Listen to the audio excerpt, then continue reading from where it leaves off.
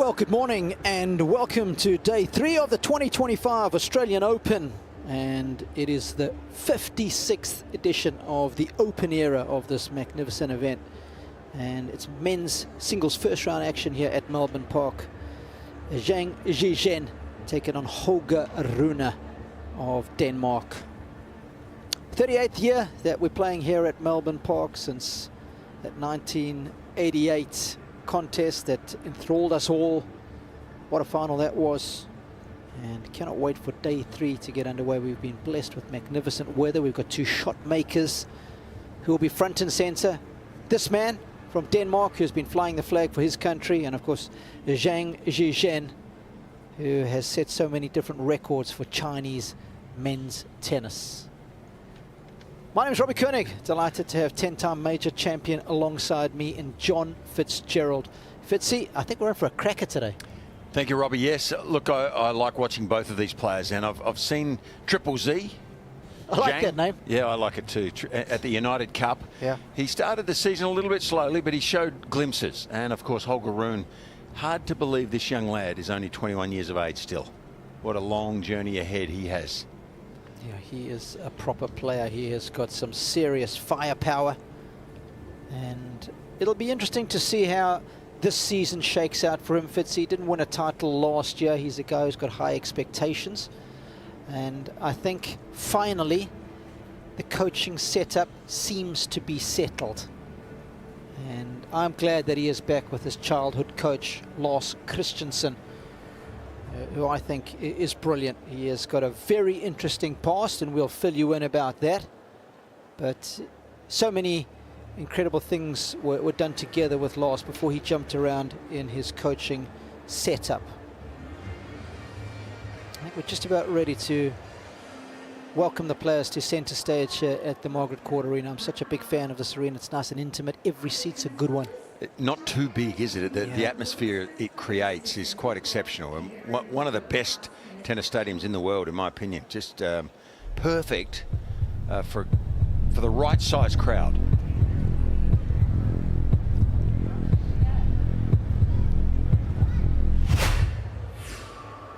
We're ready for our first game here at Margaret Court Arena. Please welcome for men's singles from China, it's Zhang.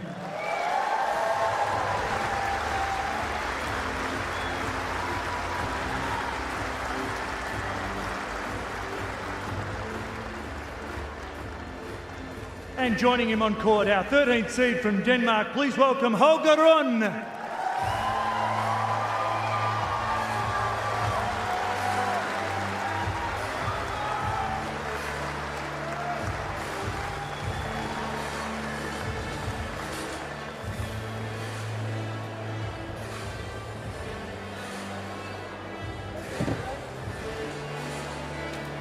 Well, I'll tell you what, Holger has come well prepared as far as the color of his kit is concerned, because you never want to have the dark colors when it's warm.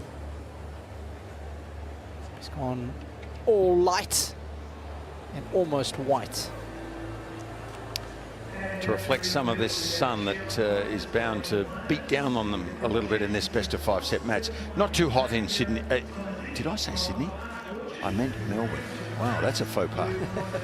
We're in Melbourne, ladies and gentlemen, in Melbourne, Australia, and the sun gets pretty tough here in the summer, but it hasn't been that bad so far in this Australian Open. Just perfect, actually. Not too uncomfortable, not too brutal for the players.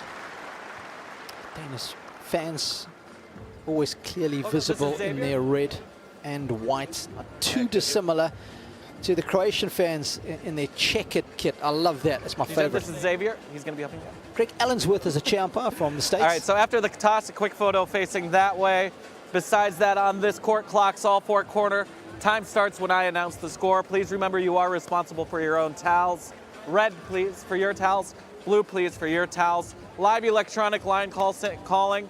Also, we have video review on this court. If you want to challenge one of my judgment calls, stop play immediately, or it has to be a point-ending shot, and actually say challenge loud and clear. I will confirm with you exactly what you are challenging. All right, besides that, any questions, gentlemen? No? AO or John Newcomb? Okay, AO or John Newcomb? Ayo, go ahead, buddy. It is John Newcomb. Receive. Okay, quick photo, please. I tell you what, the shot clock's not going to be a problem for that mascot. That was quick. Coin in the hand, quick flip. Let's get on with it, guys. That's how we like it. Those little Aussies have quick hands. Nice. Yeah. Good for when you're in at the net, Robbie. That's what you need, Fitzy. You know all about that. And Holger won't be scared to come forward today. He's got a good all-round game. There's plenty to discuss about both. And why don't we start with Zhang, who has done a couple of firsts. We did some of his matches at the United Cup. First Chinese male player to make the Wimbledon main draw, to break into the top 100, and of course make the quarterfinals of a Masters 1000. I was there when he did that in Madrid. He won 3 matches in a row, 7-6 in the third against tough opposition. So that really put him front and center as far as men's tennis is concerned in China. Of course, the women have been flying the flag for so many years. It's nice to see the men now start to do so well. You've got Jerry Shang, who's a proper player. The southpaw, who spent a lot of time in the States but represents China. He's playing some of the best tennis of his life. So Chinese men's tennis is looking up.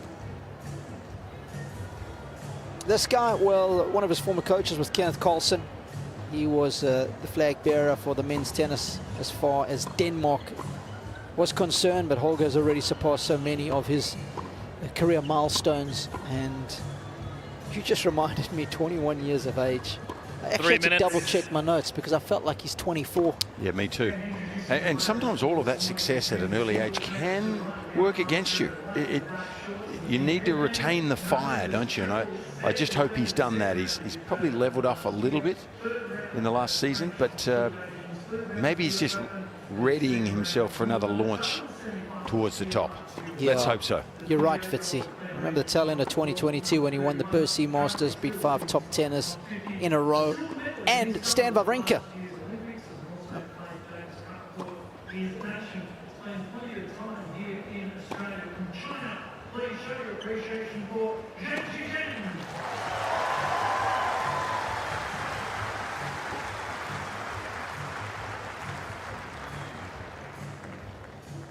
Both players with plenty of firepower.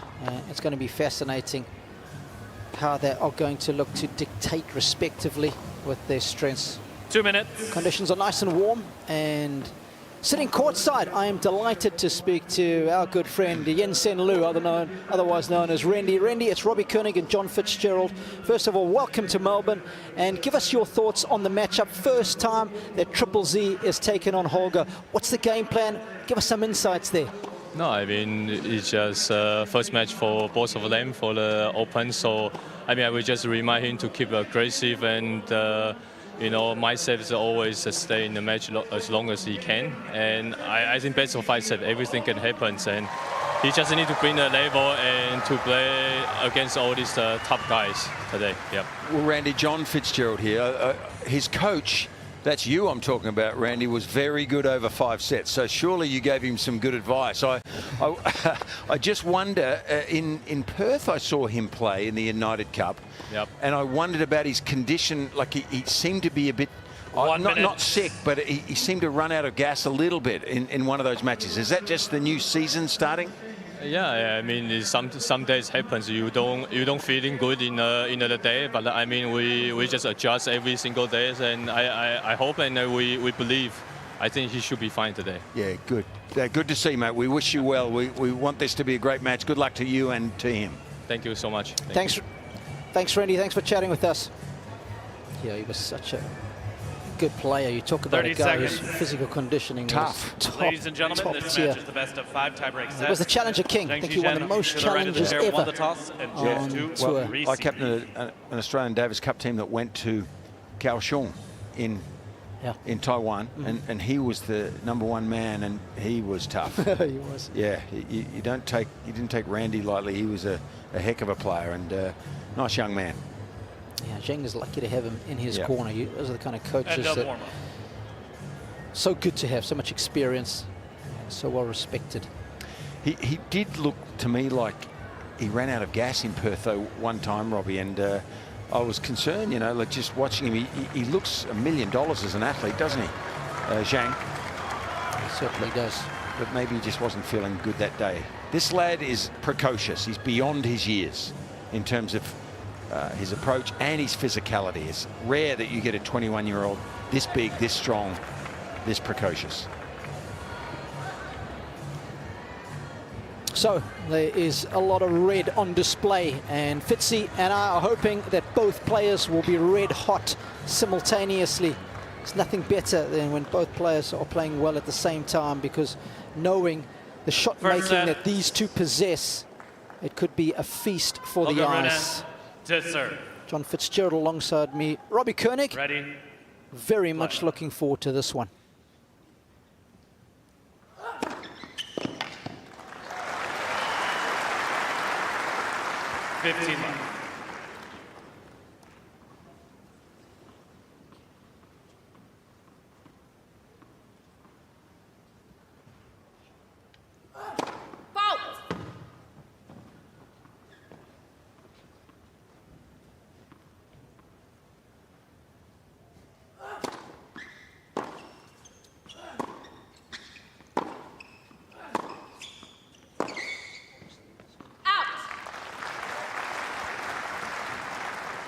Coach on the left there, Lars Christensen, who has been coaching Holger since he was about 7 years of age. And fantastic backstory that Lars has. He actually played tennis until he was 20 and then became a circus artist for 20 years.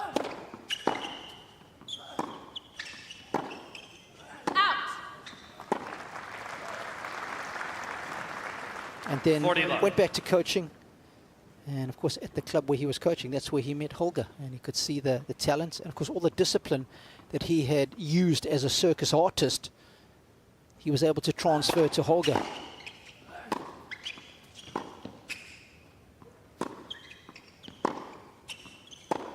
Slack rope walking and single arm stands and all that sort of stuff is what his specialty was. And you can understand why Holger is the physical specimen that he is, Fitzy. I guess so. That would be tough. Yep. I don't want to even start thinking about what pain that takes to train for that type of discipline. So hats off.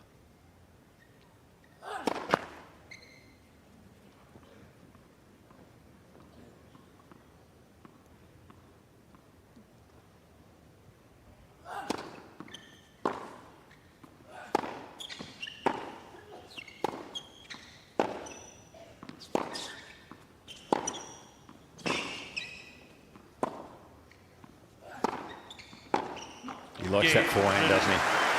Yeah, they both do. And it's going to be a great battle within the overall hall. And I'm glad he's back with Lars, because he has tinkered with other coaches when him and Lars split up. He tried Boris Becker. That went well for a while. Severin Luthi lasted probably only about 2 months, and that concluded at the end of the Australian Open last year. Becker continued, but then that ended. Then it was back to Patrick Moratoglu, and Kenneth Carlson joined him last year. And then after Kenneth in October of 2024, he reunited with Lars. And I think steadiness going forward is going to be key for him. What do you reckon? Is Kenneth Carlson still involved, though? Do you know? I think so. I saw him involved towards the tail end of the year. Be a good voice as well for him. Really good player, Kenneth, in his own right. But yeah, sometimes familiarity, and the grass is not always greener, is it? No. Mike James on the right is analyst. You know, it's funny. I thought I heard a let then in my headset, so I'm not sure. Sometimes if the technology doesn't miss the let chords, even to this day. Yeah, we had a couple yesterday as well in my match on JCA.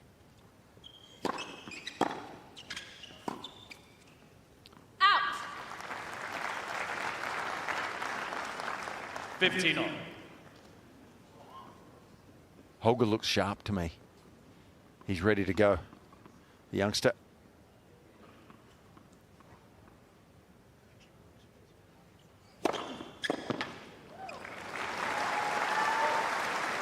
That's That's an interesting discussion for me. 30-15. Is sometimes I think Holger, as we get a good look at his box there, wastes too much energy. Almost gets himself too jacked up sometimes. I think that emotional control needs to be tempered somewhat. You don't want to flex the muscles too much in the gym, do you? You lose a bit of elasticity there. I tell you what, if mine were that big, I'd be flexing them at any given opportunity, Fitzy. Look, I'm here to tell the public they're not bad, actually. They're not bad, Robbie. You've done well. Oh, you need to be my publicist.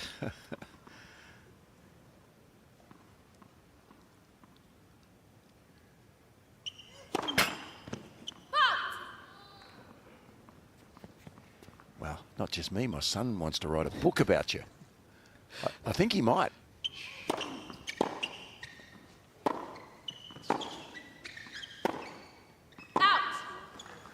Behave yourself now. What I want 40-30. the folks to keep an eye on at home is this guy's forehand cross court, Zhang. He loves that corner of the court, doesn't he, Fitzy? We saw it in Perth. He does. I think it's his favourite way to go. Yep. And then similarly the inside in as well. Again, aiming to that quadrant. But it is Rune's strength. Game, Zhang. I've seen One Zhang game on. in consecutive years at the United Cup. So just a week or two ago, a couple of weeks ago, and his form was okay. He certainly didn't peak too early over there, but he showed glimpses. He's got a world-class serve, this young man, and there's a couple of things he needs to tighten up with the rest of his game that could take him to the next level. It's going to take some work.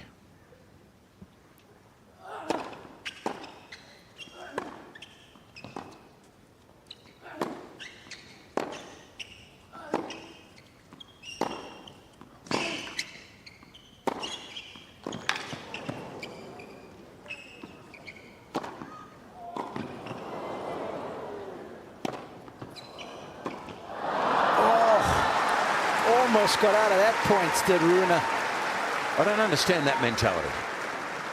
Why would you do all that work to get back into the point, Robbie, and then throw it away? Because this is what he does here. He could have taken this. He didn't have to take this between the legs. He could have done anything with this. And by the way, that's the play I want to see Zhang. If I was coaching, I'd want him to use this play more often, but he just didn't put the smash away when he should have. Why would you do that? You did all the work.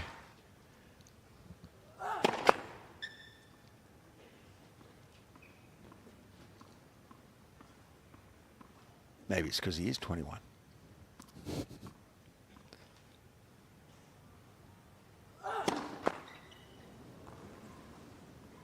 Love 30. But I rest my case. Yeah, the exuberance of youth.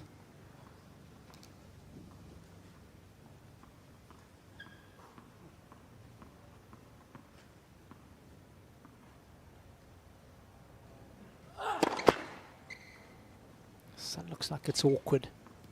Almost the middle of the day. It's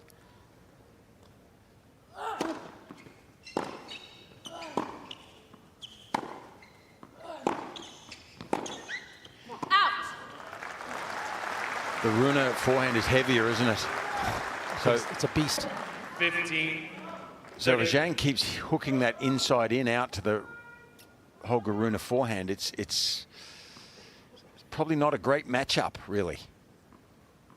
Yeah, it's going to be fascinating to see how that plays out, because under pressure, Holger can start to decelerate. It's a crazy thing. It's almost like he doesn't trust it at times.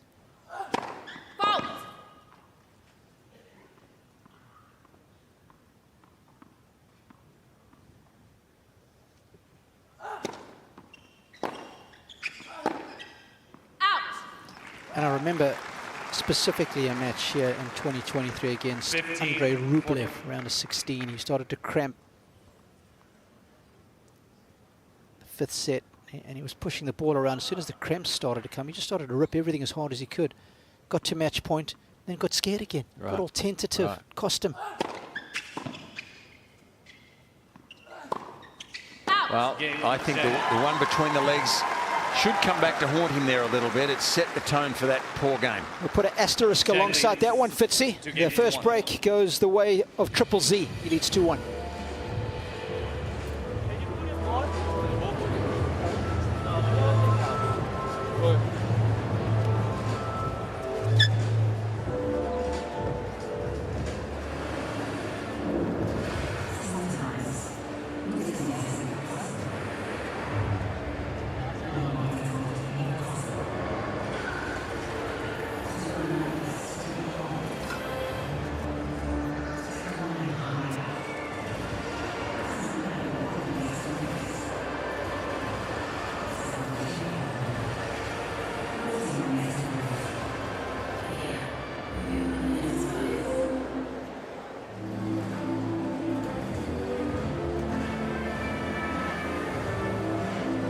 Time.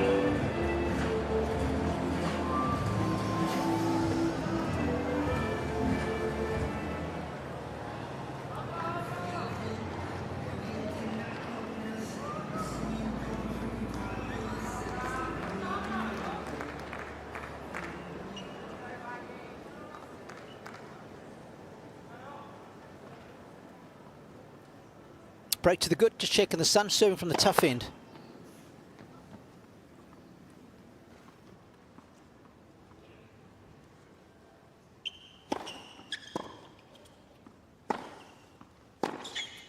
Out. 15 left.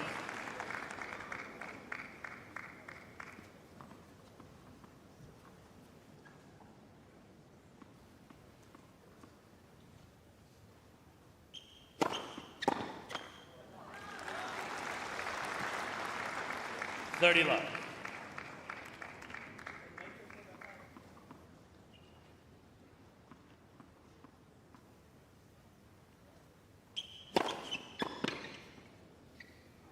Out. 40 left.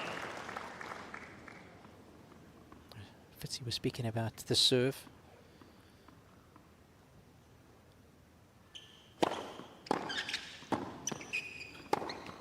Oh, that was a John Fitzgerald half volley pickup there.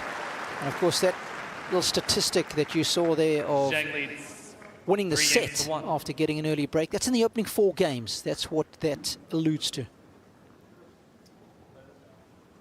That was Randy in picture. We just saw his coach on the right of picture. He'd be happy with the start here. There he is.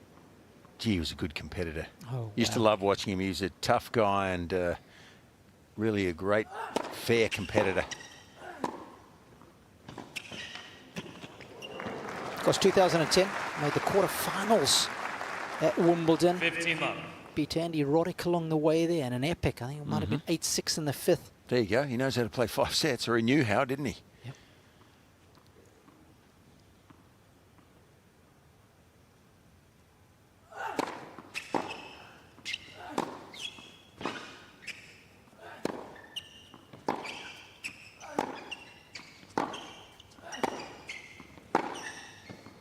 Oh, There it is. Yes, sir. You told us about that shot earlier. 15 off. He out-hit Rune here on this particular occasion. That's a pretty heavy ball, but that's bigger. Geometric perfection right there.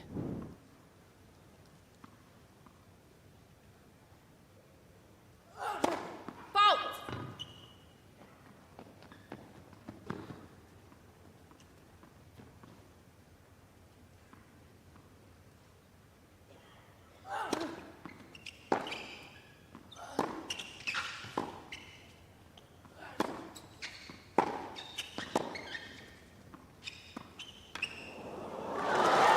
Oh, this is a skill merchant here on display. Well, after the first 2 games, I wasn't 15, sure he was 30. switched on, Zhang, but all of a sudden he's lighting this place up. Good choice. Look how far back Rune was to make that decision.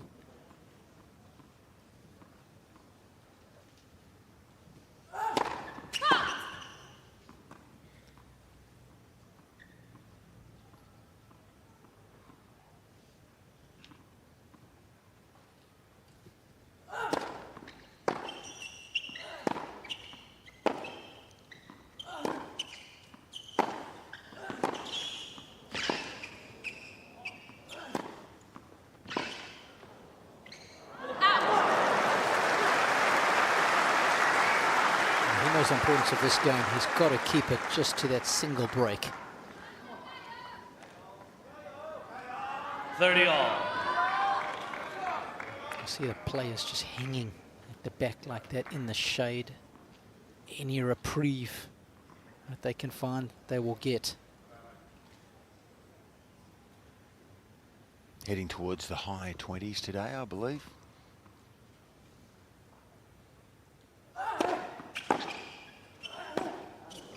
And of course that's Celsius, so quite warm. And it's warm right now 30, for Rune. 40. He's in a little bit of trouble in this first set.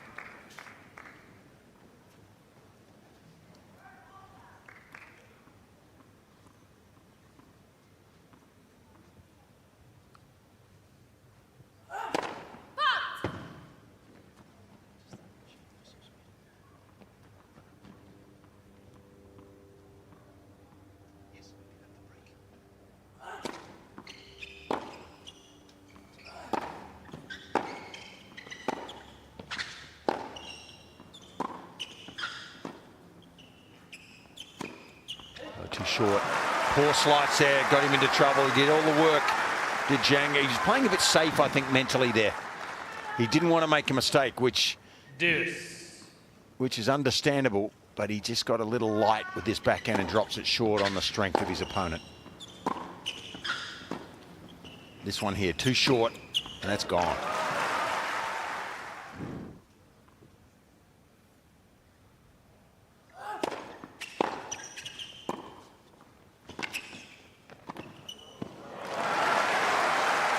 Great intelligent tennis, not overplaying. Advantage, Rune.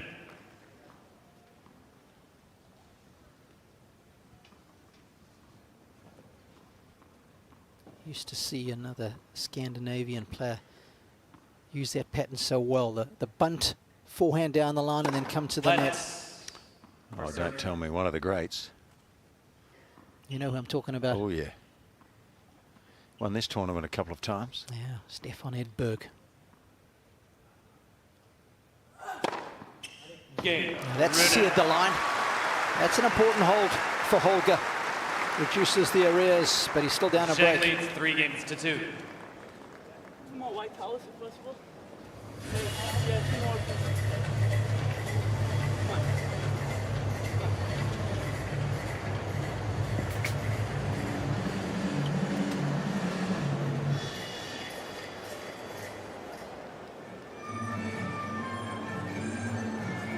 I love it when the fans make a big effort. They've come well prepared. No doubt who they're going to be behind today. And they'll be hoping that their players will be able to stick around for as long as possible.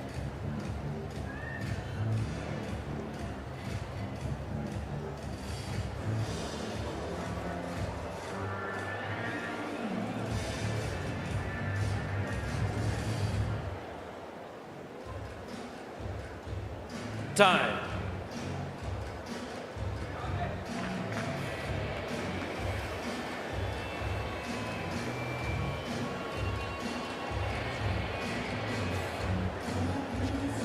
Oh, we were talking about Zhang's serve, and so far so good. He's some good pop behind it. When you compare it to the average service speed in the top 100, he's got a little bit more juice on it than most.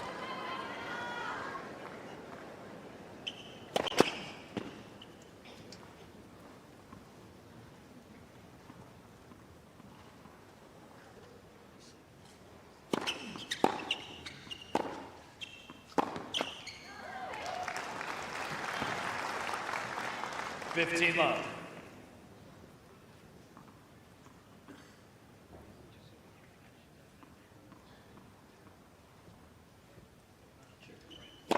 Out!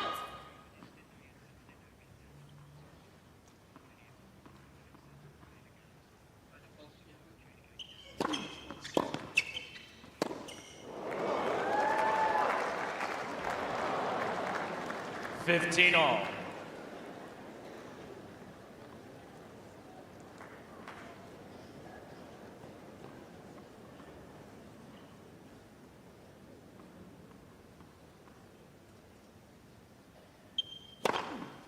30-15. Wow. Yeah, it's an impressive serve. I think a little sneaky big. Yeah, look at that. Average. Yeah, there you go. 204. It's almost 10 kilometers an hour above the average. Well, that's actually not sneaky. That's pretty obvious, Yeah. isn't it? Yeah, but you know, he's always served well, and 40, I think it's better now than it was a couple of years ago. So it's something you can really base your game around on your service games.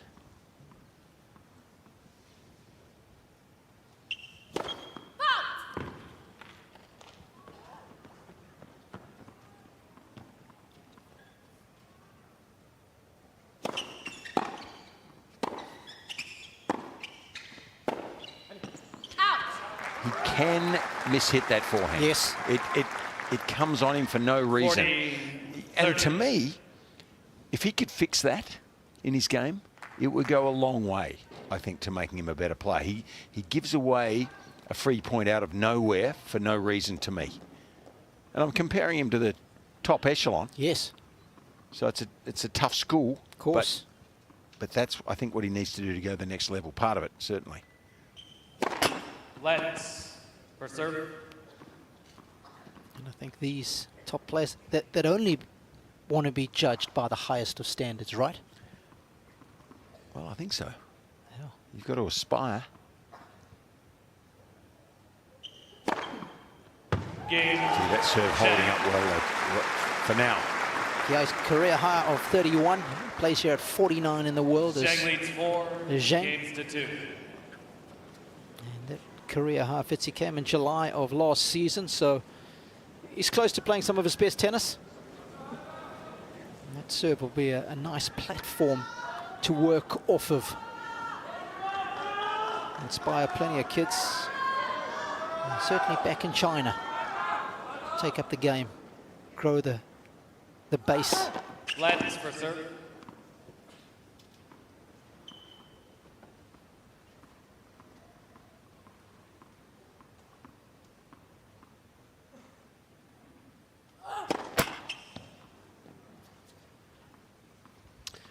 Well, it's a serious base. They get more and more interest there. There'll be players everywhere, you would think.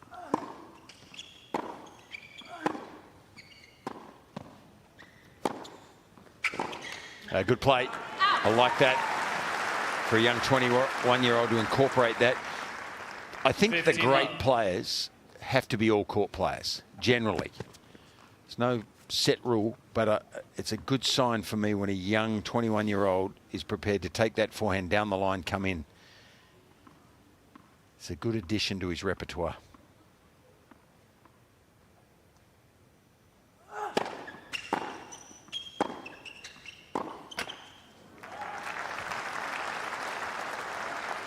$30.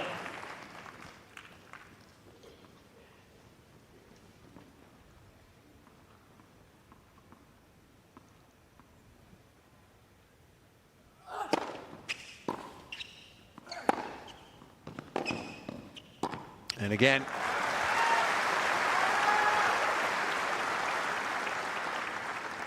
$40.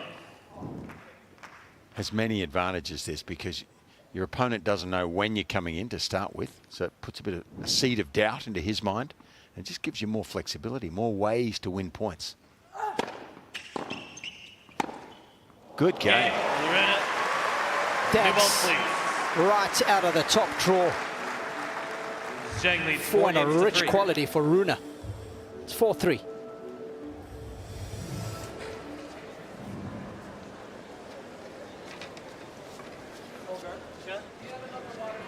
While we take a break, let us inspire your next adventure. Following us in to London, Edinburgh, Athens, or Rome, Paris, or Dublin. And over 40 cities across Europe. But remember, it's not just the destination, it's also how you get there. Fly Emirates, fly better. Drilled that forehand, didn't he? That's when I think he plays his best tennis. There's no hesitation. He certainly has the racket head speed. That was a half volley, that last one. Yeah, Federer-esque. Yes, very impressive. Well, Federer-esque. I guess. The half volley, the half volley bit. We're not comparing him, are we? Just the half not volley yet. bit. Okay. Let's see.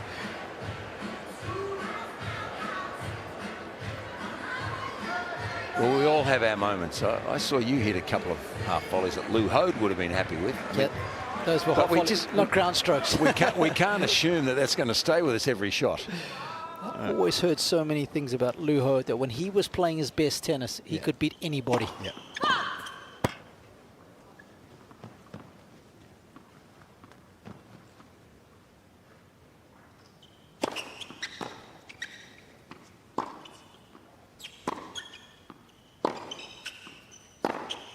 I'd like to give a shout out to one of my very good 15 love. old Aussie friends, Warren Jakes, who taught me so much about the Aussies of that generation. So many great stories, and What a character Jakes yeah, he is. he certainly Yeah. is. And I send our best to him and Helen. They'll be watching in 30 Sydney, love. I'm sure.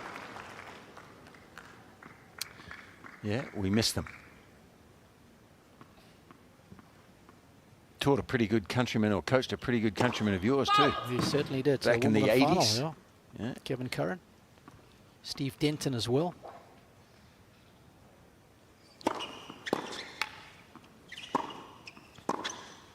Oh, he made a mistake, didn't he? It was a split-second decision. You can't hold that against him, but he gets the short backhand and just goes the wrong way 30, here 15.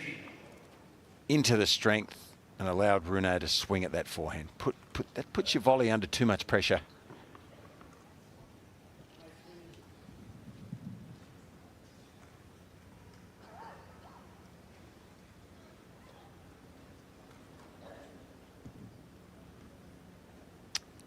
So it takes the opportunity, Zhang, to towel down when Rune went for an equipment adjustment.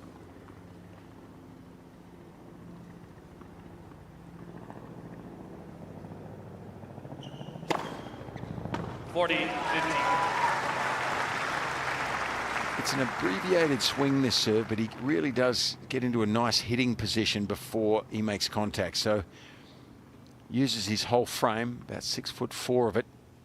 Gets the left hip out nicely. Game. And accordingly Set. generates plenty of power. Yeah, I remember hearing from Jean-René Zhang Lisnard, leads 5.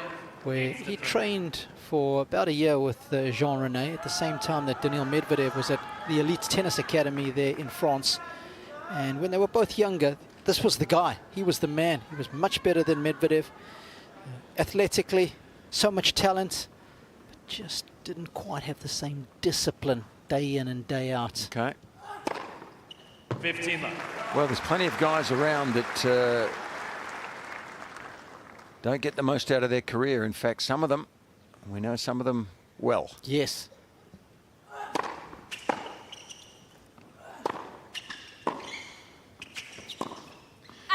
You don't put in the work, they go under that banner of 15. could have, would have, should have, but didn't.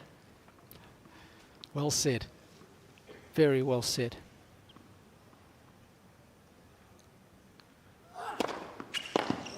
Yeah, it's a cop-out as well, isn't it, for some of them? It's lack of accountability. 30-15.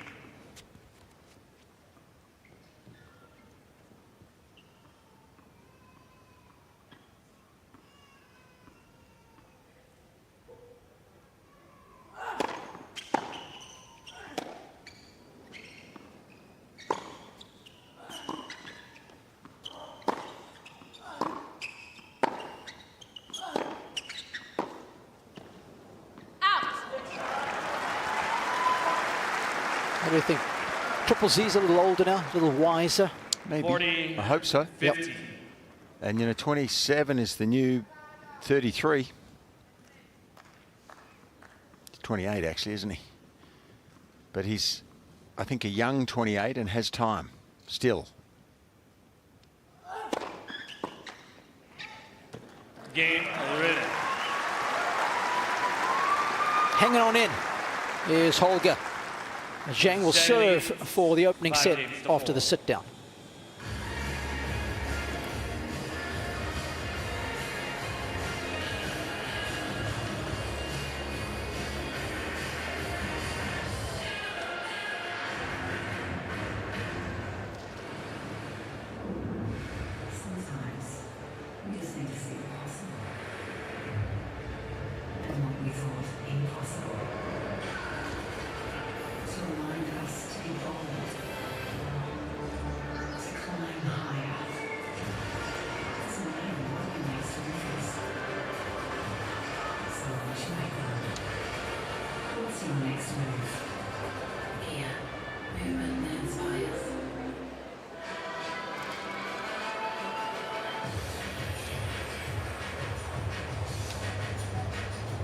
Time.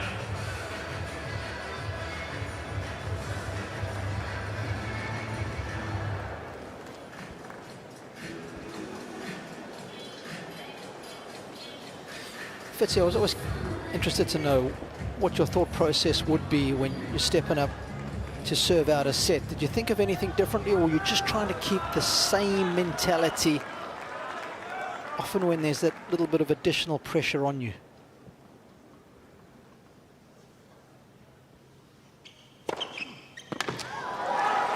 Well, I think we all handle it differently, and some better than others, and I didn't always handle it as well as I could have, but no doubt sometimes personally I handle it better than I did other times. Well, that's not a bad way to start out.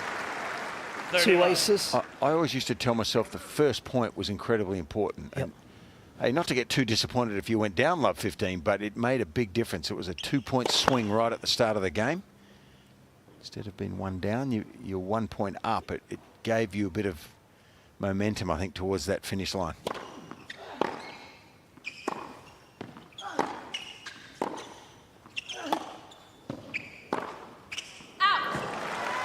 That's a good point you make. Stats tell us on a hard court there's about a 24% swing in your chances of holding serve from when you win the first point versus if you lose it.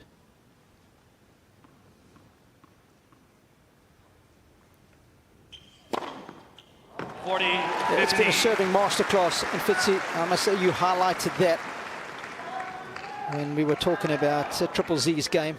Zhang has been superb. Nice way to bring up a couple of set points. Boom! Thanks for coming. Switch out the lights. This first set is done and dusted. Some serious power on display from Zhang. He wins the opener 6-4.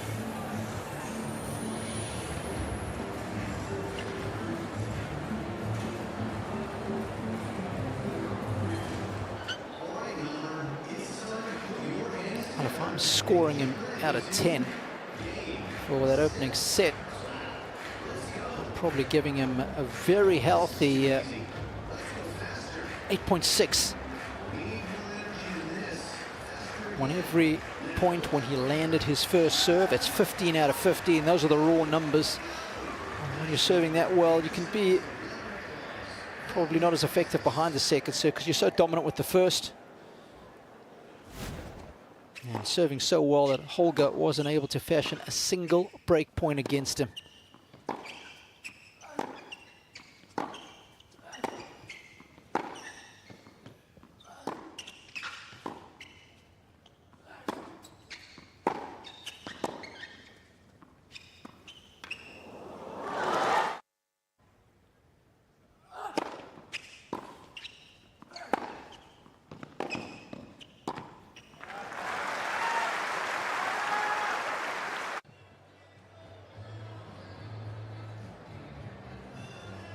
Time.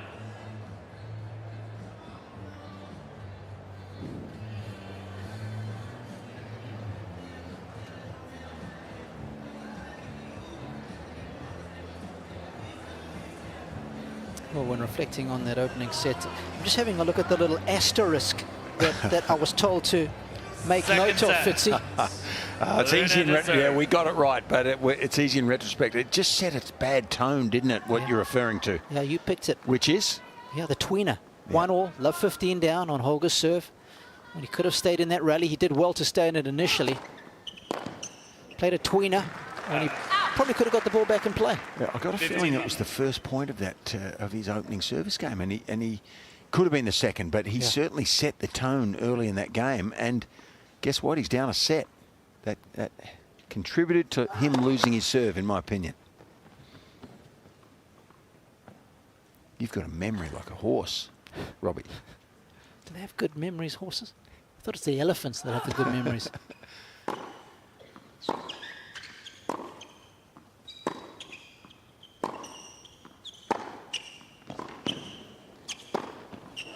Well, we refer to horses because we don't have African elephants like you do. Okay, so 30 love. Elephant sounds even better. I like this play when he comes forward and takes that ball out of the air. Yeah, me too. He's come in 7 times. He's won all 7, Fitzy. There you go. Looking for a good start, a solid start in the second set.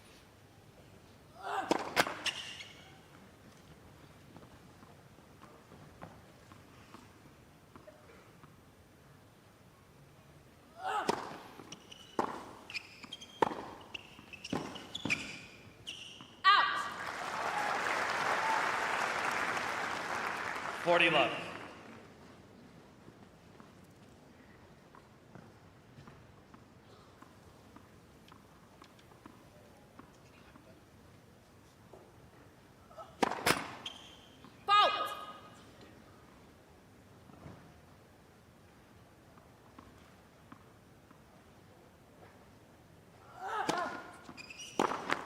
Game.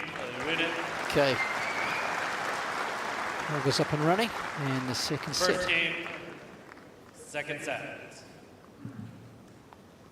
Any adjustments that you'd like to see him make, or was it just more a case of Rune focusing now and not making those silly judgments? Yeah, I look, in my opinion, and I'm a bit staid and, you know, have an older opinion these days, Robbie, but that was a 21-year-old's behaviour. Yep. Between the legs, didn't care enough about that point. But that's maybe what's helped to get him involved in the sport and be as good as he is. He loves doing stuff like that. I see it, I understand, but you wouldn't have seen Novak do that, I don't think. Or Rafa. You know, they would have been all about winning that point, getting your nose in front, and not giving away your serve early in the first set. So just a little lesson.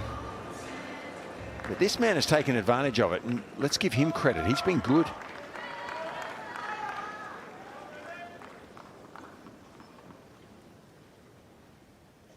Yeah, that sun's going to be tricky for the next hour or two from that end.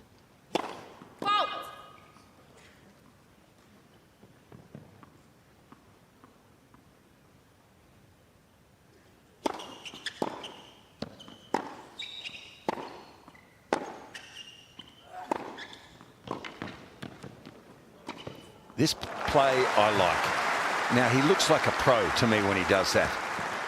Excellent. Didn't overhit the forehand approach. I mean, that's a seriously good shot, and it just sets up an easy put away. Look to move forward when you hit this off forehand to a right-hander. Yeah, no panic there on that last shot either. Yeah.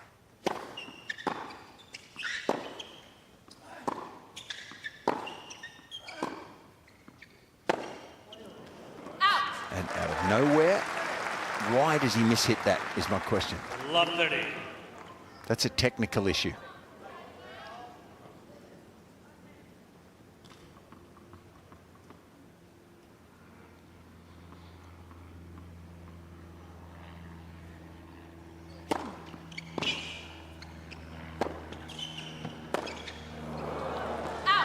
Actually, you saw there, the graphic that popped up, that was the 15, first point, 30. the previous one, that Zhang had lost when he landed his first serve. He won 15 out of 15 before that.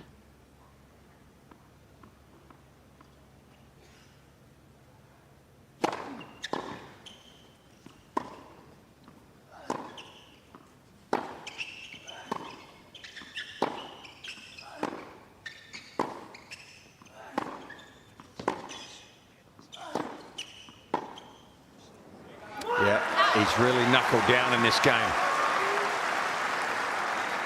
Very mature 4 points here 15, from Holger Rune. 40. Yeah, for the first time, he's made some inroads on the first serve of Zhang.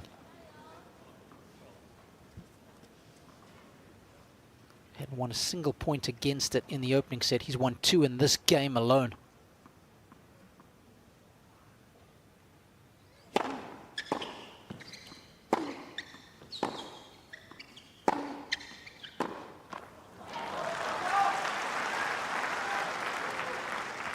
$30, 40.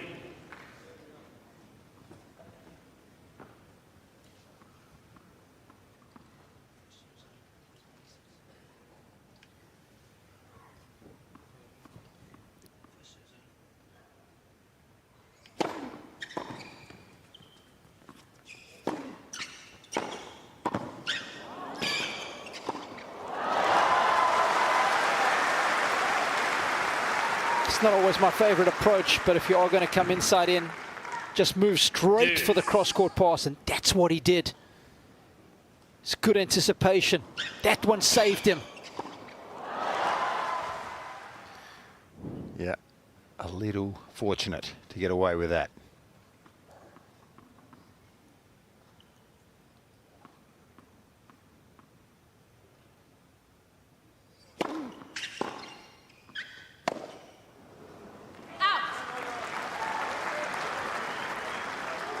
Advantage, Rune. There it is again, Fitzy, out of nowhere. Of course, he's making thin contact with the ball. You know, you get it wrong by a millimetre or two. That's what happens. That's how fine the margins are.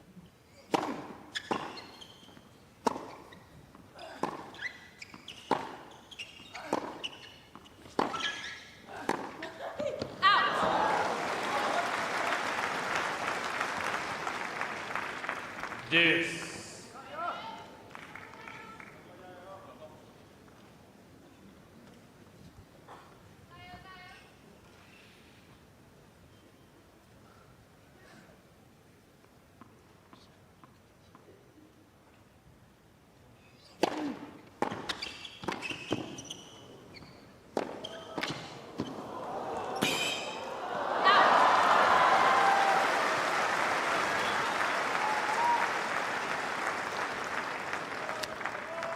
Advantage, But Zhang. you mentioned the great Stefan Edberg a few minutes ago, and how competent, how extraordinarily good he was on the volleys. Zhang then wasn't Stefan Edberg, but he did really work hard to keep those balls in play, and it's a good change-up from him. I like the thought processes. Big win, wasn't it? A big, strong win to come back and hold that service game. Very important from his point of view. 1 game all. I think what stuck out for me on that net point, Fitzy, was that he covered the right angles at the net. So often Yeah, the he modern did. day players don't. Yeah. Just by moving intelligently, you can make that passing shot a lot tougher for your opponent. Yeah, I think once he'd made the commitment to go across court to the forehand and run in, that you're putting yourself under the pump. So you have to read the play very well to get out of trouble there, because the forehand is coming at you. Yeah. But yes, he did. He anticipated well after he put himself in that situation. Good effort.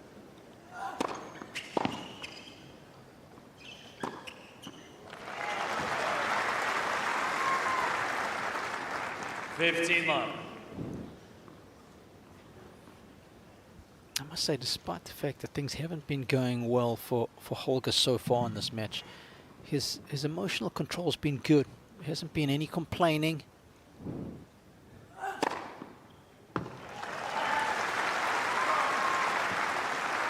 $30.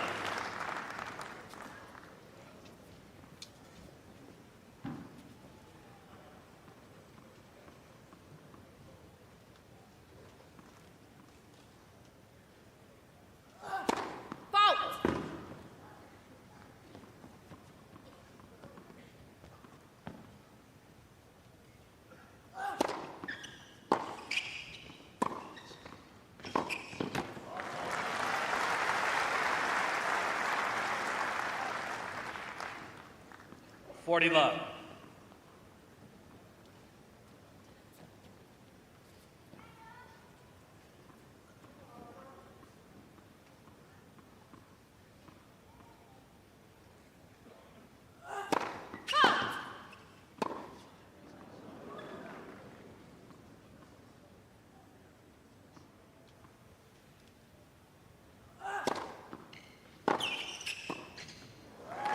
Nice move.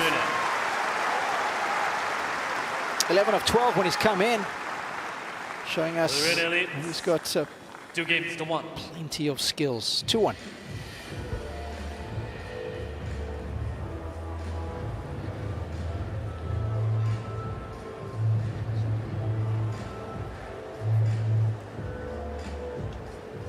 Well, let's have a quick look at Zhang's serve placement. You can see the first serves well spread, but he definitely likes the center of the court. Center of the service box, I should say. The vast majority of the aces coming in the center, but then he likes the flatter one.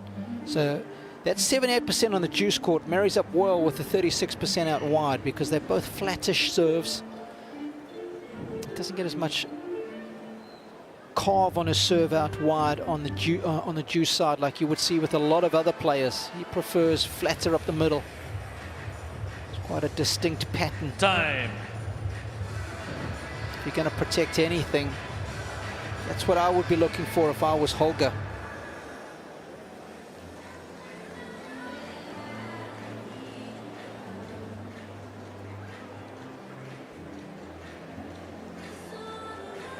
DJ set some great tunes here on the Margaret Court Arena there with the terracotta colour roof. Last change of ends, it was John Farnham, one of the Aussie legends and one of my favourite singers right there. We just had a bit of Fleetwood Mac and some Stevie Nicks. That'll get you in the mood. Out. Love 15.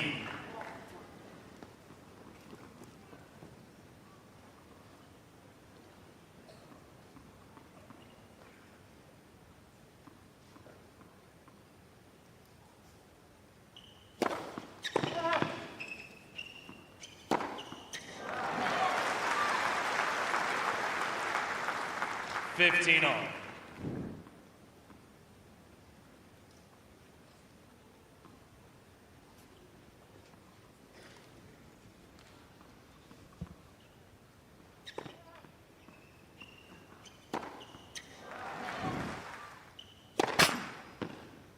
Let for serve.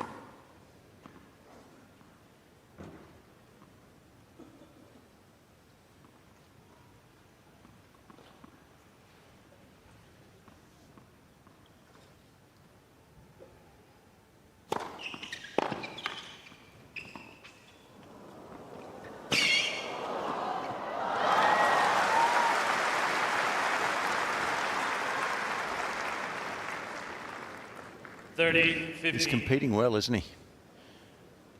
Triple Z, he's come to play. Great to see. And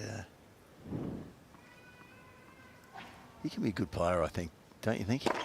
I mean, that's unfair. He's already a good player, but I mean, I think he can go further towards the top level. Yeah, there's that lovely saying, motivation gets you going, discipline keeps you growing. I think that's what he needs to continue to add, just stay nice and disciplined with everything he does, both on and off the court.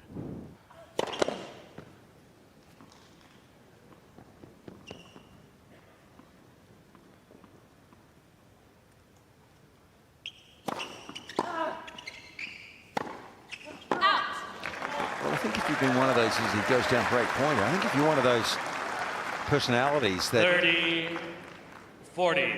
enjoy what you're doing and have a good time and love the surroundings, but you're not fully, if you're not fully professional, now I can't speak for him, but if you're not, your 20s go very quickly. And there's a few guys around now will be thinking that at this part of our tennis history that'll be thinking that, I think. Had their chances, thought they had more time, but all of a sudden it jumps up and grabs you. Your time's over.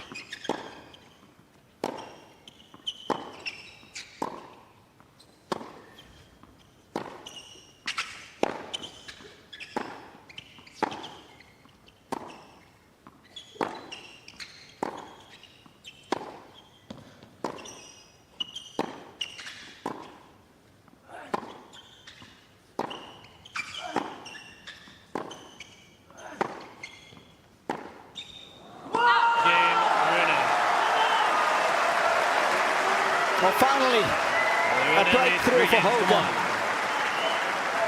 Patient hitting.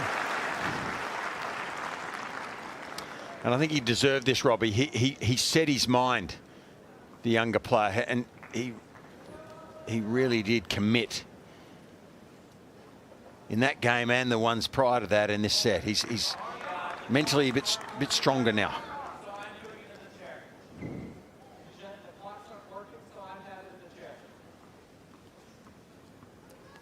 The shot, the serve clock might might not be working. Okay.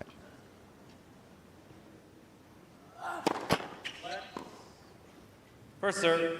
It's interesting, I can just see it blinking to the right of where Zhang is now.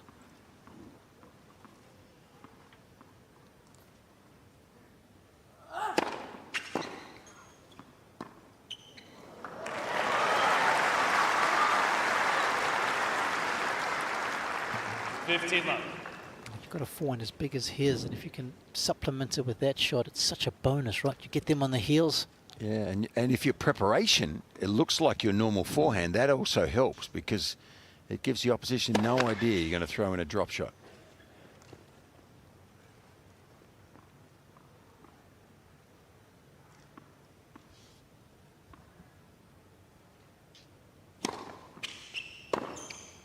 Out. 30 love.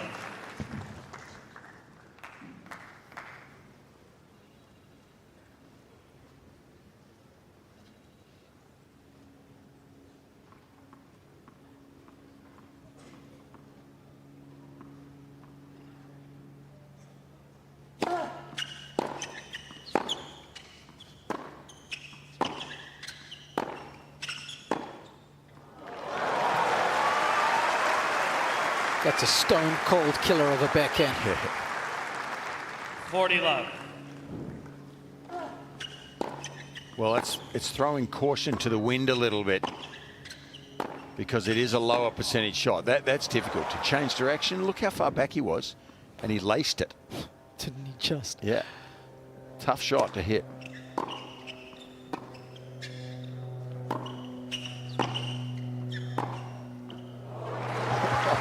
I'll raise you one. Yeah. Well, it's entertaining. They really are showing us a nice array of shot selection here, both players.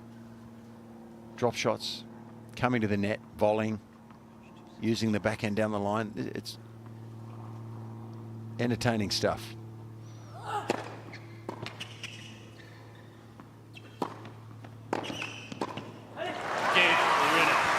He's really upped his game in the last 10 minutes or so. He has been sharp, he has been crisp, and he has been accurate.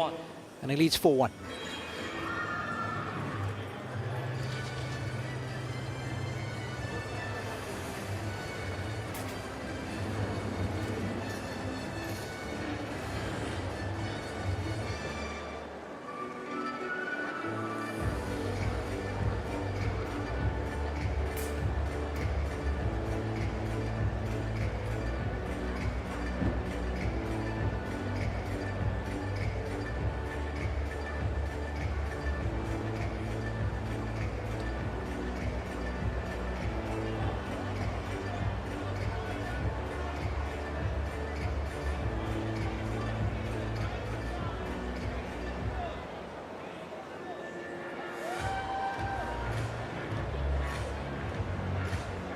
Time.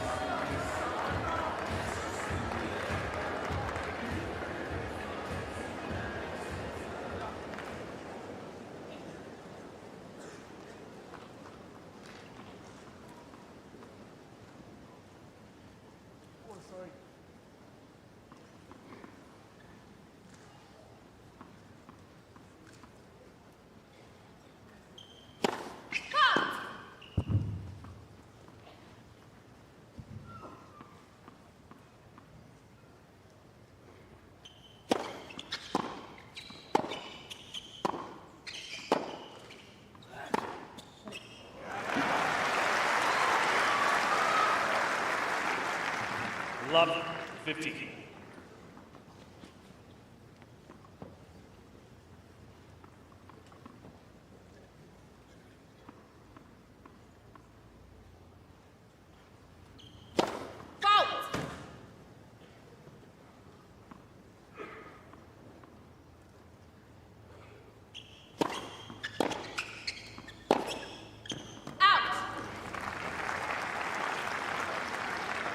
Love 30.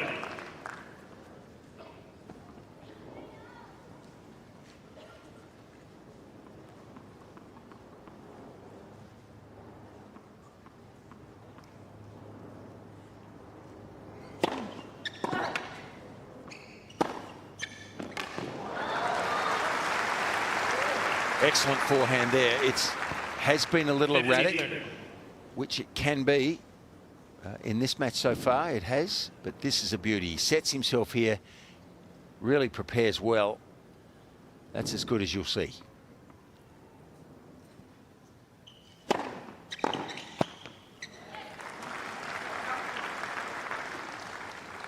$30 all.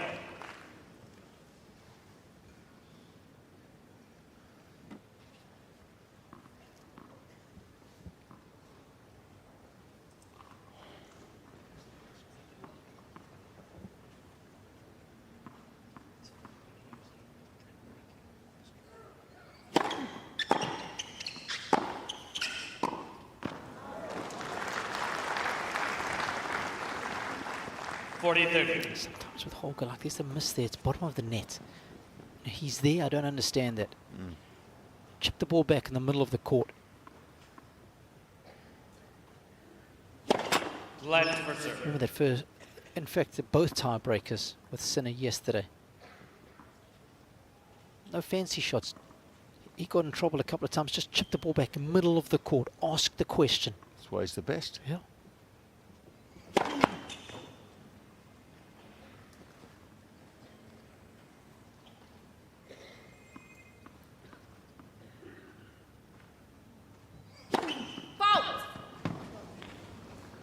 Deuce. Ladies and gentlemen, as a courtesy to the players, silence your mobile phones, please. Thank you.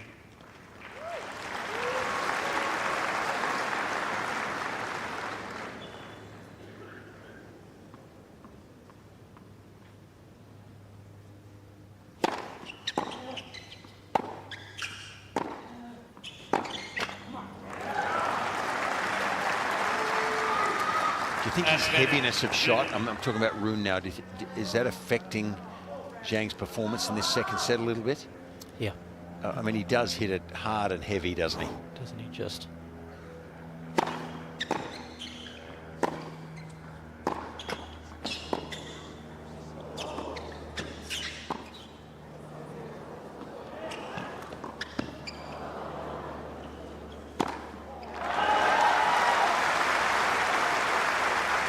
Well, the idea was right.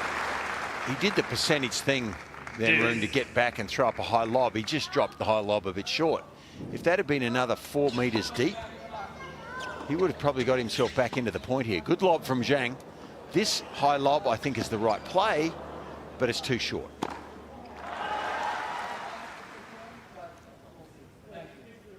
And I can forgive that.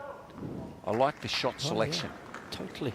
Goes back to the point we were just making, right? Get that extra one in play. You never know what might happen.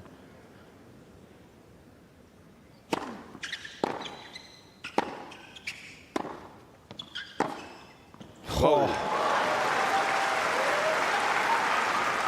Sumptuous, that backhand. Advantage, Zhang. And what we do know, Fitzy, is that 100% of the balls that you don't get back in play, you lose the point. I tell you, you have a special mind, don't you? You're so right.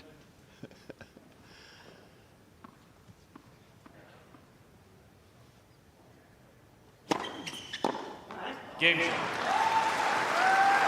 New balls, please.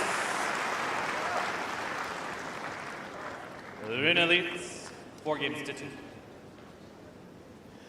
Robbie, Holger, as a 21-year-old, he's still learning. He's in the midst of learning his craft.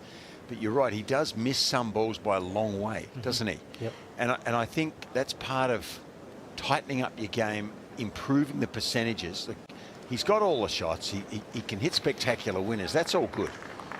Even now and then, hey, you hit one between your legs. That's fine. But when he misses, sometimes he misses by a long way. It hasn't worked out yet.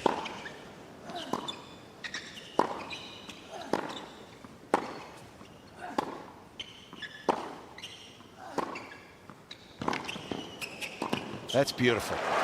Great way to sneak in. So he's building. But when he misses, sometimes he misses by a long way, and I think he hasn't worked out just to compromise his racket face. Take a smaller swing and give yourself a higher percentage chance. Just like that serve into his body on the last point of the last game. Missed it by a long way. Get out of the way of the ball. Adjust. It's not spectacular. 30 left. It's just improving your percentages. So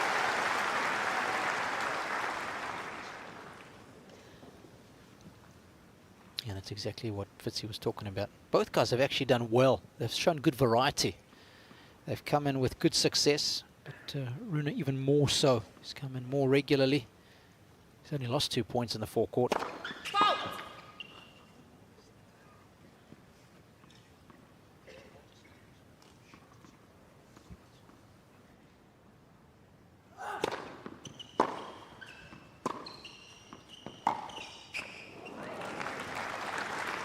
well, there's that forehand 40 again. left.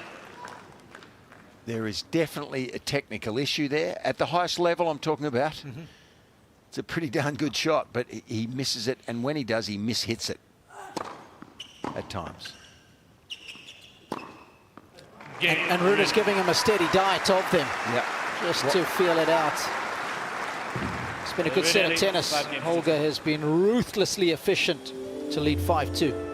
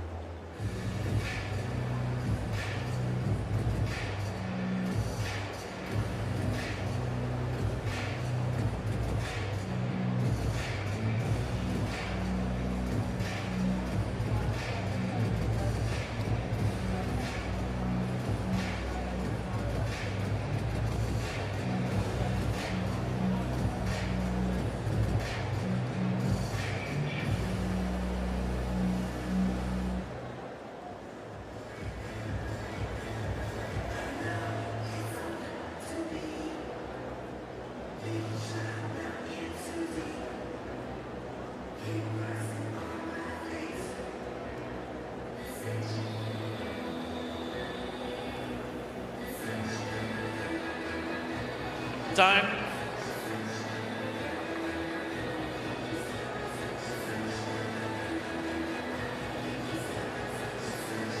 Well, after a little bit of rain 2 days ago, we have been blessed with gorgeous weather. Melbourne has been rolling out the red carpet for all concerned. Record crowds yesterday, Fitzy. And when the weather's like this, who doesn't want to be here at Melbourne Park? Robbie, 95,000 people came through the gates yesterday in total. A record. It's brilliant. That's only the first Monday.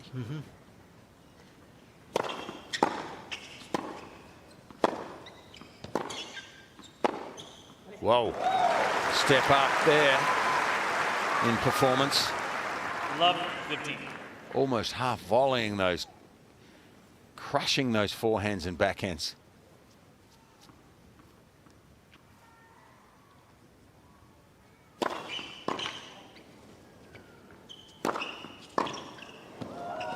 Oh no, cop out there.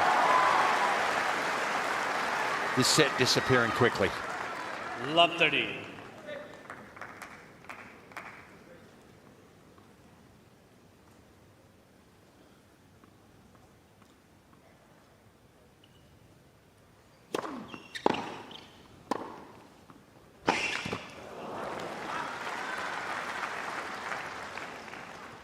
$15-30.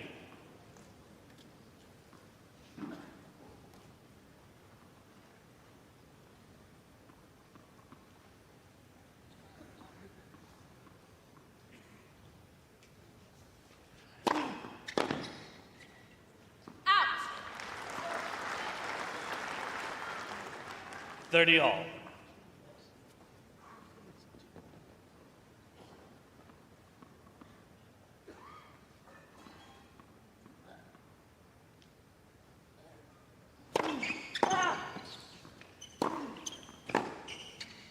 Out. 40-30.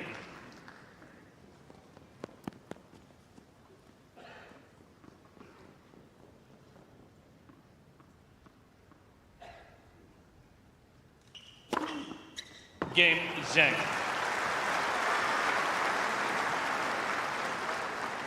Rune leads 5-3.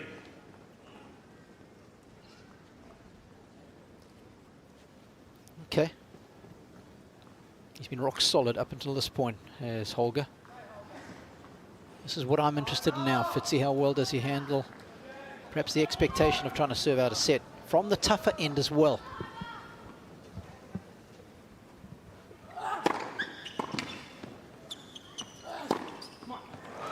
Strong starts. Yeah, he looks a better player now to me than he did 15 in the early stages.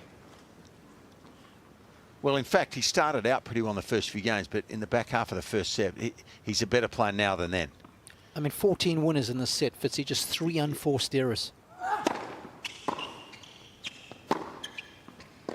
He's found his range. That forehand is looking very dangerous, isn't it? Oh, he is pouring it on right now. 30 left. This is Holger in full flight.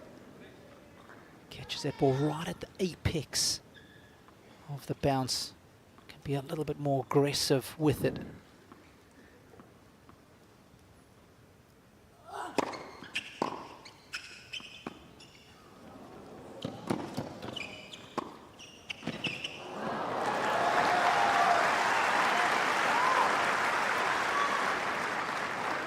$40 left.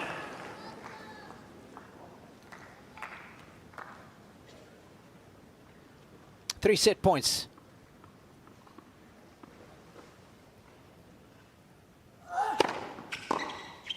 Game and second set. That was a decorative set of tennis. Plenty of power. 1 set. Great feel. But perhaps most importantly, very good between the ears. 6-3 to Rune.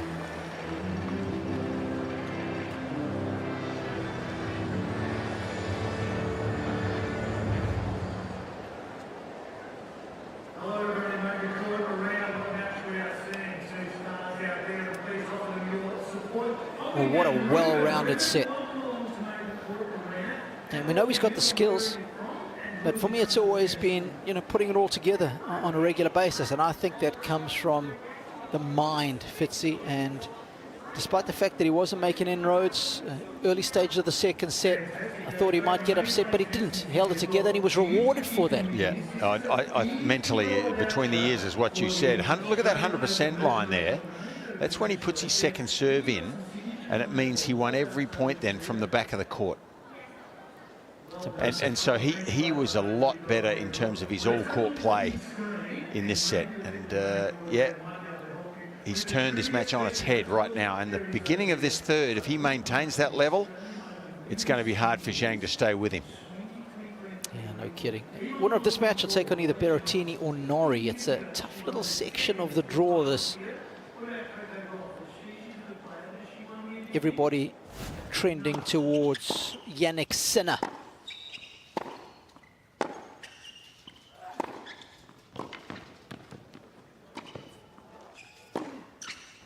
Some heavy hitting.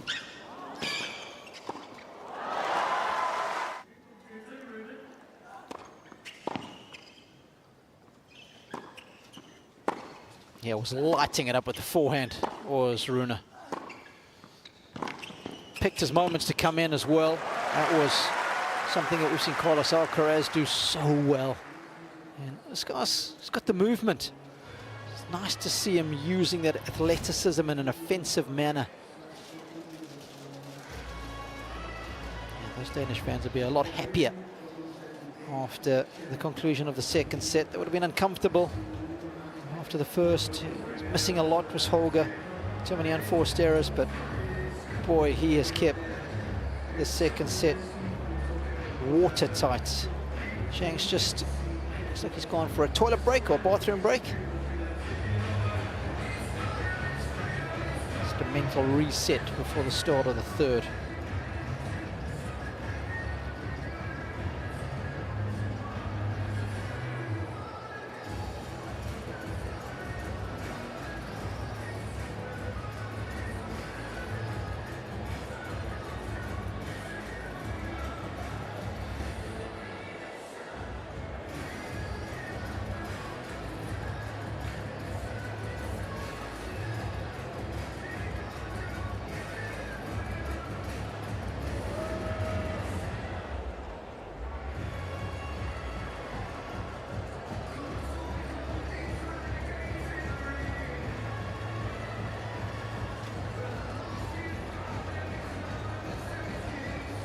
course, this is a ticketed court to the Margaret Court Arena. But it's a great ticket. Every single seat gives you good access, what I call a real feel as to how athletic these guys are, how hard they hit the ball. You can judge quite nicely the heart of the ball going over the net because you're not too high up looking down.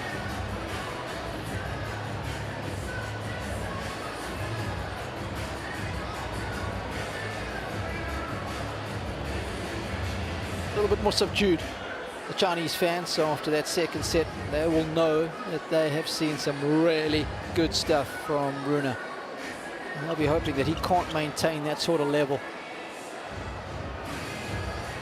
I think it's fair to say that Holger stepped it up more than just a couple of decimal points.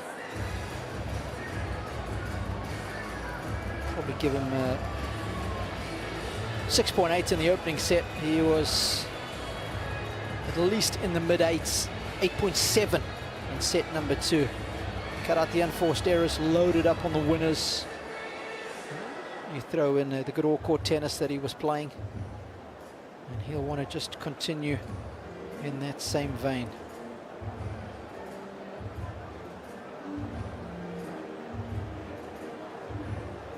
Often voted one of the most beautiful places to live in the world is Denmark. Most desirable places to live. It's always right up there.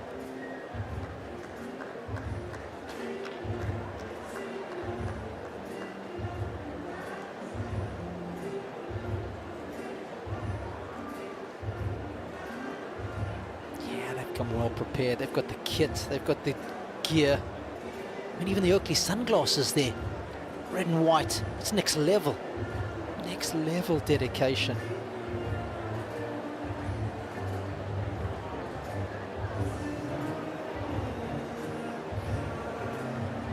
Sure what football club, or is it the national shirt? National shirt, I'm told by my producer, my director. Player returning. Here we go. Oh, Coldplay t-shirt just behind the Danish one. I'm a big fan of Coldplay. Might have to put in a request to the DJ. Been on a world tour for a while now, have Coldplay. In fact, I think they were here.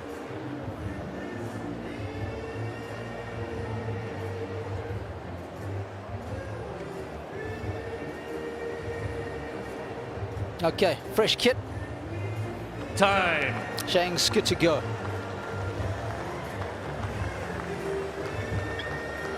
Third set. Zhang to serve.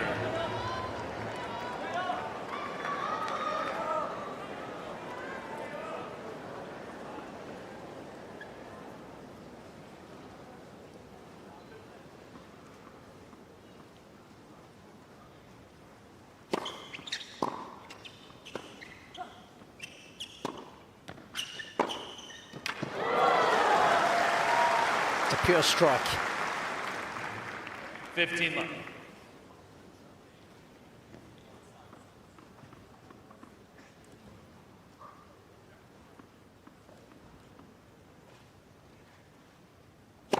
Out!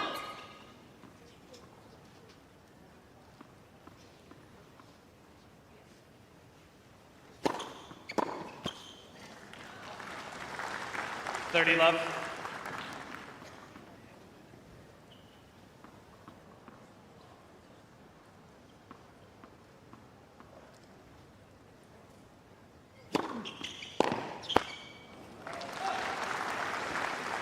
$40 left.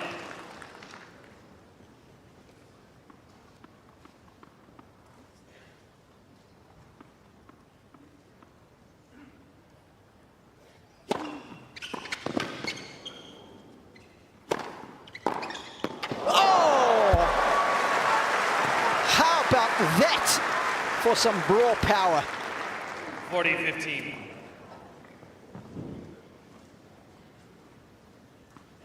Check this out.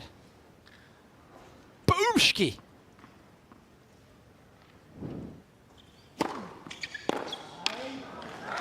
Out. Game, Zhang.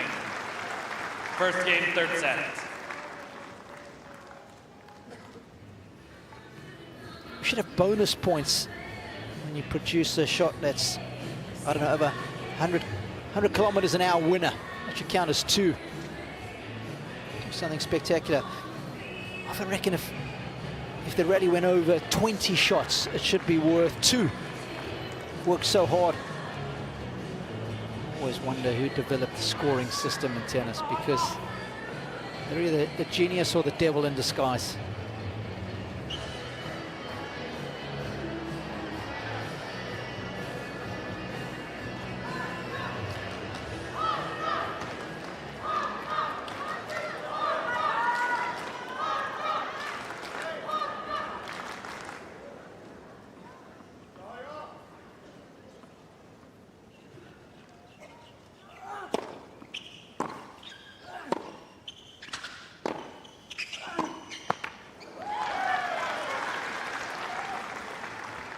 Love 15.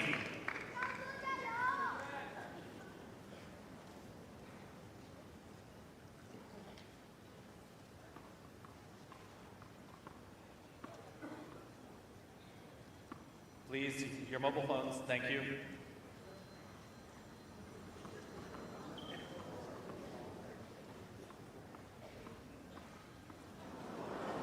Check your phones, please, thank you.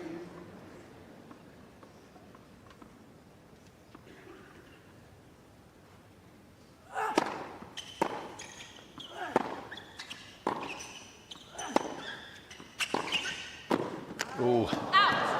Well, it was a good play. It was a good play. He just laid the racket face back too far. Just opened the angle too far with it and sprayed it wide. But look, I love the play. He probably should have won the point from there.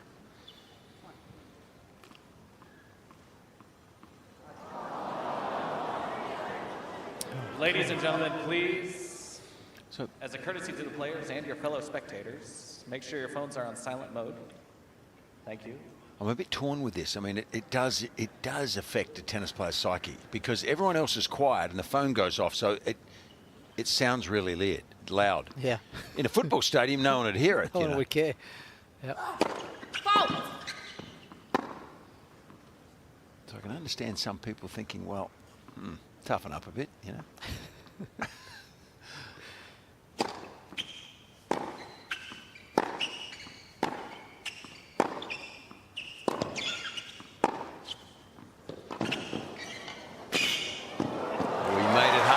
I thought maybe he'd let that ball bounce, take some of the risk out of the shot, but you've got to hand it to 15, Rune here. He makes 30. a difficult shot. That was tough. He made it look reasonably easy. Percentages would have been, I think, to let that ball bounce. Then it's up above the height of the net to hit the next shot.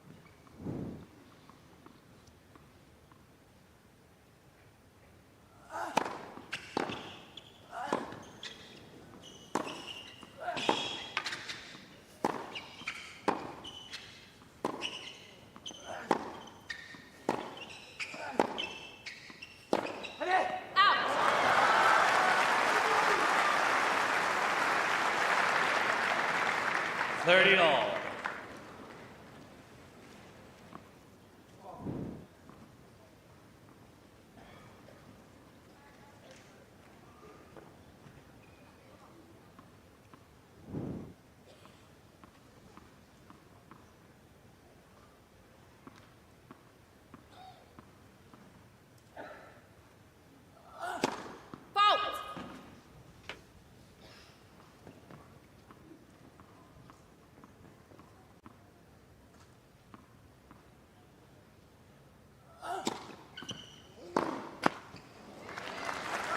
Well, he was trying to make a move, Triple 40, Z. 30. So mentally competing there, but his forehand's let him down twice in the last 2 points.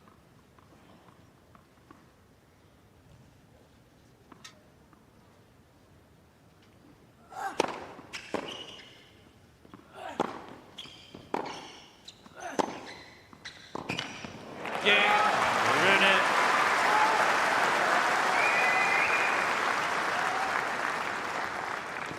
One game on.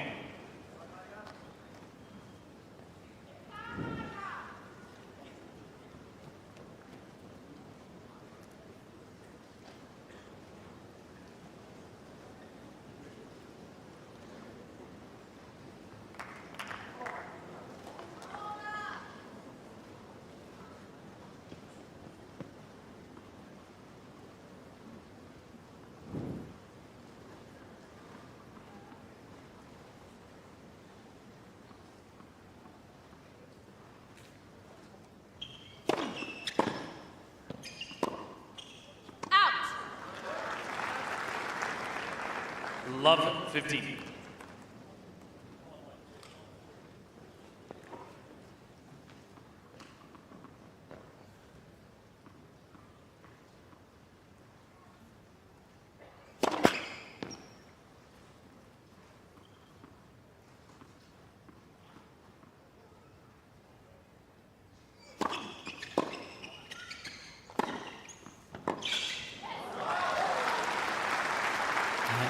Such a sneaky feeling we're going to have 15 all. a big arm wrestle in the opening couple of games here in this third set that could determine the outcome of the match. Just looking at the body language of the two, I think this third set is more important for Zhang than it is for Holger. So whoever has the biggest rotator cuff might win this. You know it.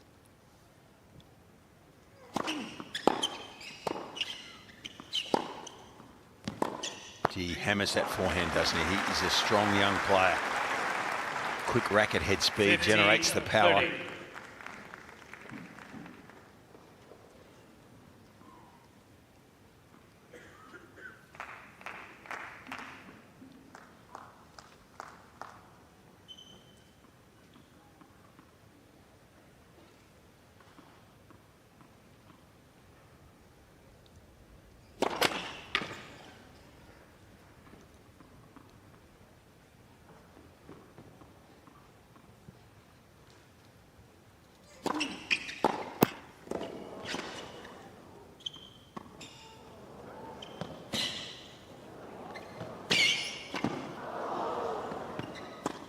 He's got him. He's got him good.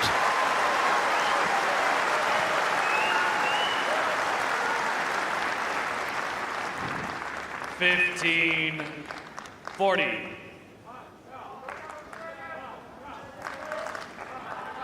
He is quick, isn't he? Oh, he's a strong young athlete.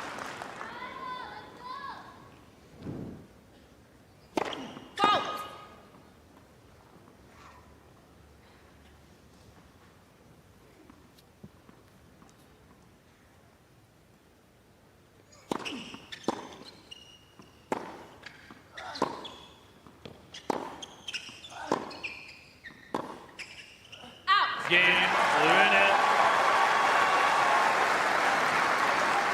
Good patience, and he's rewarded for his industry. Leads. It's Holger who 2 games to 1. draws first blood in the third. 2-1 it is.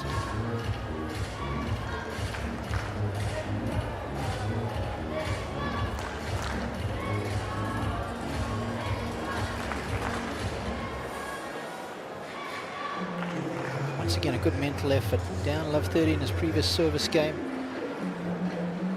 Careless error got him into that predicament, but he's come out of it well.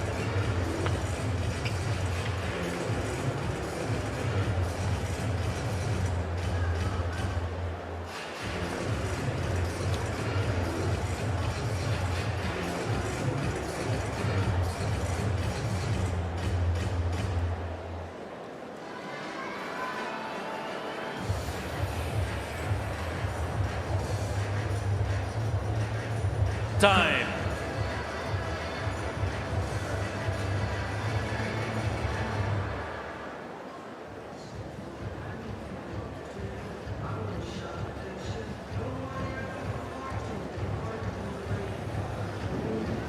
Rune Camp will be delighted. Your mum has always got a steely resolve about her. Annika. Also saw Holger's sister, who was in town. I saw her going for on the riverboat with him, and one of the little activities that he did for the tournament.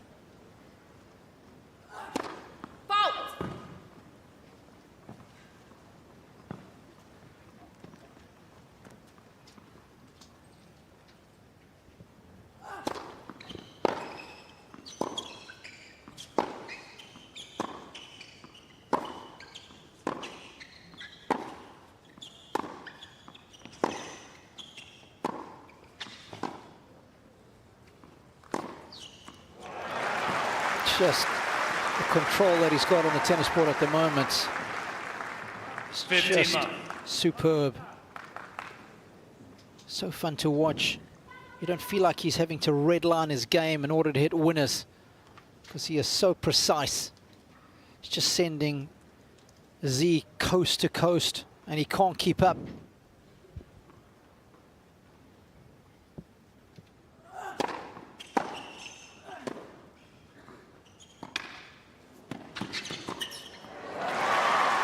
He's just getting on top, isn't he? It's been a monumental shift, really. 30 love. Zhang was competing well in that for those first couple of games, but he couldn't stay with the Dane, could he? And I think the forehand is having most of the effect, just overpowering Zhang at the moment, forging ahead.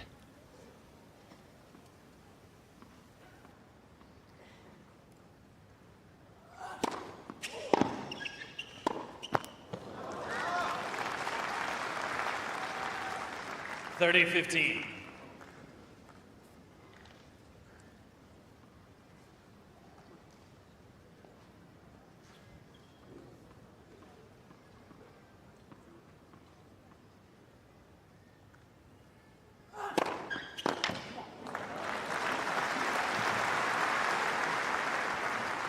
$40-15.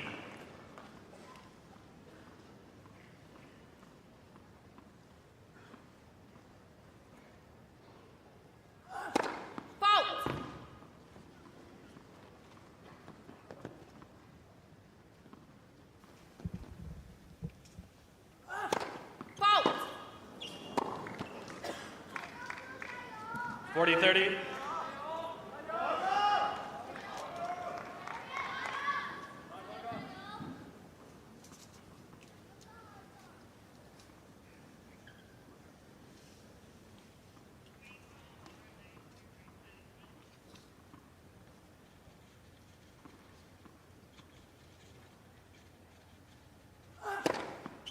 Game, Rune. So that scoreline doesn't look too bad yet, but the break in the third is significant. And I think maybe in reality, the scoreline is a little more one-sided at the moment than it appears.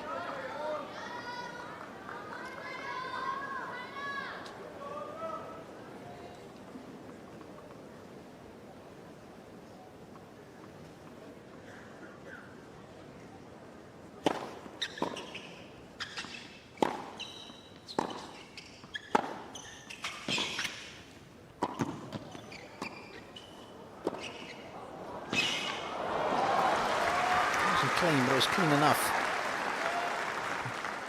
15 love. When you make plays like this, and you're proactive, I believe you get rewarded more often.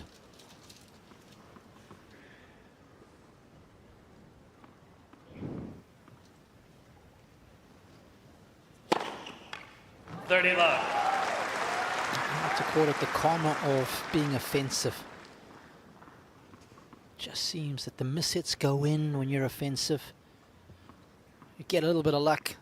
The ball hits the net with a bit more force and it just drops over.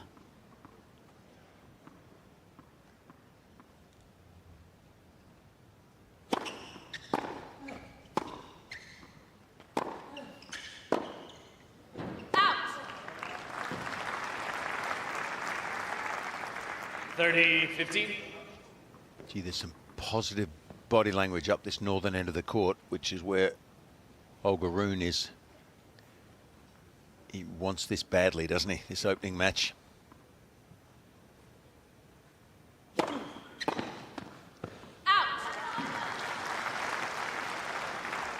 40-15.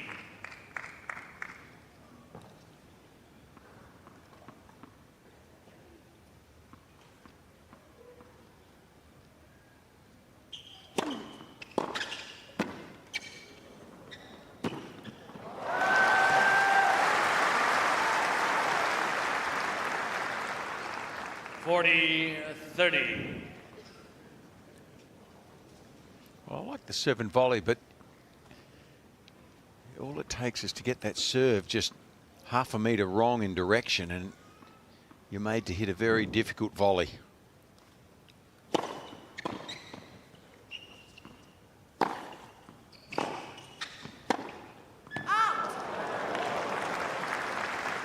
So it's getting dangerous now. And I just sense this. There's a different feeling at each end of the court here. One's body language is dropping off a little bit here, and one's is really looking strong. He looks good there, though, Zhang, but he's dropped his head a little bit a couple of times. Just under pressure from the Dane.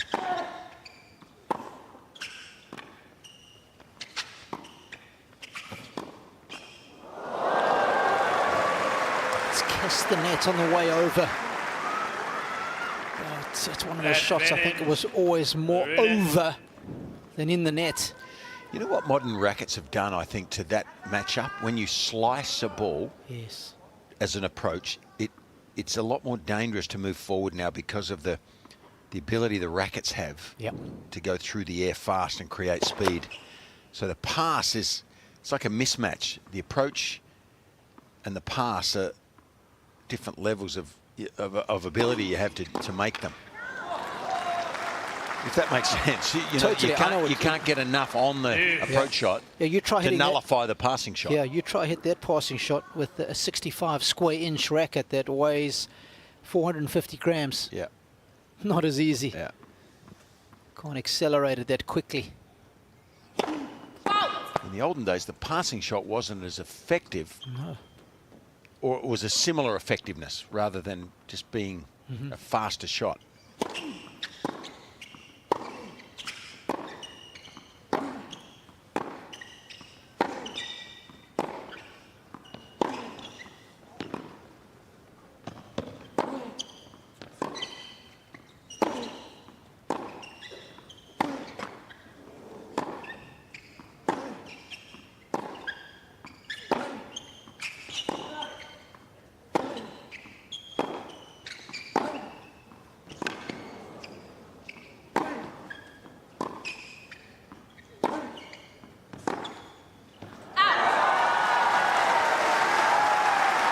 What an important rally that was for Zhang Zhizhen. Advantage, Zhang. You couldn't help thinking if he lost that one and then went on to lose his serve, this match would be broken wide open by the Dane. But he's hanging on because of that.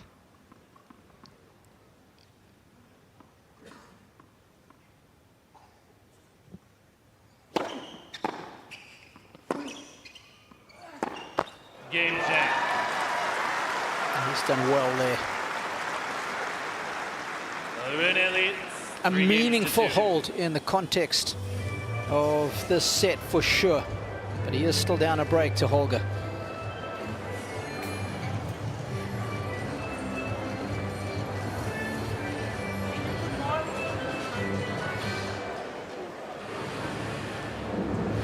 Sometimes we just need to see the possible and what we thought impossible. So remind us to be bold, to climb higher. So matter what we may face. So much better. What's your next move? Here, where my answer is.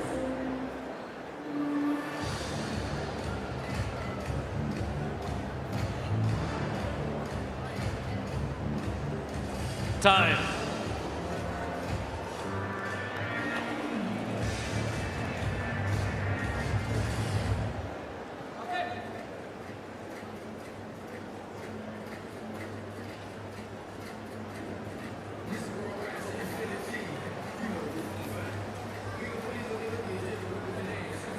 this is first round action. We're in the top section of the draw here. Holger Rune would be trending towards Jannik Sinner, right at the very top of it. The winner of this one will take on either Berrettini or Norrie. We've got Hurkacz as well in this section. Kecmanovic, Hrikspor and Lajovic. 15 love. Well, my feeling would be that a higher seed would prefer not to play Holger Rune compared to some of those other names.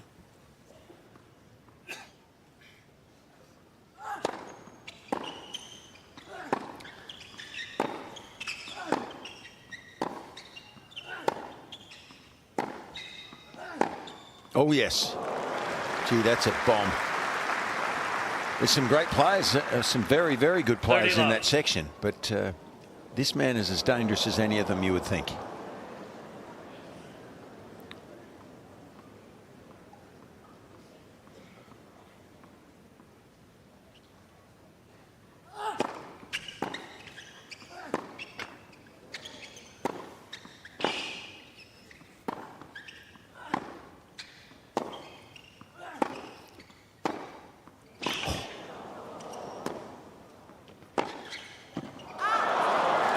Just squeezed him enough.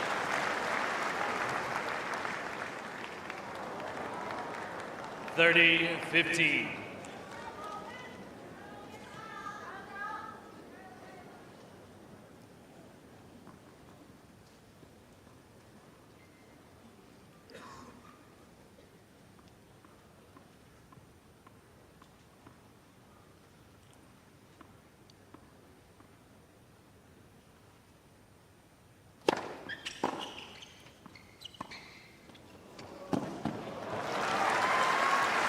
What do you think of his drop shot? I mean, he uses it a reasonable amount, doesn't he? Yeah, he does. I think it's a nice addition because when you've got a forehand as big as his, you've often got guys on the back foot. And I remember Roger Federer never used to use his drop shot. He didn't believe in hitting it until he brought Jose Higueros on board. Remember that? And then Jose had to convince him. Listen, your forehand is so big. Guys are often waiting deep in the court. Just have another different way of winning the points. And it took some convincing from Jose, and then that's when he started to bring it in. I remember it was Rome one year. Brought it on the clay initially. And we were all like, wow, where did that come from? Yeah. Well, I think on the clay it's more effective. Yeah, definitely. Here it's harder to deliver a perfect drop shot, but it's still, there's still room there, isn't there, to use it. It keeps the opposition on the back foot. Yep. Holger's mum and sister, Alma on the left is the sister. Annika on the right, mum. Let for serve.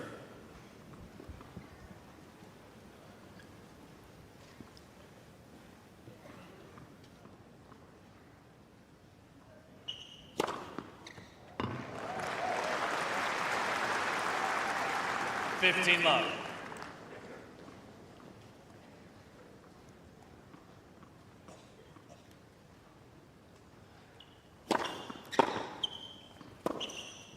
Out. 15 all.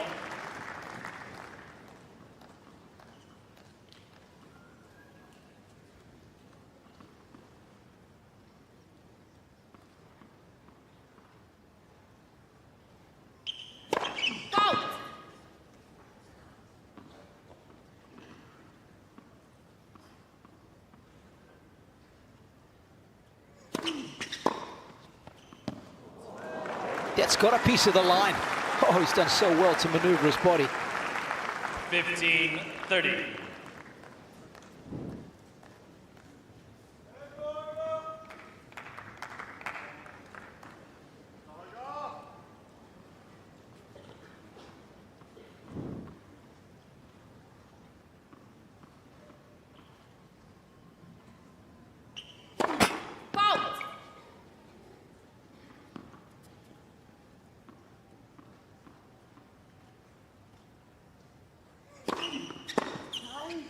Out. 30 all.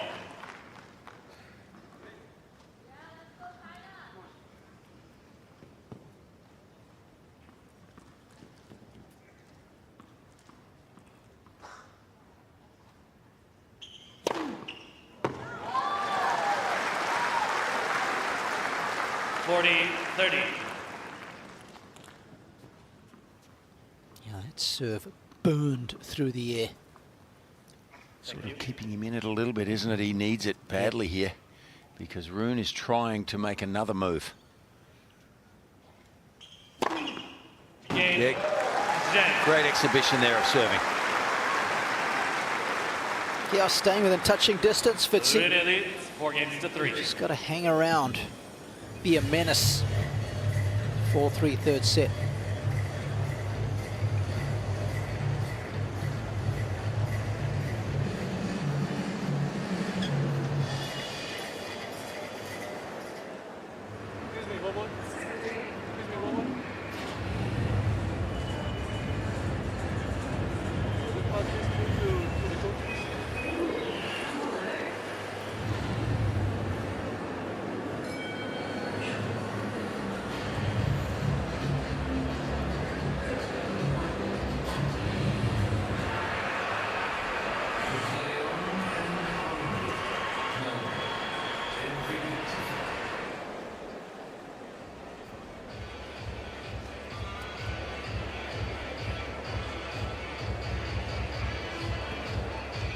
Time.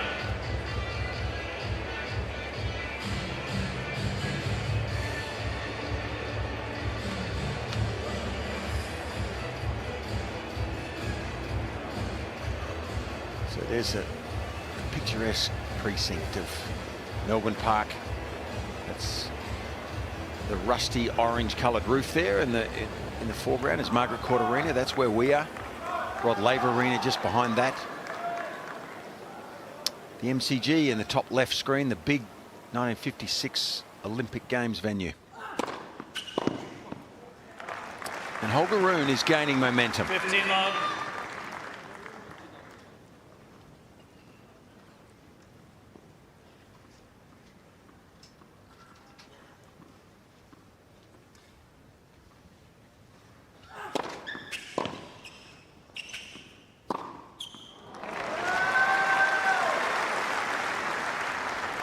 Love.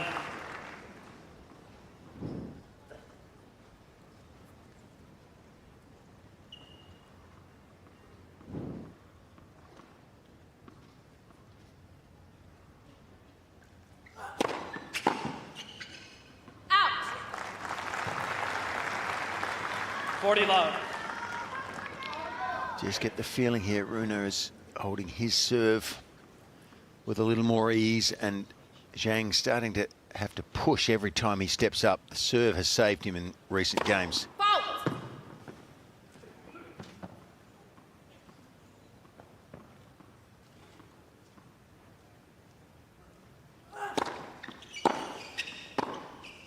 Out. I like that play. I think he needs to attack a bit more there off the second serve. Just exert a little bit of pressure.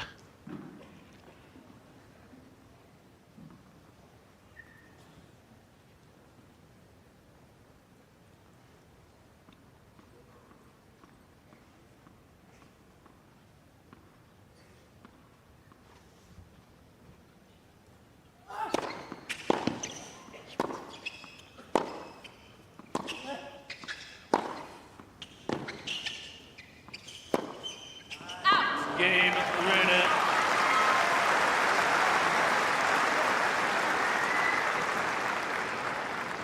Rune leads 5-3.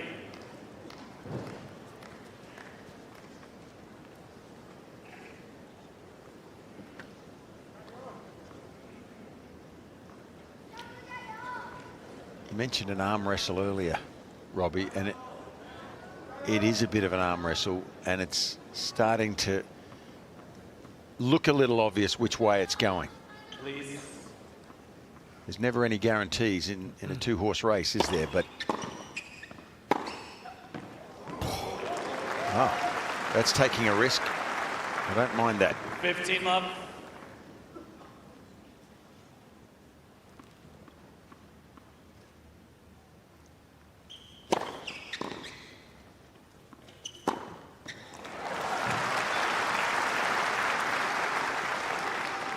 I think he serves underrated, Zhang, because For me, it's easily his best shot in this match. Without it, he'd be in some trouble. 40 love. It's always my message to younger kids that are quite good, because coaches always work on the forehand and backhand when they're 12 or 13 and neglect the serve. But as you rightly highlight, it's the most important shot in the game, right? It can keep you on its own, it can keep you in a match. I think if coaches are doing that, they're being remiss. Yeah, totally. I mean, that's not good enough. That's a hold in under 60 seconds. How do you like that? 5-4.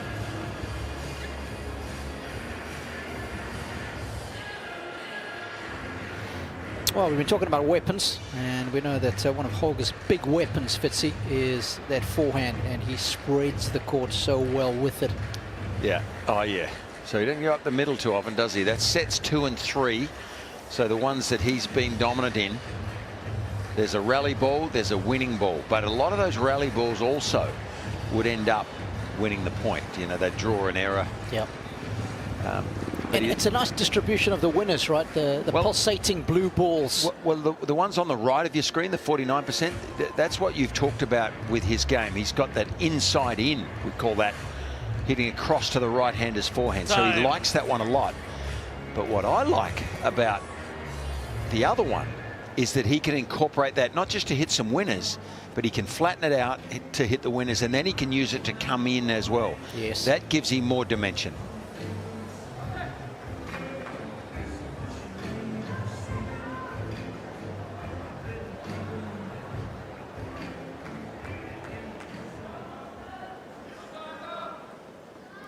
One thing's for sure, he goes one side of the court or the other with that forehand, doesn't he? Serving for a 2-set-1 lead.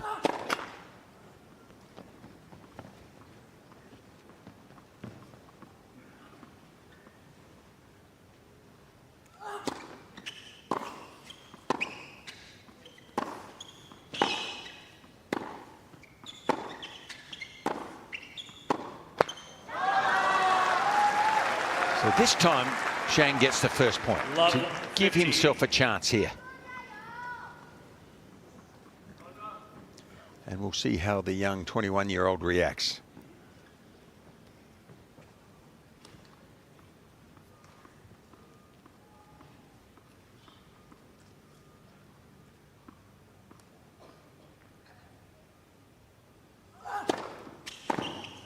Come on. Out. 15 all.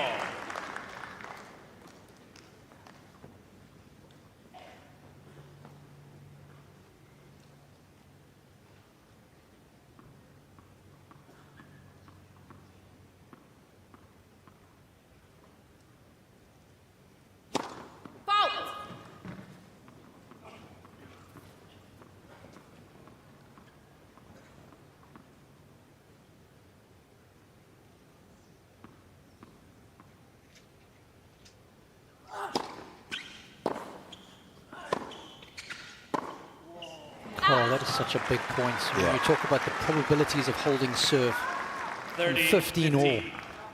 If the server goes up 30-15, he's got about an 88% chance of holding. If he goes down 15-30, that drops almost 32%. It's a big point.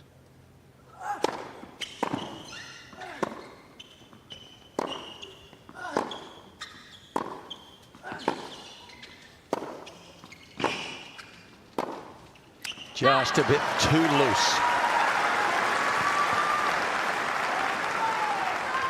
40-15. I mean, as well as he hits the ball,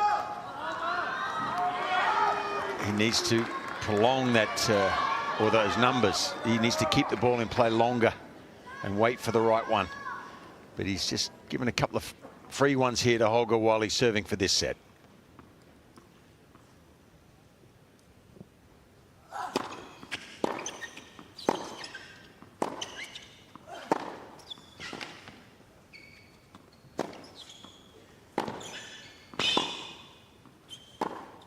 Game and third set.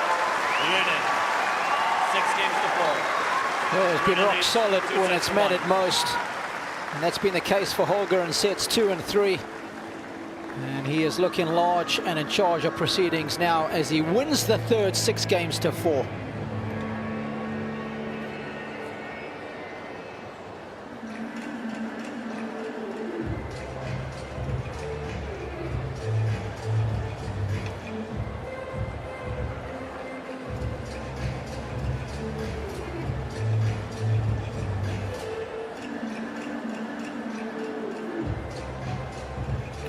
Watch that third set at 10, a second and third for that matter. Well, look at all those numbers. First of all, everything highlighted on the right side of your screen means that Holger is better in that department. So he's been better in every department. Maybe you don't want to run more than your opponent, but I just feel like he's playing within himself. He's not having to redline Fitzy, and that's enough. Yeah, and you know, the total points won, I didn't see on that graphic, but he only won that set 6-4, but it felt like it was easier to me. It felt like it was a 6-2, 6-3 set. There's just a few too many errors coming from Zhang's racket to enable him to stay with a player of this level.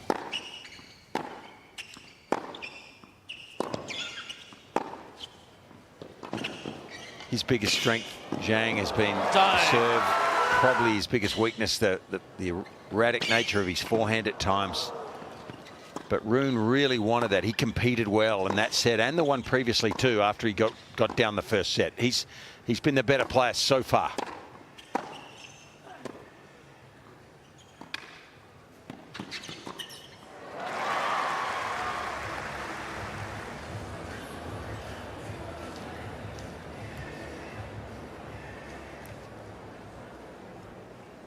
Fourth set, Zhang to serve.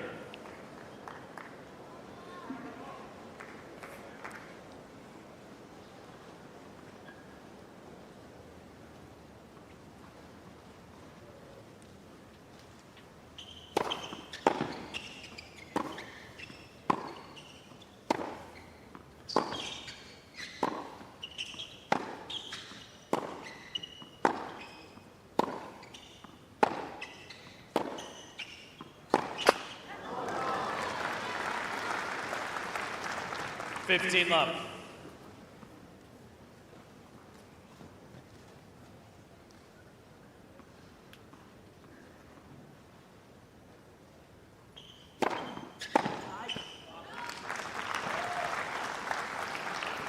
Love.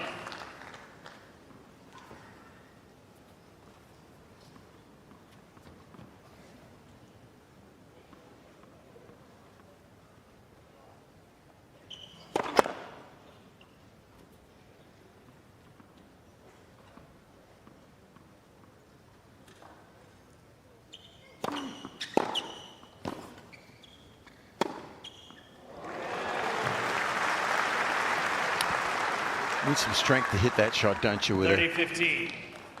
A slice forehand actually coming back at you doesn't give you any pace to work with, and to go from low to high with that amount of power, it's rather impressive. Strength and spin.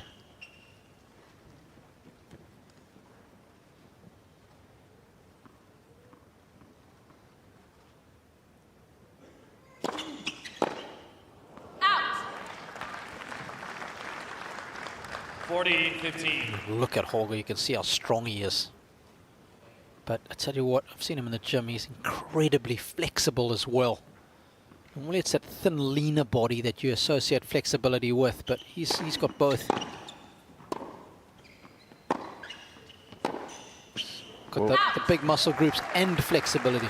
Well, Novak's been the most flexible player I've ever seen in ever. Yep. He's more lean, yep, isn't he, than this lad? He's got a bit more beef, a bit stronger, quads a bit bigger. No right from wrong there.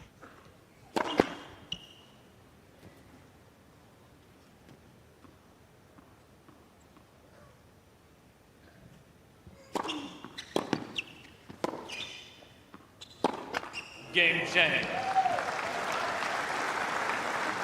First game, fourth set. Interesting, there's 2 points in that game there, the first where they were exchanging big forehands, and then Holger just wants to hit it. Even harder. And you won't catch Jannik doing that. No. You know what I mean? He will stay in the rally at a good pace, actually probably work more on the depth, because he knows if he's got the depth, he'll still hurt you. But he's given away the first point of the game there. And momentum starts with 1 point at a time, right? Yeah. You get Zhang at love 15. I was just thinking about that. And again with that final backhand in this game, he's teed off on it. Yeah, well, I think he's got so much power. Sometimes I'm sure you can get carried away with the power, but think of placement also, because if you hit a ball, you know, 70 or 80% is fast, but nearer the line, it's more effective. Too true. It's not all about power, Robbie. Yeah, I thought about that on every shot I had, Fitzy. We're in the same basket with all of that stuff, mate. Don't worry. Yeah, I wish I had 10 majors, though.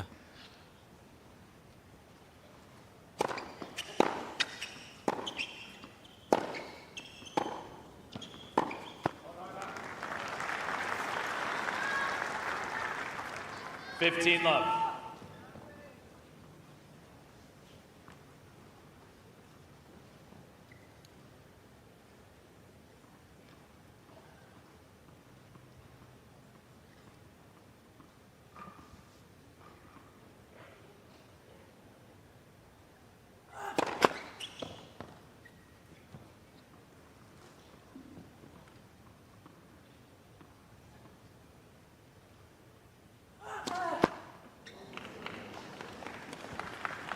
All.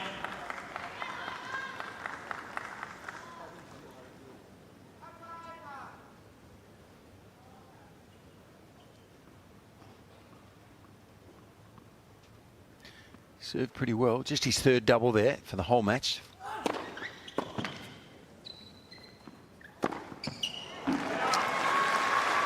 I think that's a good play sometimes. Down the middle. That's one place your opponent is unlikely to beat. 15.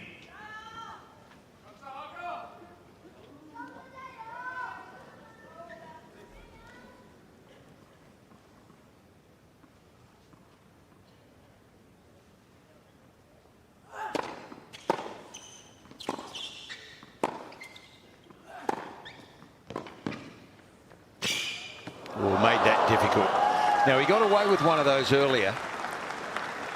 Do you think he should have let it bounce, Fitzy? Yeah, I do. I mean, it was a good chip here from Zhang to make this dive just over the net. Now, he's got good speed, obviously, comes in, but there just continued to accelerate and made that a very difficult. That was a difficulty factor. That was 8.5. That was, or 9. That was tough. If he'd let it bounce, it would have been 2 or 3.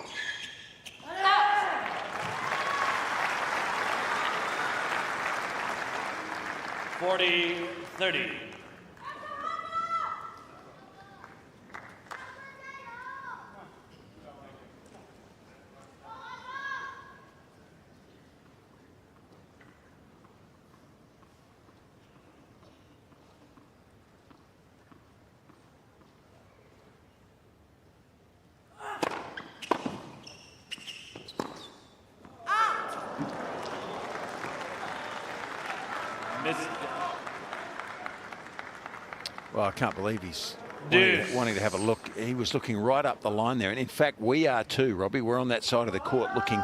That was always out, that ball, and missed comfortably.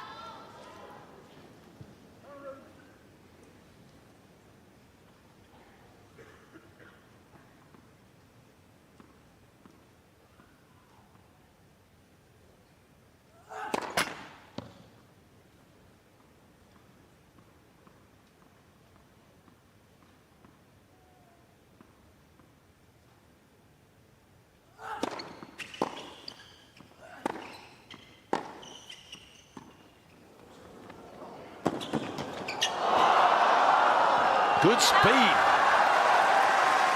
Spectacular get from Zhang.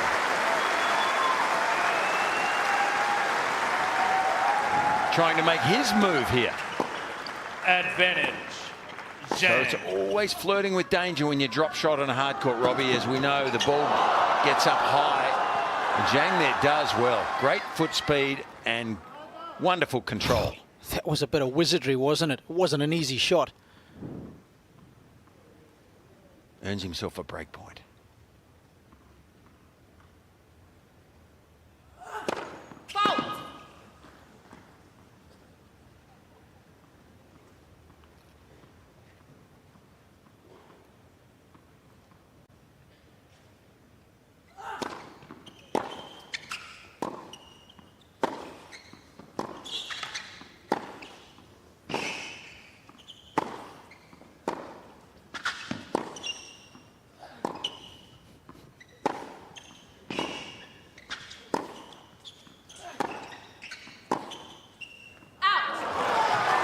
Gutsy from Rune.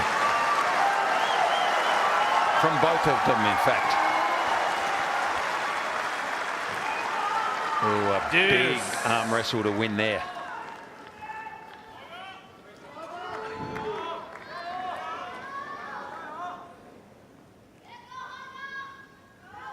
Those longer rallies. That's been an area where he's had the measure of this man.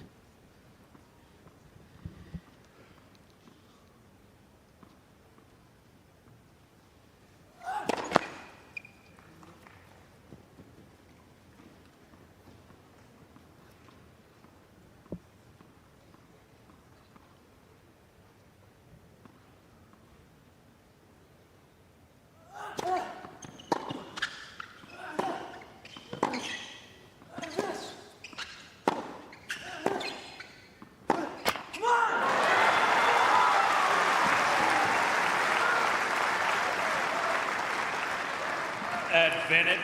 Rune. That one didn't quite get to 9+ shots, but in the 5 to 8 category and the 9+ shots, Rune's had the better of this guy, especially in the longer ones. They've played 23, Holger's won 16 of them.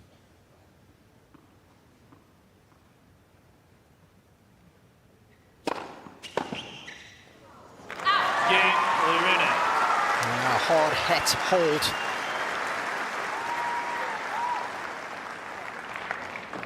One game on. And again, that's a scenario early in this fourth set, Fitzy, where things were uncomfortable. Holger could have complained. He would have. 2024, arms would have been up. A lot of chat to the box. Haven't seen any of that. Good to see.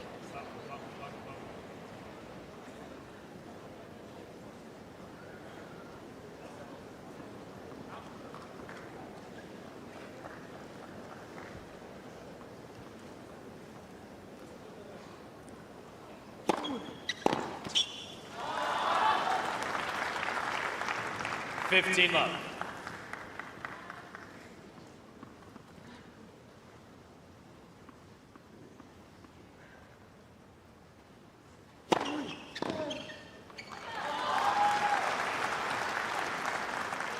$30 left.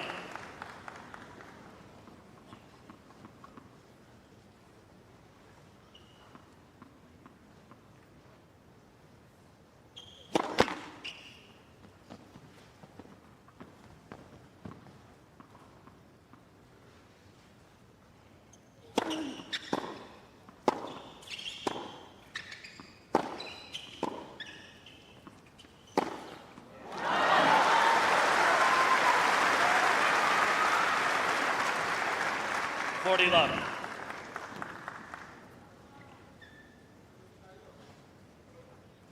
There's that hook forehand. Great ground reaction force. What a slow-mo that was.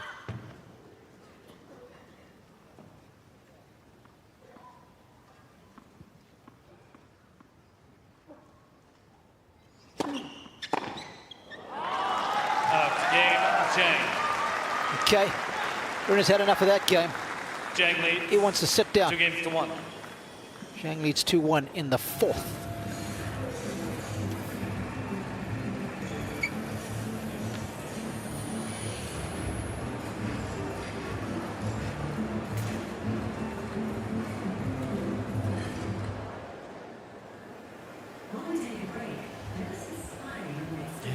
magnificent MCG, the site of so many good test matches. Boxing Day. It's one thing I'd love to do, Fitzy. I'd love to go and watch, even if it's just one day of a Boxing Day test match at the MCG. Of course, you guys have just taken on India. That must have been pumping, that place. And you cross the Wawa track and you have Melbourne Park. And in Melbourne Park yesterday, there were 95,000 people. It's a lot. Day and night. It was a combination number. That's heading into Rod Laver Arena there with the roof open, the first one. That's the players' pod on this end, just going over the top of now. And of course, Margaret Court, where we are, with the orange roof. Beautiful sight. It warms my heart, that sight, Ron, especially sitting here with you. Yeah, ditto that. And I always have an affinity to water, so to have the Yarra River just running next to this magnificent precinct, it's just, it's the icing on the cake. That's what Rune is attempting to do here. Just add a thin layer of frosting to this encounter. Out. Do that by winning in 4. 15 left.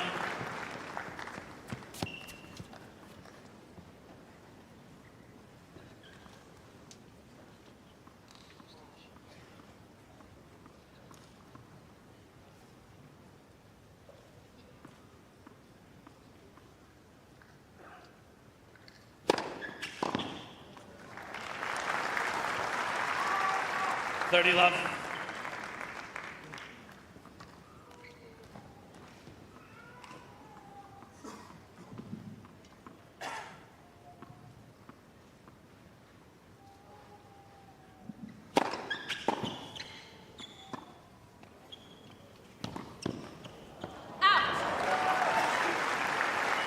I see him miss too many of those balls, Zhizhen.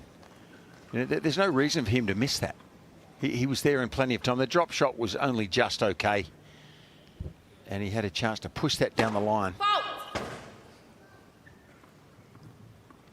It doesn't accumulate enough pressure on the opposition when you miss balls like that.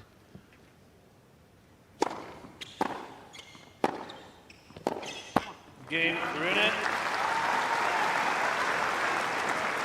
What's your message to your player, if that is him? 2 games all. What would you say to him? Well, I'd say you've got to be more compact. You've got to put more effort into the physicality of getting to the ball. How desperate are you to make that shot? Yes. Well, there's a question for him. Yeah. Yeah, how desperate are you? So if you said to him, I'll give you $1 billion if you make that, he's not missing it, is he? Well, I assume not. There's a different level of concentration. Gee, you go big when you go big. No. That was $1 billion with a B in front of it. Yeah, so I'm trying to create an awareness for my player. Yeah. Like how badly do you want to make it? Well, it's effort level. Yeah. And that comes with concentration, doesn't it? And just desire. Don't be lazy on it when you get there.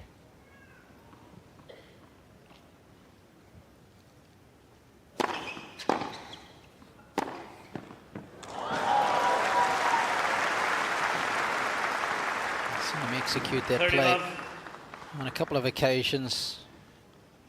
Magnificently manufactured that was. He's still in it, isn't he? Yep. He's still here. It's only in the 4th set.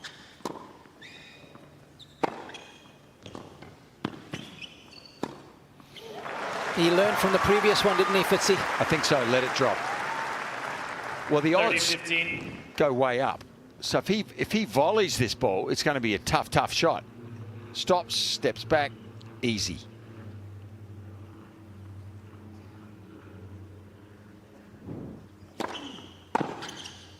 Out. 40-15.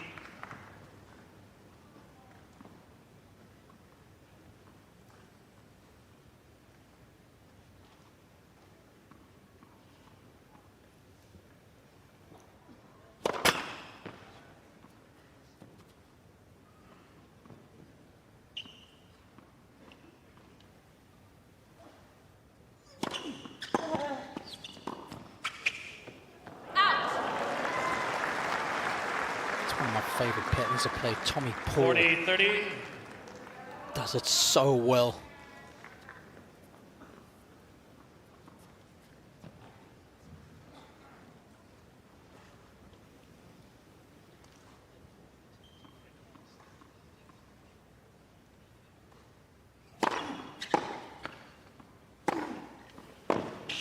Game, Zhang. New balls, please. Good finish from Zhang there. Zhang leads 3 He's games fighting to hard. 2. He's not out of this match. He just has to put a few good games together at the right time here.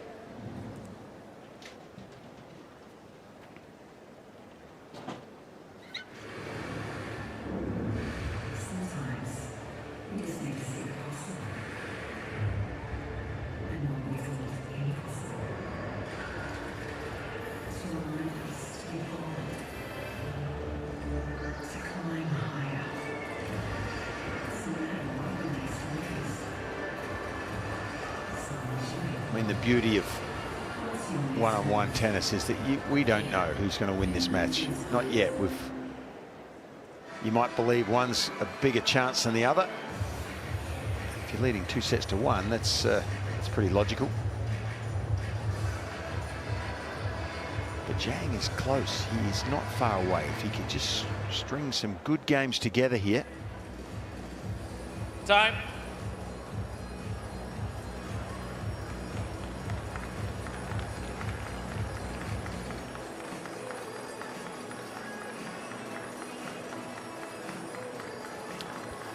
So Holger Rune, he's been pretty good. A little bit of a slowish start, but has competed well. He's got new balls again now. On serve in this 4th set. Still a way to go. Out. 15 left.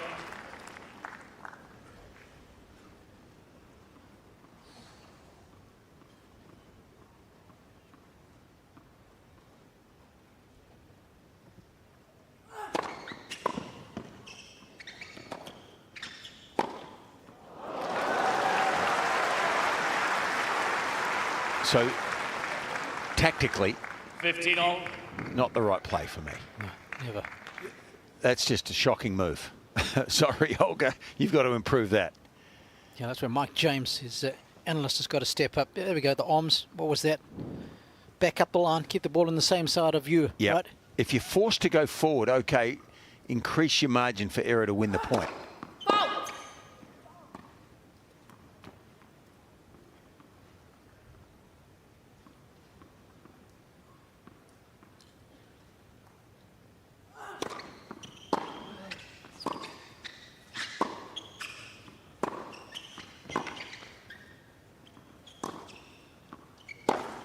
Wow. Okay.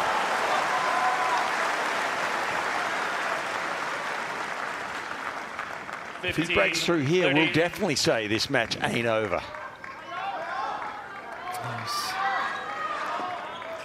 He's just decided to take the bull by the horns here.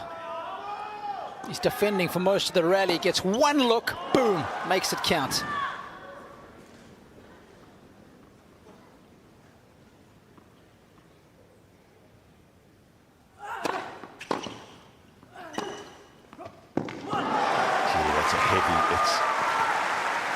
That's a weapon, isn't it? It's when he plays his best tennis. 30 all. Yeah, what a future you've got if you possess this. And again, you don't feel like he's coming out of his shoes to hit that. He's attacking it, he's going after it, but still well within control.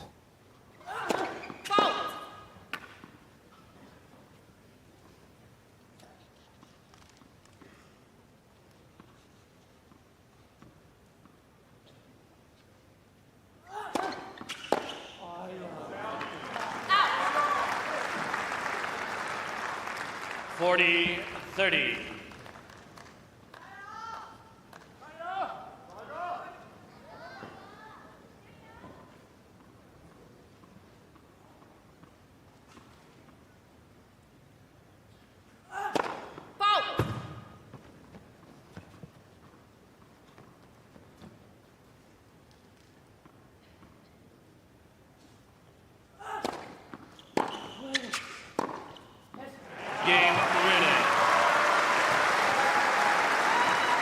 Well, that game could have become difficult. 3 games all. Holger Rune, but he finished in a flurry.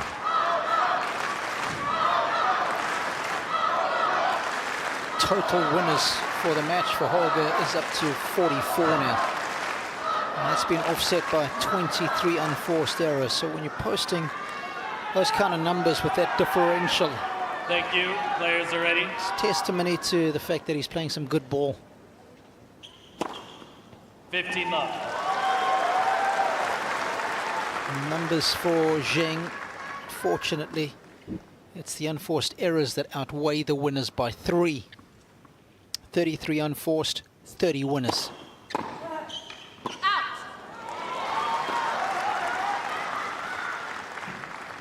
30 love.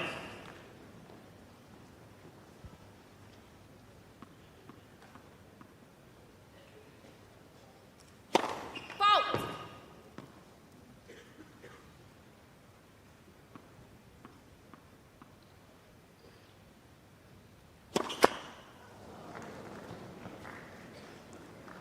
$30, 15.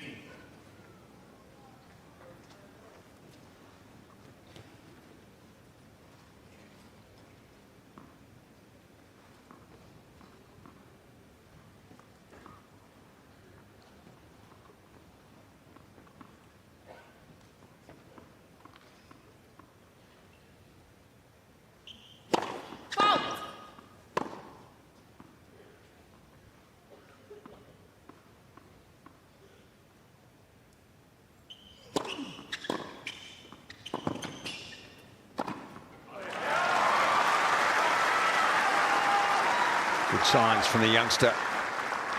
30 all. I mean, continues to impress in the forecourt. Look at those net points, 20 of 27.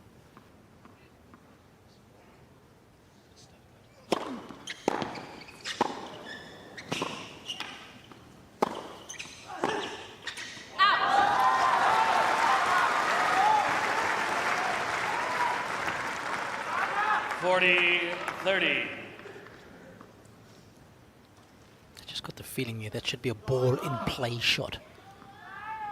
Given the magnitude and the importance on that point. You thought he went for too much? Yeah, just keep it in play under a lot of stress there.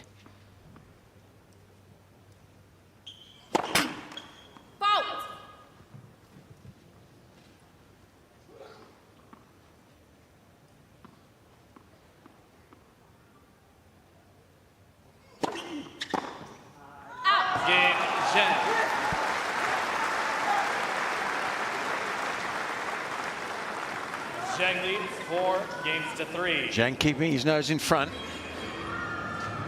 keeping his hopes alive here.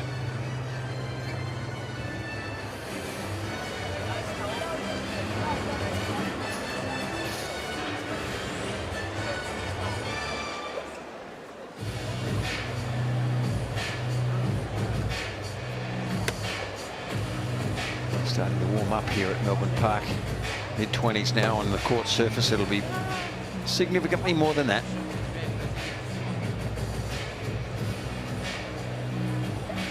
Towels in the ice bucket. That's a necessity some years here.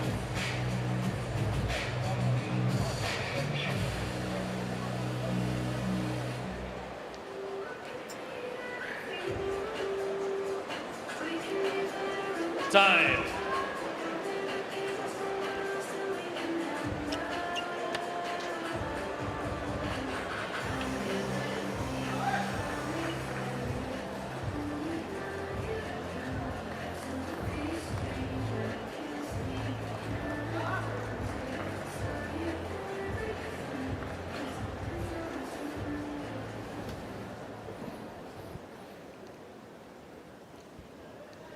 Well, the logistics of this property are just so good. So close to the CBD.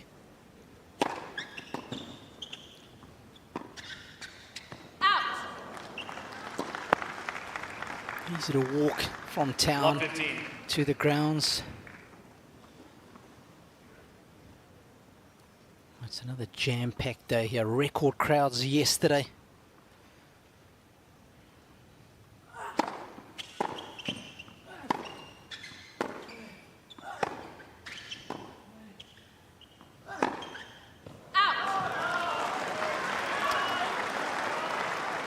Okay. Love 30. Is this the moment?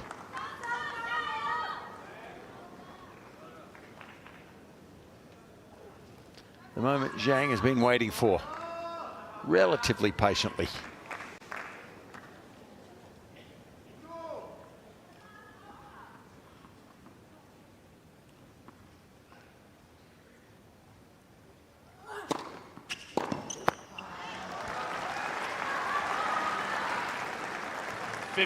To me, Robbie, they're the balls.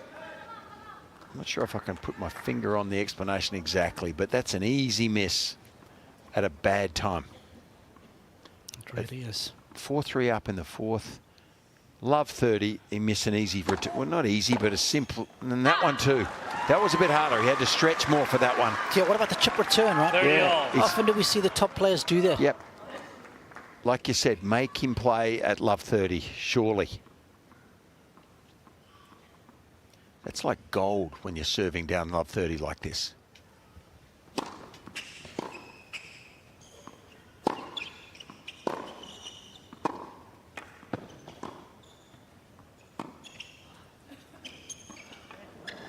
Oh, gee.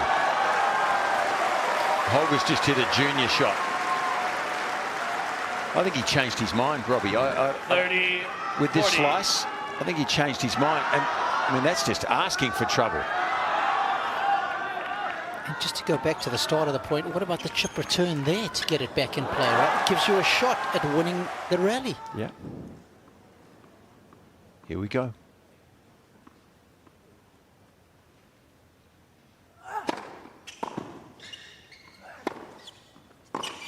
There it is. Are we going to go to the fifth set? We'll know after this game. Well, the Chinese fans will be delighted. Zhang leads 5-3. It's the toughest pass. And he's pulled it off on a laundry line, that backhand. And that'll infuse you with energy and confidence. Well, he played a junior game there, really did Holger. He dropped off the pace and he's opened the door. 15 love. Well, if you remember the opening set, Zhang served it out with considerable aplomb. 2 aces were in there, a couple of unreturns. He did not blink.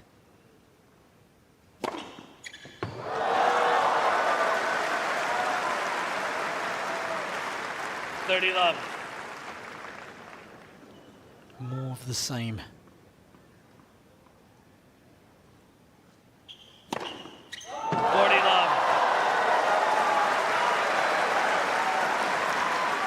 This is so impressive.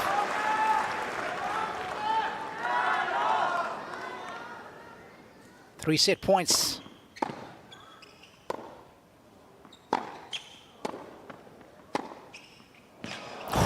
That's anger.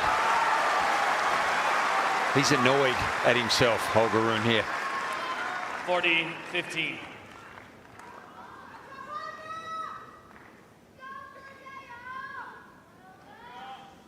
Did not hold back on those half volleys. Wow.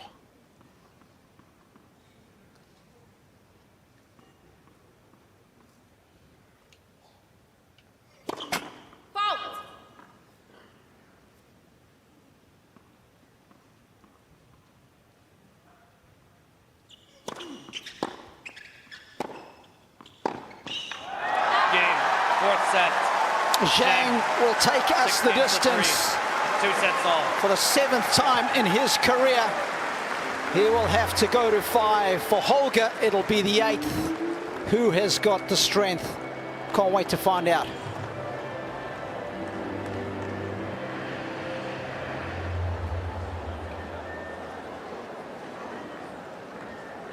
Well, a lot more of the yellow highlighted numbers on Zhang's side of the register. More winner, and that winners unforced errors column, it's always the one that I look to really, because it it influences the outcome of the match quite often. More winners than unforced errors is a good sign, a good look. So Holger's going for a change. He's going to come out fresh for the 5th.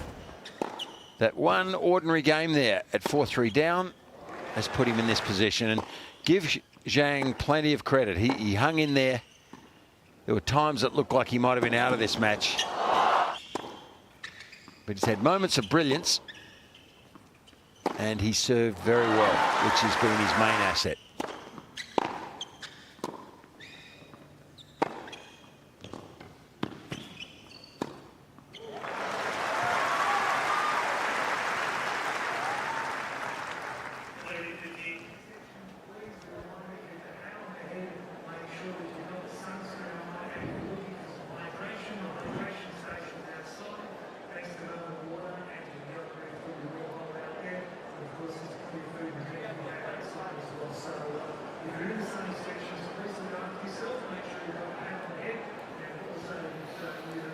Well, the Chinese fans will be delighted. Perhaps the Danish fans, not so much. And he's one of Denmark's finest, Michaela Ward-Meehan, of course, Olympic sailor many years ago was Michaela, and actually comes from the same hometown as Holger, the beautiful town of Gentofte in Denmark. Thoroughly enjoying her time here at the courts.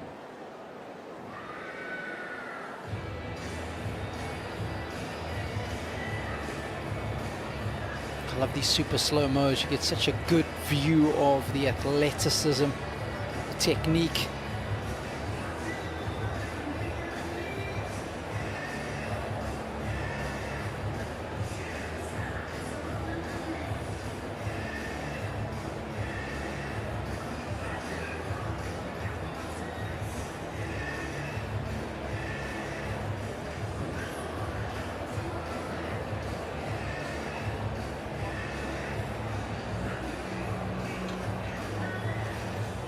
So one more recharge before the 5th set.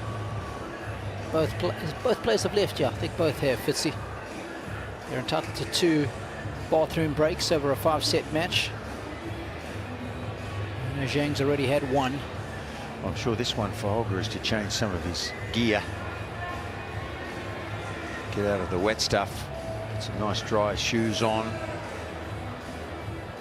And steel himself for the 5th. He's going to have to, because Zhang now has an opening.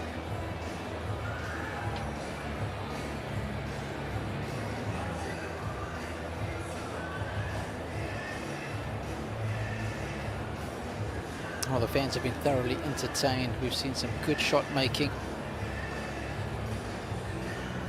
It's a real, I guess it's a warning to Rune that you can't afford a loose game, because even though the early stages of this 4th set, Zhang looked like he was waning. Energy levels looked like they were dropping. Rune makes a couple of silly unforced errors. A couple of good shots from Zhang. The backhand passing shot down the line to get the break was superb. And you're in a world of hurt. Beautiful view across the courts. Just the very left of your screen is Tennis HQ. That's where all the pictures are beamed from around the world.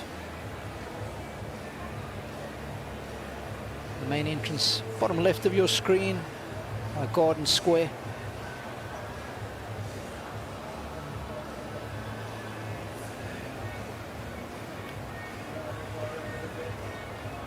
Here's the centerpiece that is Rod Laver Arena. Player pod, that's where a lot of the players will have their lunch. That's where they'll hang out. Below Rod Laver Arena is where the cars come up to pick up the players and then whisk them back to the respective tournament hotels that are, for the most part, just a short ride away. There's the odd player that'll rent a house in the area, maybe in Turak or something like that, because they want a bit more space and feel homely. It's usually those players that know they're probably going to be here for at least 2 weeks.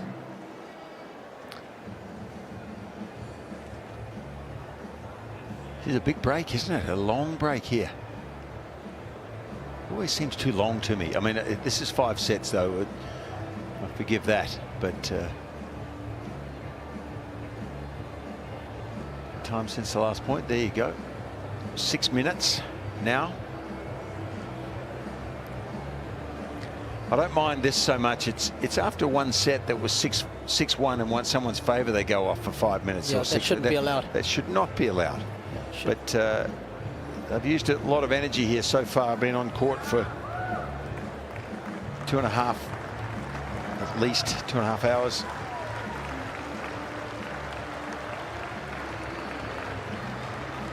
So this will be a 1-set shootout for a place in the second round, where it'll either be Matteo Berrettini or Cam Norrie. And I'm just having a quick look at my monitor. In fact, it will be Berrettini. Berrettini has got the better of Cam Norrie after losing the opening set. Lost the opening set 7-6 to Norrie, and then bounced back to win 4-1 and 3. Time. So Berrettini will be keeping a BDR, hoping that these guys continue to duke it out in the heat, sap one another of as much energy as possible before the winner takes on the Italian. Final set. Rune to serve. Bidding to reach the second round here for the 3rd consecutive year is Rune.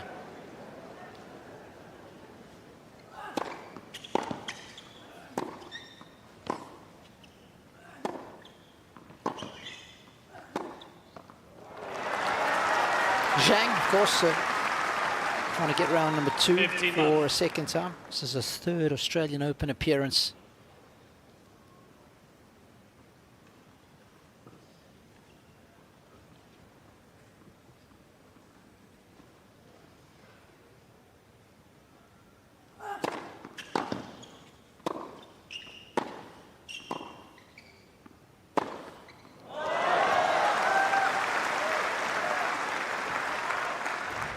And when he hits it, it stays hit.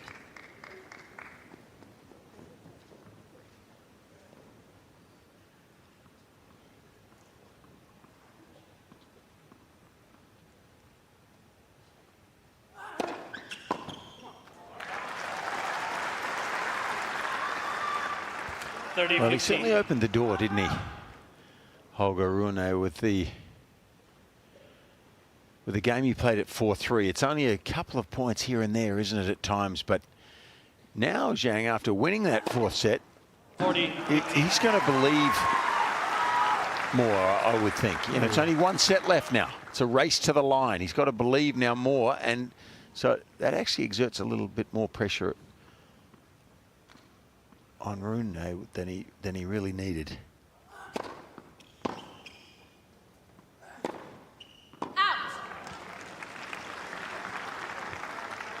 40-30.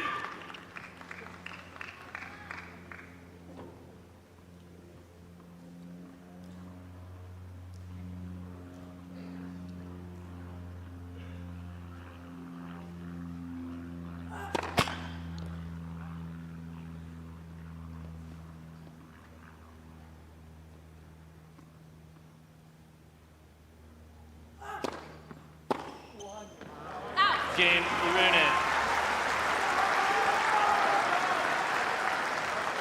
First game, final set. Just having a look at their respective 5-set records. This is the 8th one for Holger. He's won 4 and lost 3. Zhang, he's in the negative. He's played 6, won 2, lost 4.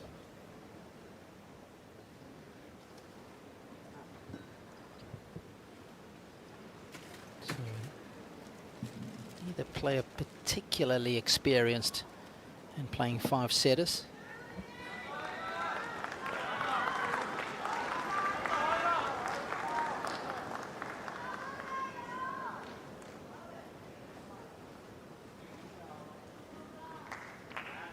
He lost that tough one, did Rune, to Rublev a couple of years ago, where he had 2 match points back in 2023, round of 16 that was. 15 left.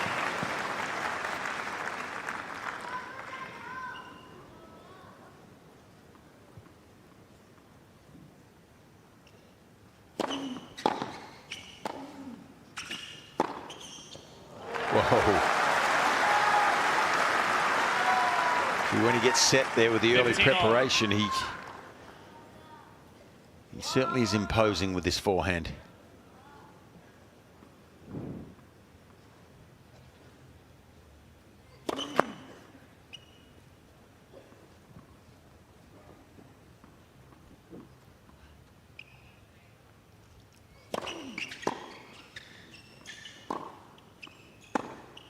Out. 30-15.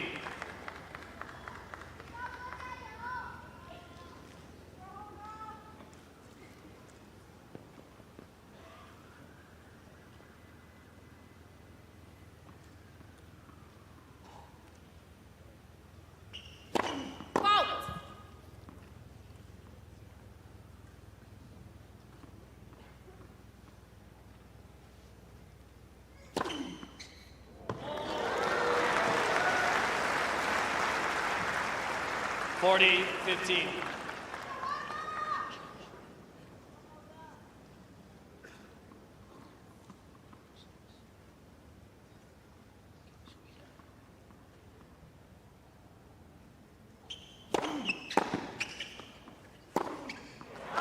Zhang.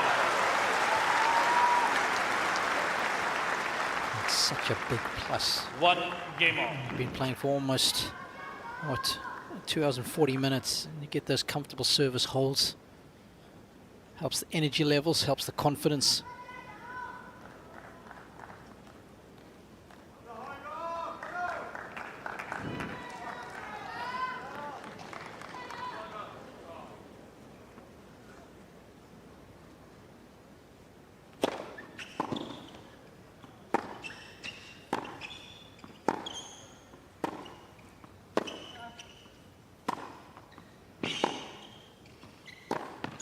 Out.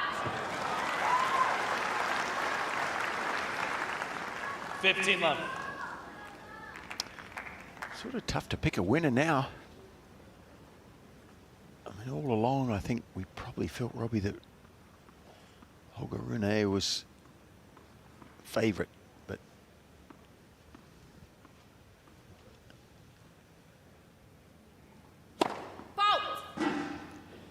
it is, to use your terminology again, an arm wrestle now. It's hard to pick a winner here.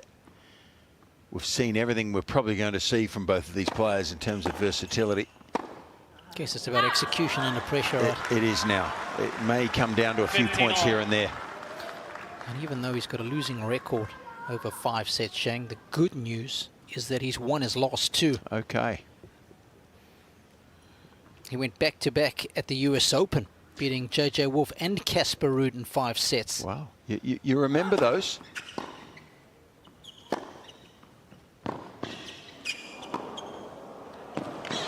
Good hustle.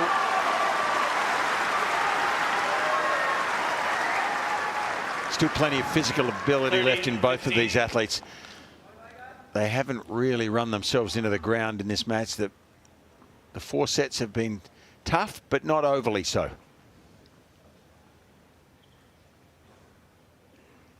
Improves his position in the rally incrementally with each and every shot.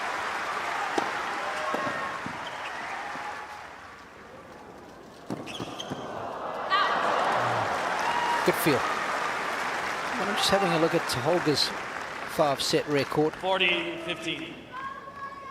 He's won 4 of his last 5. But those have only come on either grass or clay. And the 2 that he has played on hard courts here, he's lost both of them. So trying to win a 5-set match for the first time in his career down under.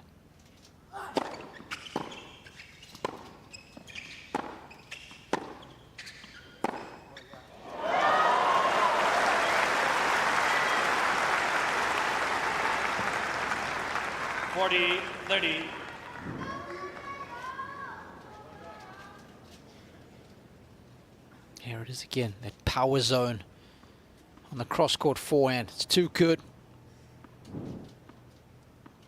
Postage stamp forehand right in the top corner. Game, Rune. Both guys delivering some meaty blows on serve. Rune leads 2 games to 2-1 Holger, 5th set.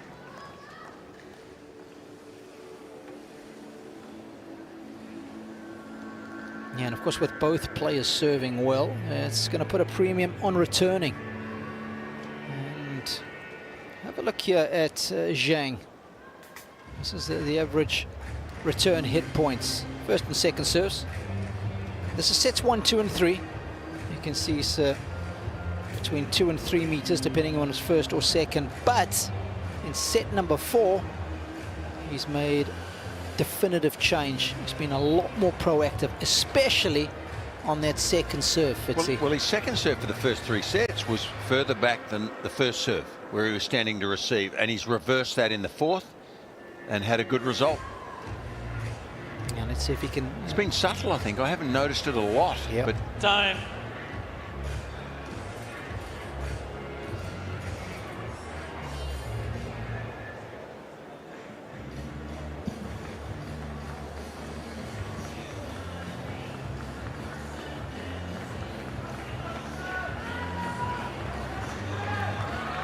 well, consistency is needed on your own serve. He's been good. You don't want to miss a few easy shots at the wrong time, as Rune did at the end of the 4th, and it cost him the set. Lights. First serve.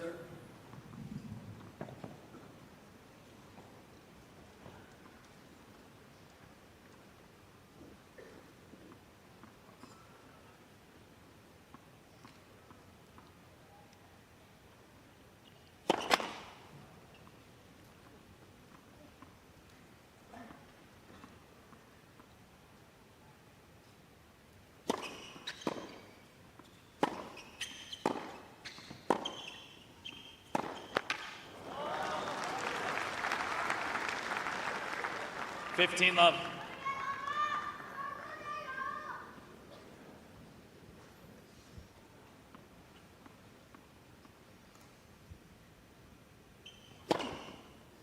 Love.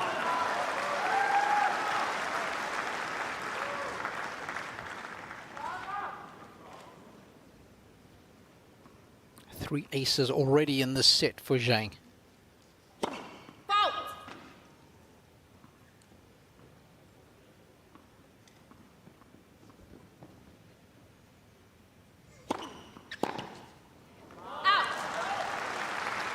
I often think of Rune as a big server. Well, he's had only 8 aces. Zhang, 19 in total.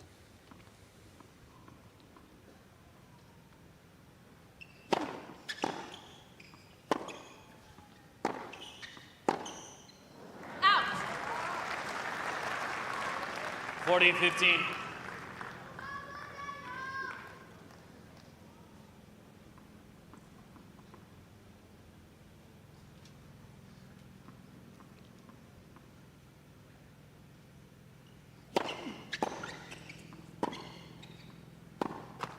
Game, Zhang. Well, a pretty good, convincing game, wasn't it? Just what the doctor ordered for Zhang Zhizhen at this stage of the match. Now it is a bit of a toss of the coin.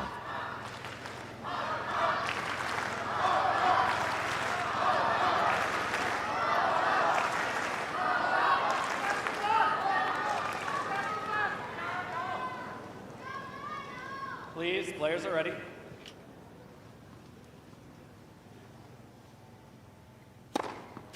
Left.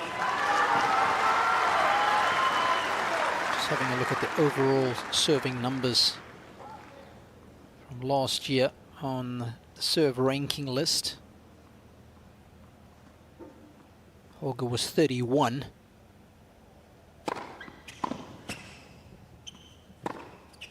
Zhang ended up ranking 22. Of course, that takes in percentage of your first serves, the points won behind the first and second serve. Total number of service games won, average aces per match, average double faults. Out.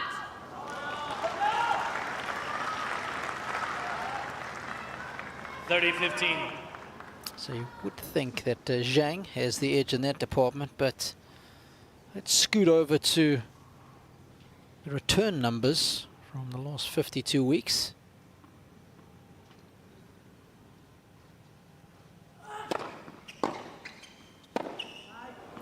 Whoa. Uh-oh.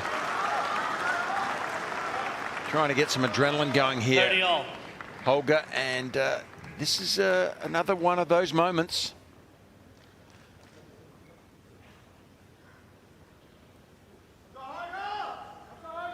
This one's been so reliable, really. That was a big miss hit.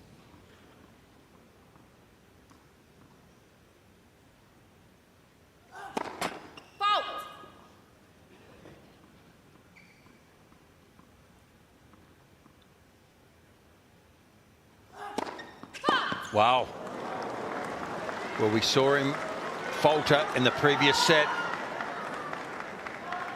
30-40.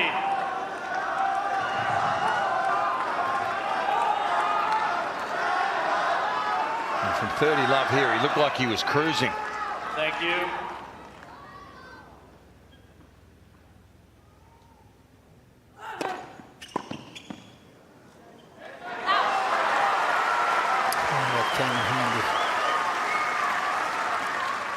Deuce.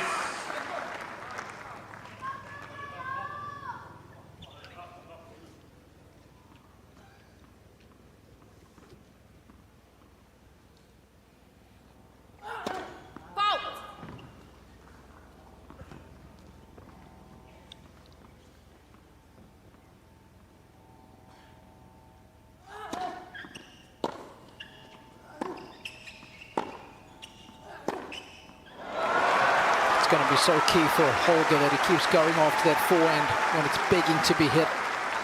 Advantage, Rune. This one just melts it into his strings.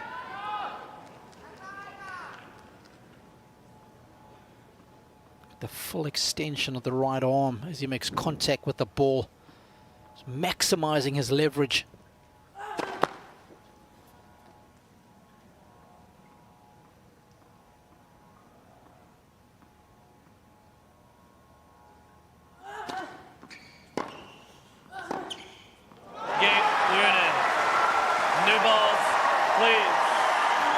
Looking for some energy from the crowd.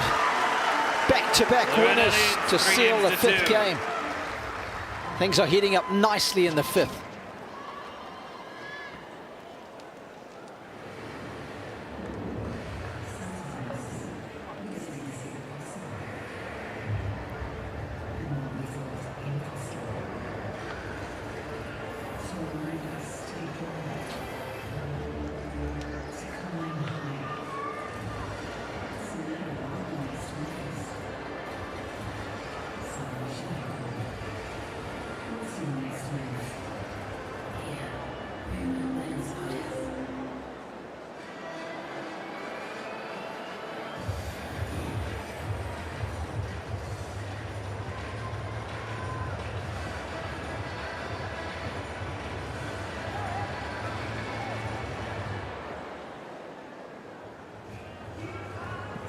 Time.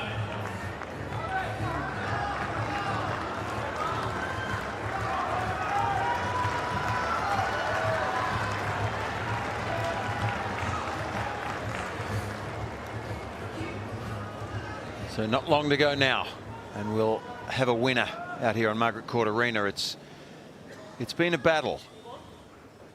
A little topsy-turvy, a little up and down, but there can only be one winner, that's for sure. And we thought Holger Rune, we just had a feeling that he was going to win most of this match. And now there's sort of an air of uncertainty about whether he will here. Zhizhen has been gallant. And he's certainly winning his service games quite comfortably for the majority of time. Let's hope we don't put a mocker on him.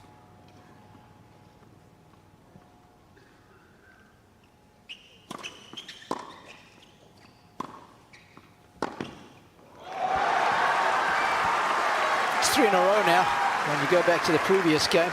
Love 15. And this is what he can do. When he gets hot, he gets white hot.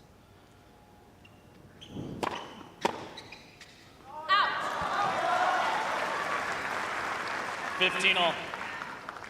But Holger's always got to remember that those spectacular winners count as much as basic unforced errors.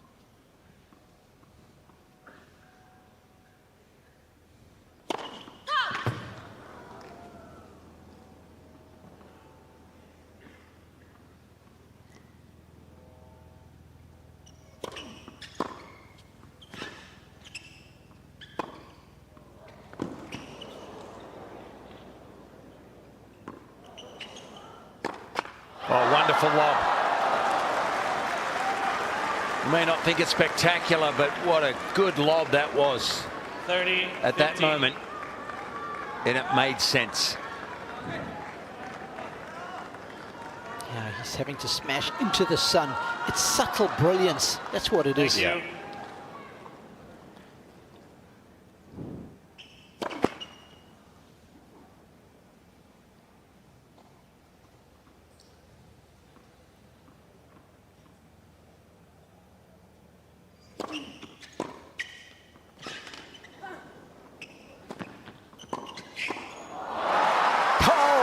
Dexterity at its finest. 30 all. That was the fry pan backhand if I've ever seen one. Looks like he's poaching an egg here. There you go. And that's not easy. He's made it look easy. My mum would have been happy with that shot.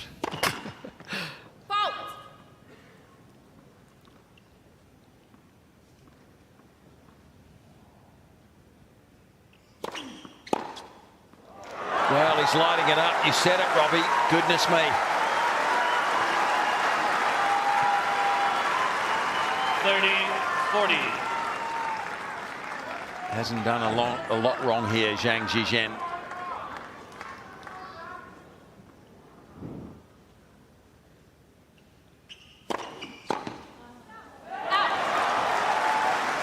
So both players now serving well under pressure. Yes. In the middle of this fifth set.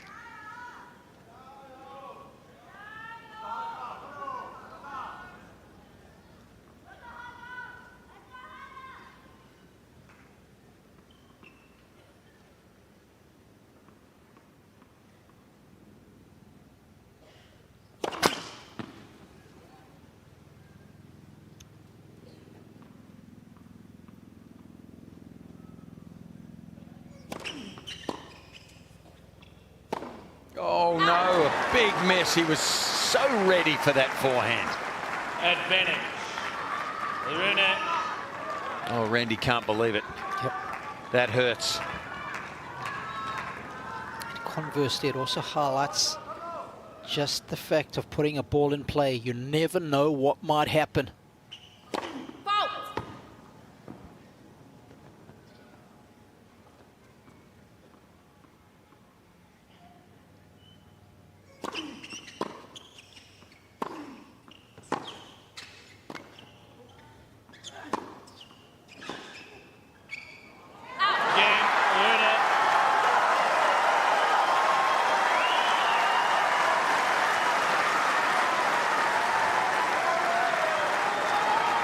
For the most part today on the big points, he has played with a good amount of controlled aggression. And that was again the case on this break point.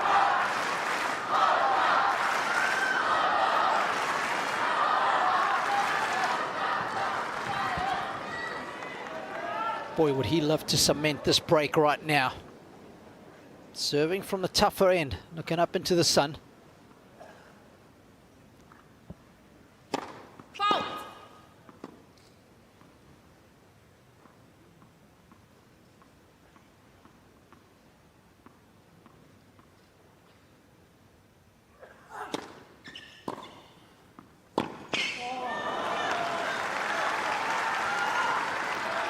Love 15.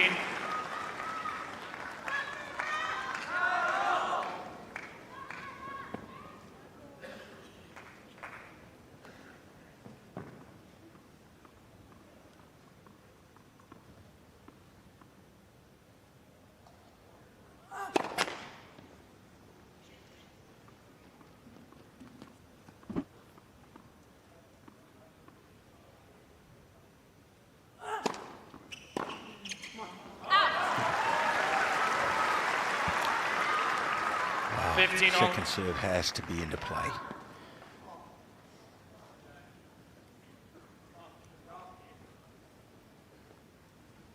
I think through the history of tennis, top-end players know how big a mistake that is.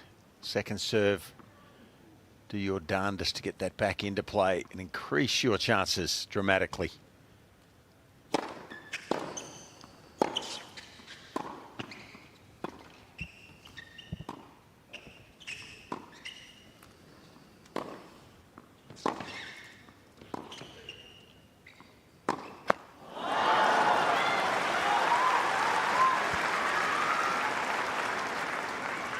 $15.30.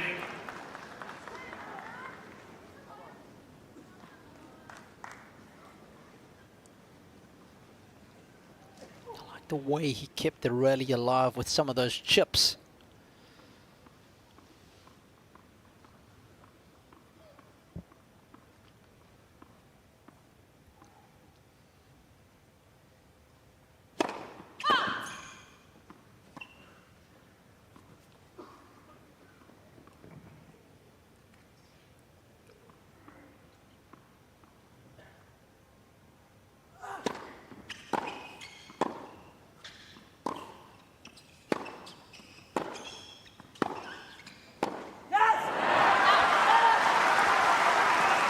We're relying on his old faithful there. 30 all. It's tight, isn't it, Robbie? There was no holding back on these forehands. Ferociously swift from both players.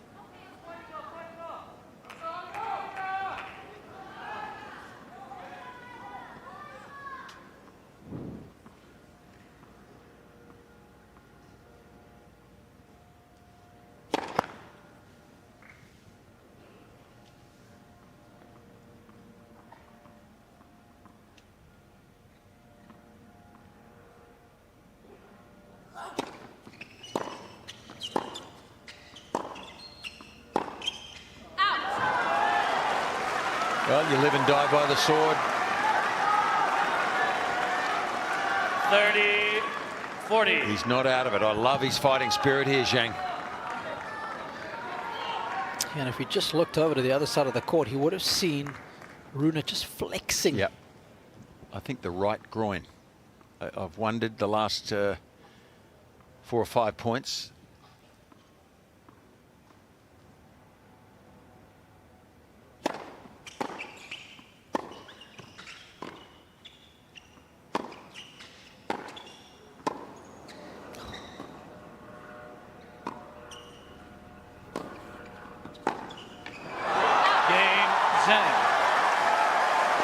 And Zhang doing a good job of exploiting that movement out to the forehand. And we are back on serve. It's game on. Rune leads 4-3.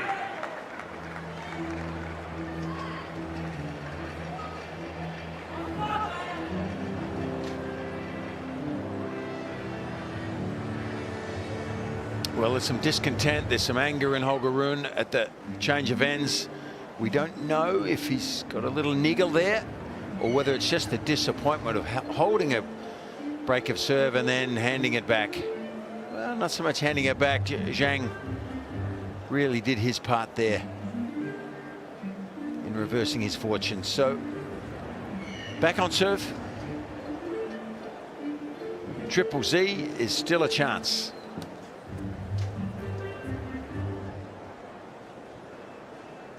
Time.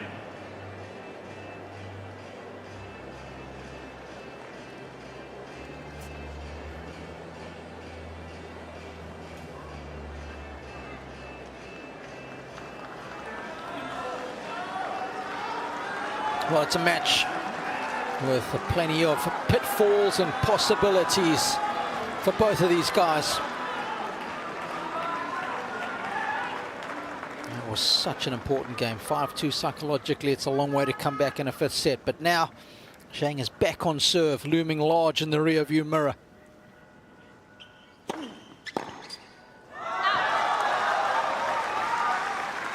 Love.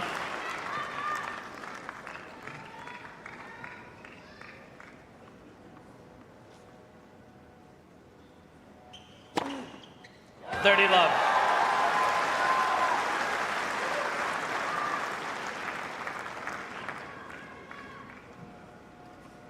20 of those bad boys. Whoa, impressive stuff. And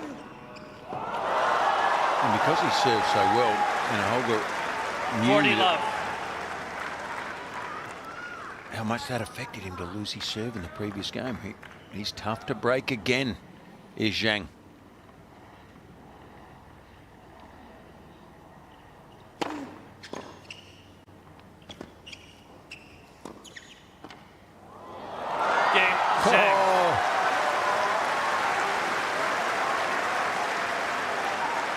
A little bit of a ziz from Zhang.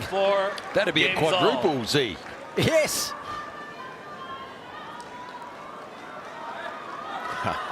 Ziz as in spin.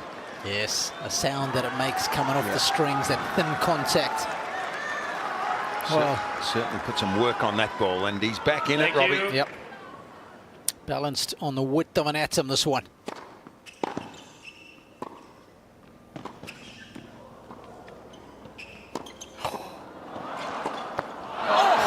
Two chances there, did Zhang.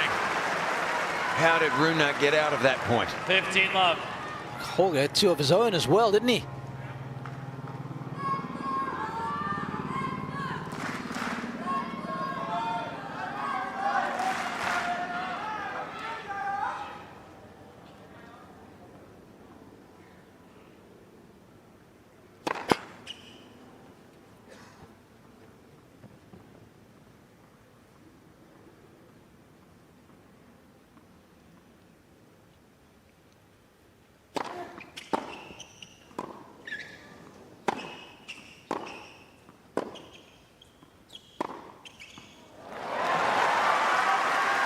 Well measured. 30 love.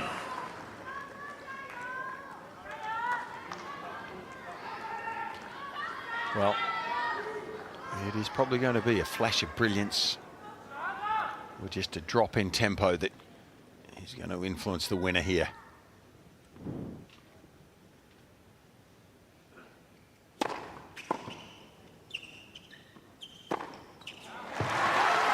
He likes that play. He does. It's like when you're taking a penalty in football, you're not sure which way the goalkeeper's going to go. Straight down the middle. Yep.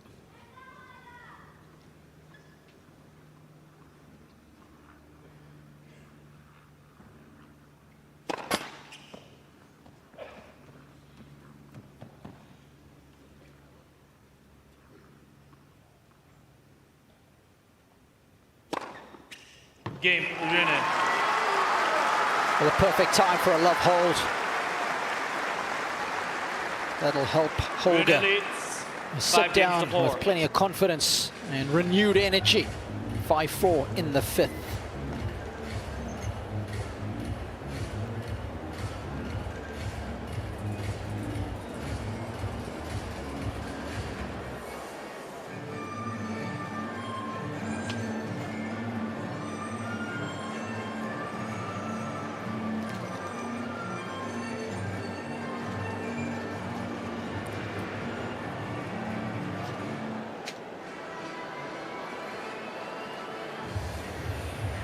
So much to think about. You've got 90 seconds just to gather your thoughts.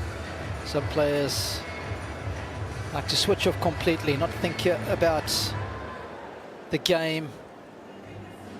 Stay relaxed, look around the crowd. Others really focus. They put a towel over their head. They concentrate on their breathing. You've got to find out what works for you in these 90 seconds. before you go out to either serve or return.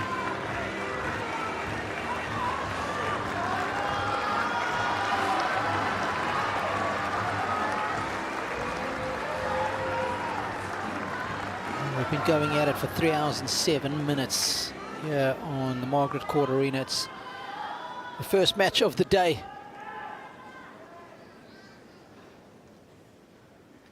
Zhang serving to stay in the match here at 4-5.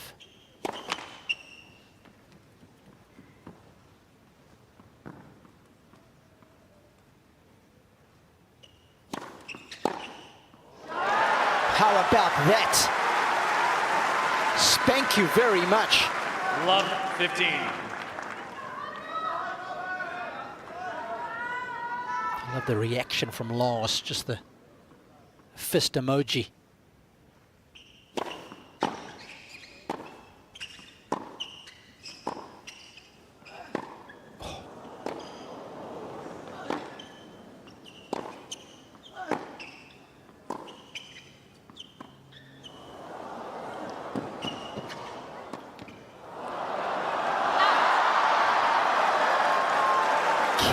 Believe it. Well, earlier on we commented, didn't we, about Zhang moving forward to a slice backhand like this and just missing it. This time he forces himself to get it into play. He wins the point. That's worth probably more than 1 point. That's frustrating there for Holger, and it's given Zhang more hope. Yeah, and there would have been a level of desperation to make it given the scoreline, hey Fitzy? I think so.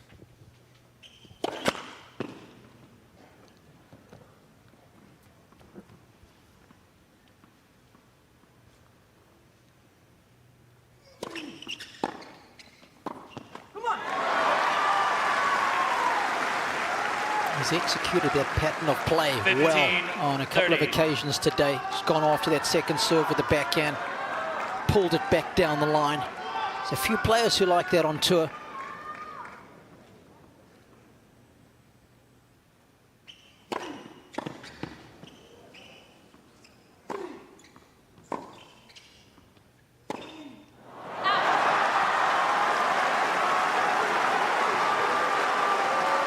Well, the question mark is there. There's no doubt about it on that forehand wing.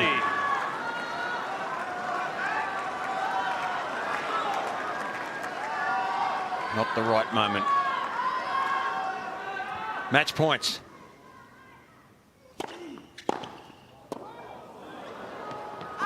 Game, set, match.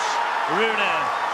Holger Rune wins a 5-setter down under for the very first time in his career. 6-4. There was some brilliant shot making from both, but it's Rune who finishes with a flourish to beat Zhang 6-4 in the 5th. 3 hours and 10 minutes of high-octane tennis. There was plenty of pyrotechnics in there too. But that's a good win, and he's through to the second round.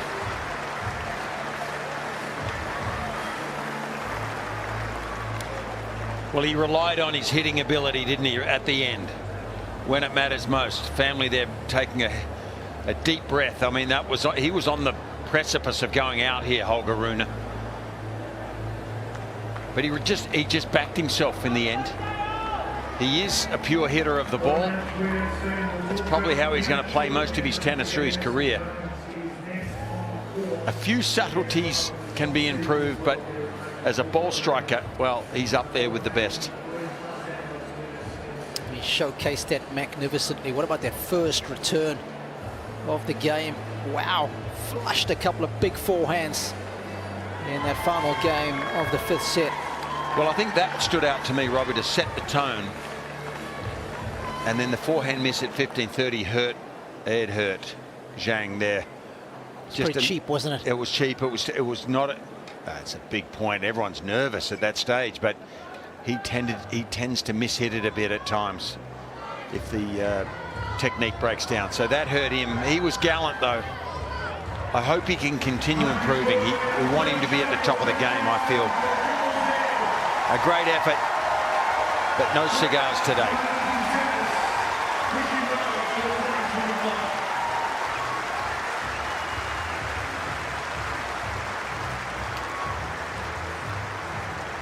Well, it doesn't get any easier for Holger. And the emotional outpouring, I thought he handled his emotions really well today. He was well tested. He kept them in check, and I think it paid dividends.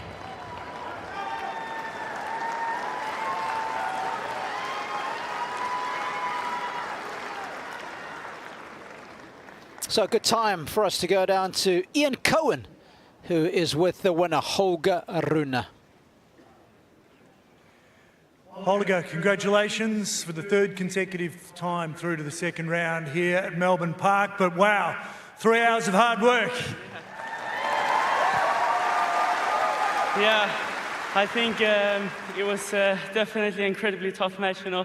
Beginning of a very warm day today, but you know, atmosphere was absolutely incredible. So I can only say thank you to all the people that came out. It was unbelievable to play on this amazing court in front of all of you guys. So thank you very much. I know you've probably got an ice bath waiting for you right now, but how is the body holding up, obviously? How are the legs? Right now, not great. But it's all worth it. You know, it was a great match. He played some amazing tennis. It got very close at the end. You know, the sun was hot today. I don't know if you guys felt it, but it was tough. But no, I'm super happy that I got through. You know, first win of the season. It's always, you know, a special feeling. A lot of nerves coming into a Grand Slam like this. So just super happy to be through to the second round, and hopefully I can keep raising my level. You had to absorb a barrage of 20-plus aces as well. You certainly did that, but what else impressed you about your game today? What did you really like? I think my return at the end was quite spectacular. You know, not to talk myself too much up, but I think when it mattered, you know, as you say, he was serving very, very good. Big serve, big guy, so had to be very, very focused and, you know, really looking at the ball to get the right contact on the return. And I think I was reading his serve well when it mattered, but I'm most of all very happy with how I thought today. You know, not the perfect game, but you know, it's first round and a lot of nerves, and he played very good tennis. So credit to him, and just happy to be through. In the next round, you'll face Matteo Berrettini, who won through in 4. At tour level, you lead him 3-1 head-to-head. What are your thoughts going into that match? Very exciting match. You know, we played twice last year, 2 free sets matches. You know, luckily I got to win those 2, but let's see. I mean, it's going to be a tough match. Matteo is a very, very talented player. You know, been showing it for many years, coming back from injuries and keep, you know, raising his level. So looking forward to that match. Now mostly looking forward to some recovery and, you know, a good ice bath and some food, and then get ready for Thursday. We'll let you go and have that ice bath. Well done. Through in 5 sets. Please give him a big round of applause. Holger Rune.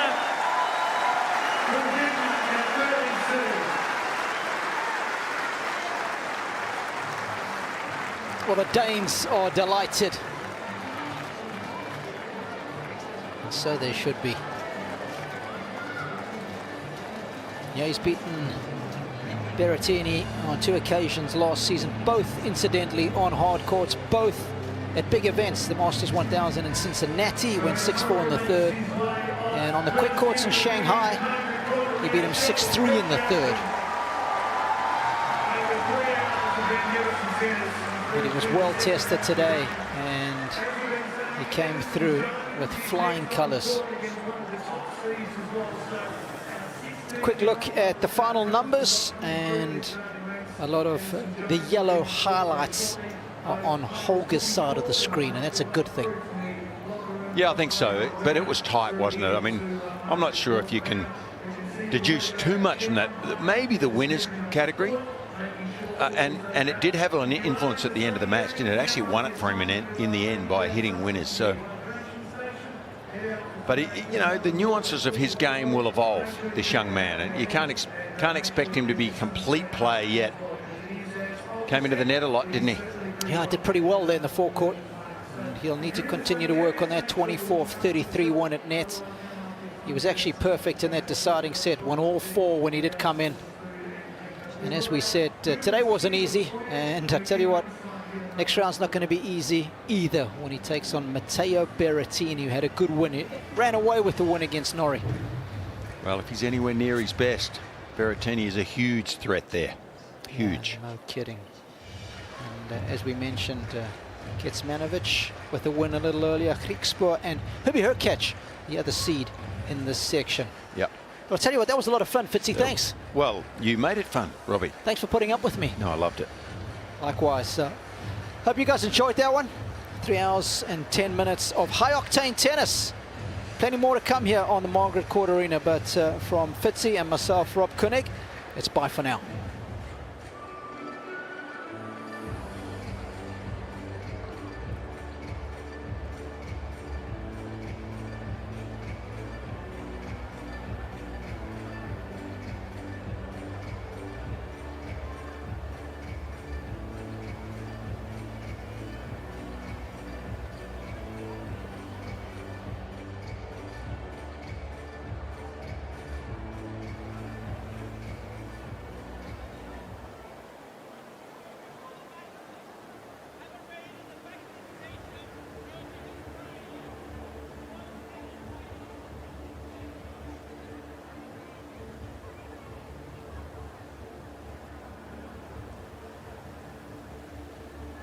So next match coming up is a set that features Emerson Jones from Australia, Queensland based, and she comes up against Elena, Rybakina, a Kazakhstani 16 here at the Australian Open, and that will certainly be tough and powerful. Emerson Jones, 16 years of age, one of the rising talents in Australian tennis, and will serve a shot here on the Margaret Court Arena, coming in as a wild card for a debut. Because that will be our second match here on the Margaret Court Arena. Of course, tonight, Rod Laver Arena will make the men's side, and Zhizhen from Italy, of course, on the women's side as well. And if you get around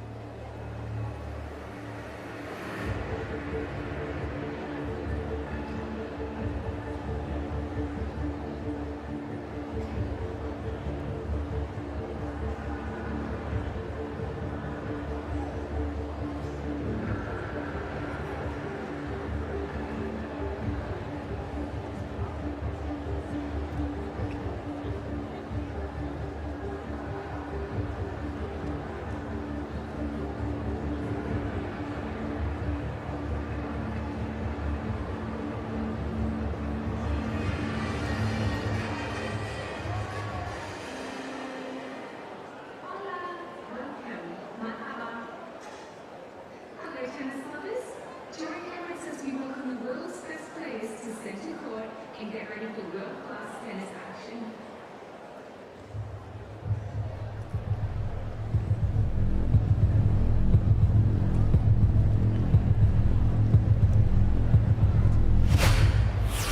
We are ready for our next match here on Margaret Court Arena, and please welcome from Australia, Emerson Jones.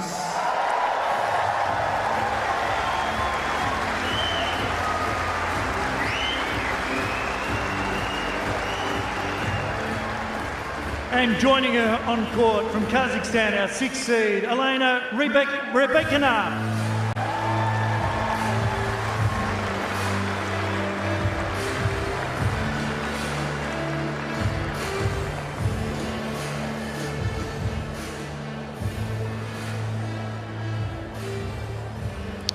Well, a very warm welcome indeed to the Margaret Court Arena here on day 3 of the 2025 Australian Open. We are still in round 1 action, and what a blockbuster we have coming up here for you. The 6th seed, the former finalist, the former Wimbledon champion Elena Rybakina, taking on Emerson Jones, the 16-year-old Australian wildcard, the junior world #1, a great Australian hope. I am Catherine Whitaker. Alongside me I have David Taylor, and we have Lou Plemming courtside as well. So I am surrounded by the great and the good of Australian tennis, and we could be watching the future great and good of Australian tennis.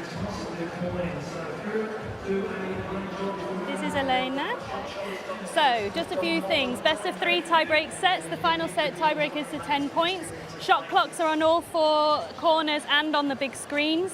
ELC live, so it calls everything, including foot faults, so just wait until you hear the call.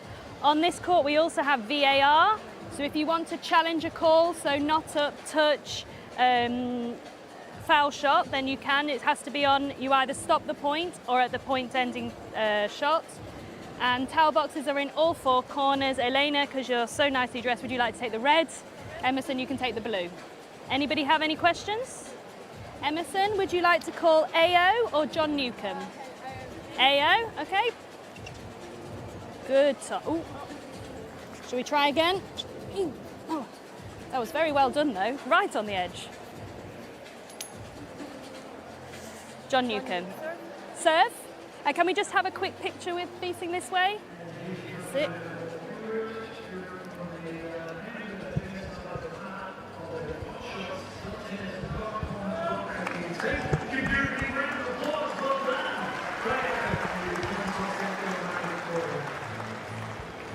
So the formalities conducted by Kelly Rask, who'll be in the chair for this one. There's a clear favourite here, the 6th seed Elena Rybakina, but on the other side of the net there is a real unknown quantity at this level, making a Grand Slam debut, the 16-year-old, Australia's first ever year-end world #1. She achieved that last year, did Emerson Jones from the Gold Coast. I am sitting alongside her former coach up until very recently, shepherded her through some of her most formative years from the age of 14. I've read, David, that you think she's the most naturally talented player that you've ever worked with. Yes, good afternoon, Catherine.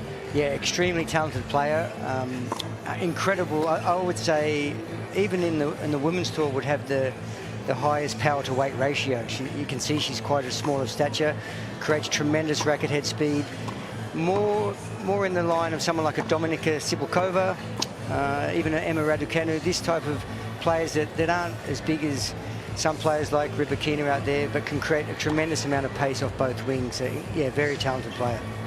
It's a glorious thing about tennis, isn't it, that it takes all shapes and sizes. You have the contrast right here on the court. Here is Elena Rybakina. She of a very different stature and an incredible pedigree. She played that extraordinary final here a couple of years ago against Aryna Sabalenka, losing out narrowly. She's currently ranked down at 7 in the world, had to withdraw from and retire from a lot of tournaments last year due to illness more so than injury. It was a tricky 2024 for the Kazakh, but she comes into 2025 with a new coach, and boy does he have pedigree. Rybakina now working, David, with Goran Ivanisevic. What do you make of that? Yeah, I think that took a few people by surprise. Obviously well known as a former player, Wimbledon champion, but notably in the coaching Novak Djokovic for a number of very successful years. So yeah, his foray into the women's tour was raised a few eyebrows.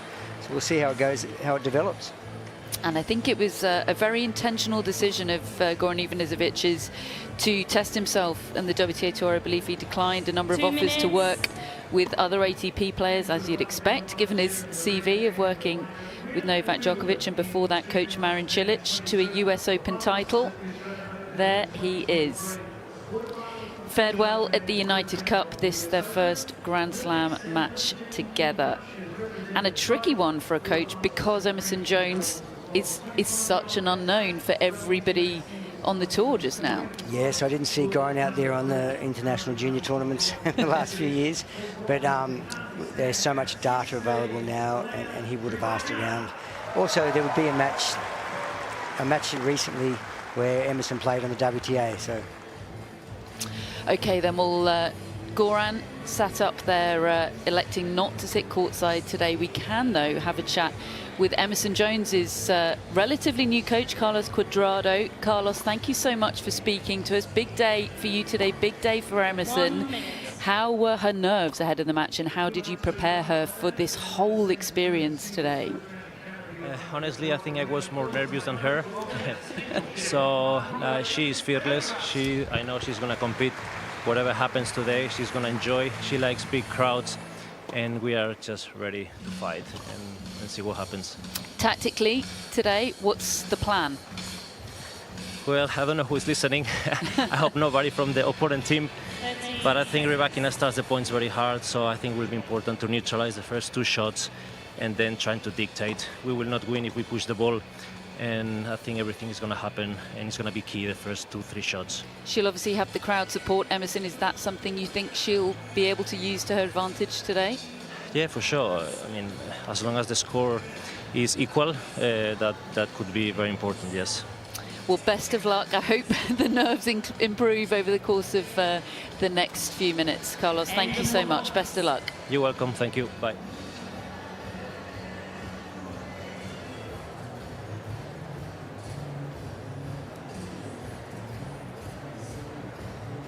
Well, the warm-up is completed. The stage is set. There is a real tingle of anticipation around the Margaret Court Arena just now. A former finalist, a former Wimbledon champion in Elena Rybakina, taking on Australia's great hope. 16-year-old Emerson Jones making her Grand Slam debut on the second court of the Australian Open. Anything can happen here. First set, Elena Rybakina to serve. Ready? Can't wait. Play.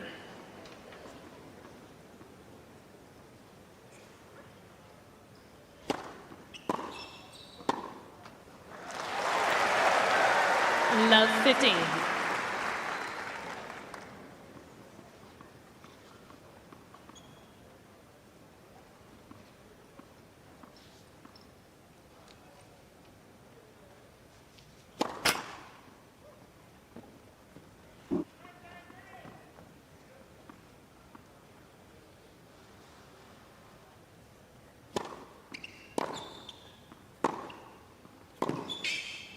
Out.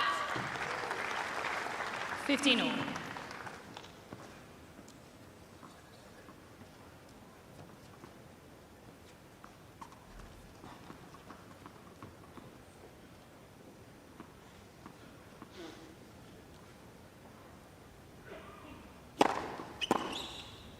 Out.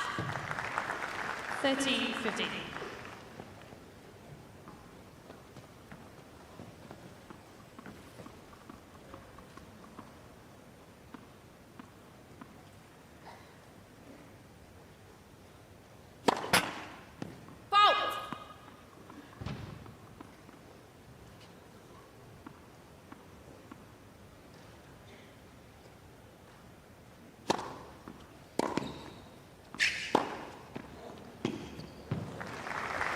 And that is what Rybakina can do, isn't it? It's that easy, languid power, David. Yes, one of the true great 1-2 players in the WTA at the moment. Emerson's going to have to really return well here.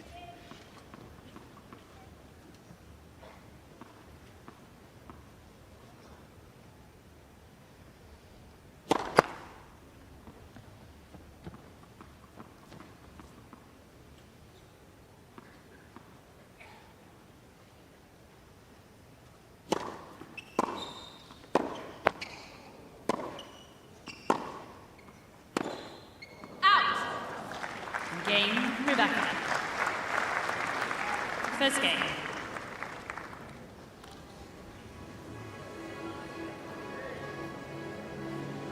Goran Ivanisevic, their new coach of Elena Rybakina for 2025. Had a real surprise announcement towards the end of last season. Everybody was waiting to see who Goran Ivanisevic would take on as his next charge. I believe he had a number of offers that he was sorting between, but really wanted to challenge himself to see if he could crack the WTA Tour. And it's a different beast, isn't it, WTA tennis to ATP tennis for a coach? Yes, it is, and different strengths and weaknesses, the way they play points are. Obviously, the lines are the same, balls are still round, but there are a lot of similarities. Also, the interpersonal relationships are probably a little different. Emerson Jones to serve. Big test here for Emerson Jones.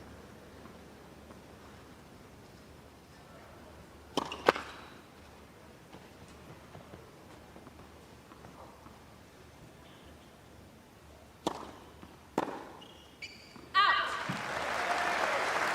15 love.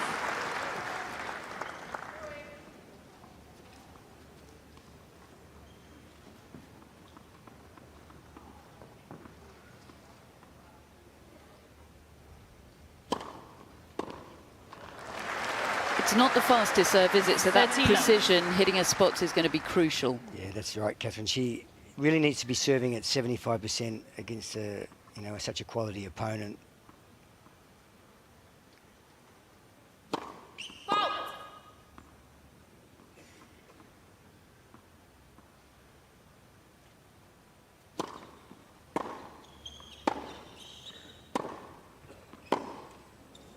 Out. 13-15.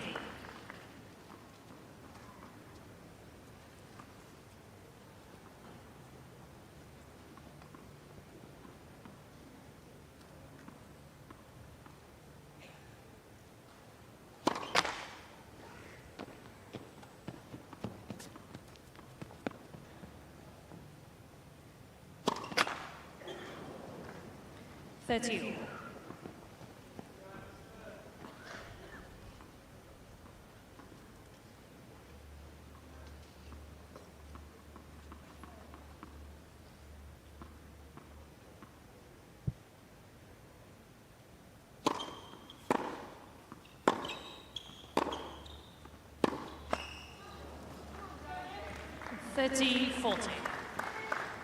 Because Emerson doesn't have a big serve and not winning many free points, she's looking to hold serve by setting up the first shot, using that serve and first shot. Let's pursue.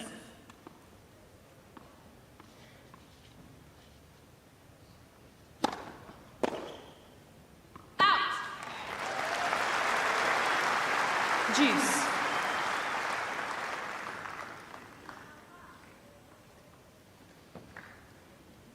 Carlos Cuadrado that we spoke to just ahead of the match.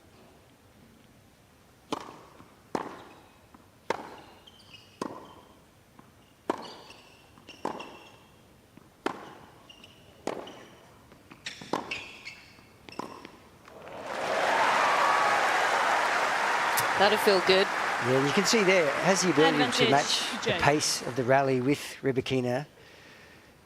I think she'll surprise a few players with that later on in her career.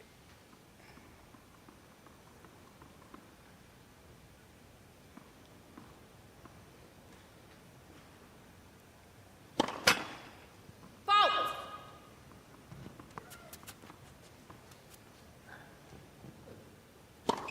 Fault. Juice.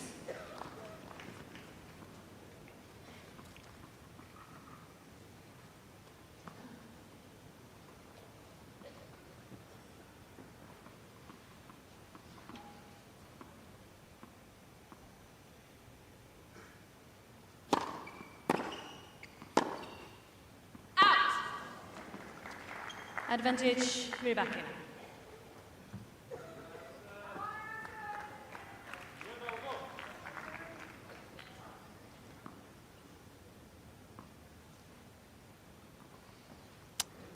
So our first break point going the way of the 6th seed.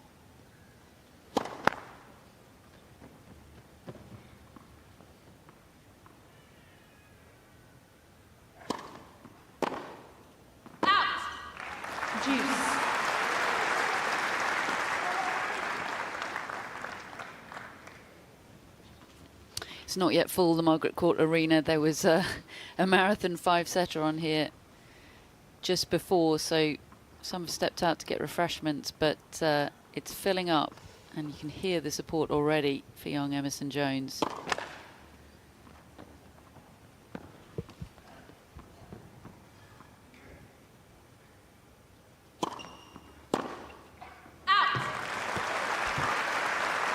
Advantage, Jones.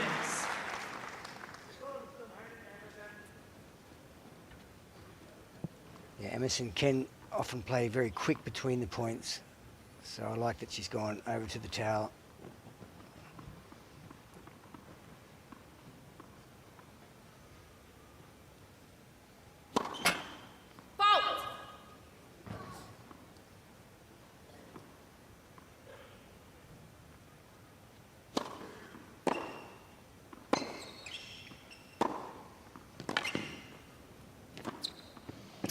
Well, Goran will like that point. That's what he wants to see from Rybakina.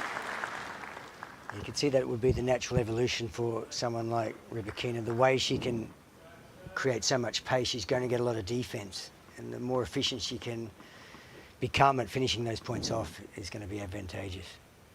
I really like that serve there. I'd say she's been trying to target the body from the beginning, but that one was much more accurate. Very smart serve against a physically tall person.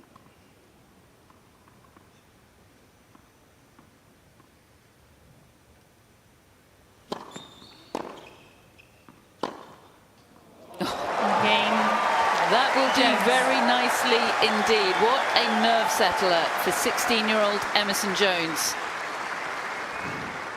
1 game. Such a crucial hold, the first game. He's done a great job there, faced a break point, good composure. Is the backhand the biggest weapon off the ground? They're pretty evenly matched. I think backhand is more the consistent weapon, can create winners from both sides.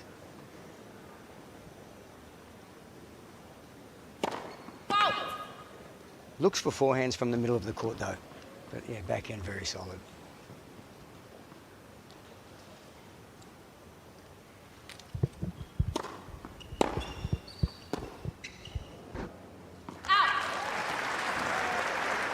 Love 15. Because of the height of the return here, I think it's really important that Emerson's inside that baseline before the serve gets up too high. Needs to probably be about 80% of the time inside the baseline, returning second serves.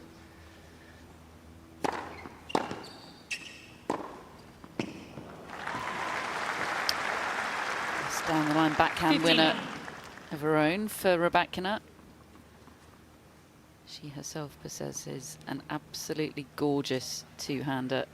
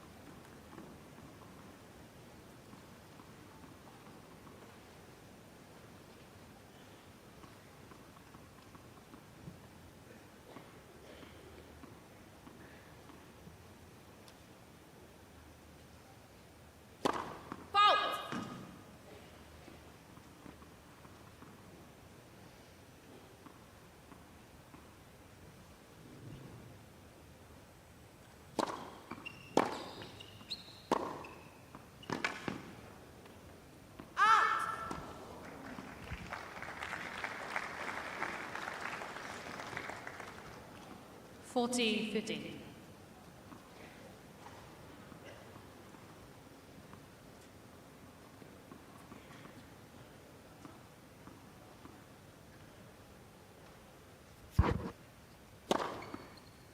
Game.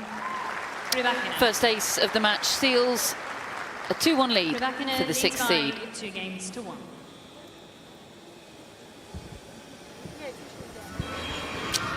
So as well as David Taylor alongside me, we also have Lou Plemming at courtside, braving the heat in the peak sun of the day. How are things looking down there, Lou? Yeah, it is very warm down here, and I think that is a little bit of what's been happening. I think the first couple of games, they were just trying to adjust. The court is playing very fast. It is very hot and slick, and I think we saw a few errors early on in the first couple of games. Now they're just starting to find that pace and that tempo, and I just feel like they're just starting to work the ball a little bit more. But it's really evident, isn't it, when you see these two players down on the court, just the difference in height and what Emerson is going to have to do to adjust to the height and the serve. I mean, Emerson is 5'3" and Elena 6'2" or something like that, and she's really going to have to just make sure that she's stepping in and taking some of these high balls, particularly off the serve of Elena.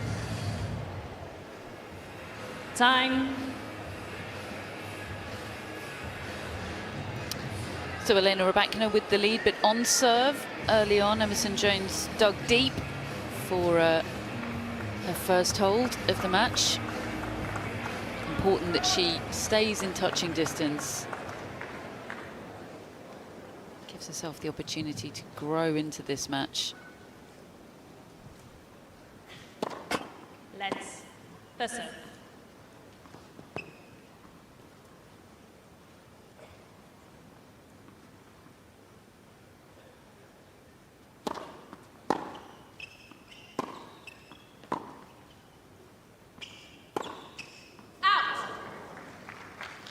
Love 15.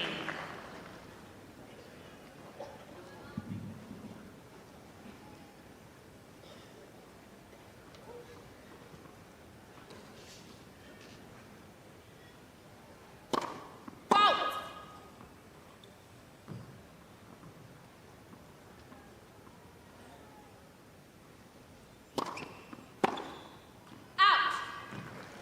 15 all.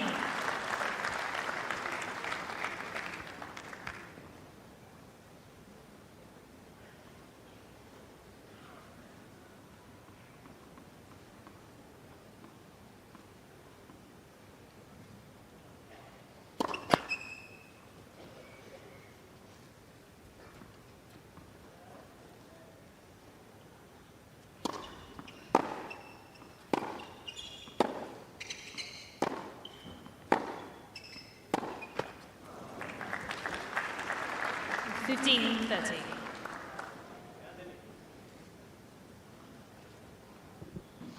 First serve percentage for Jones just below 50%. That's causing her a bit of trouble just now.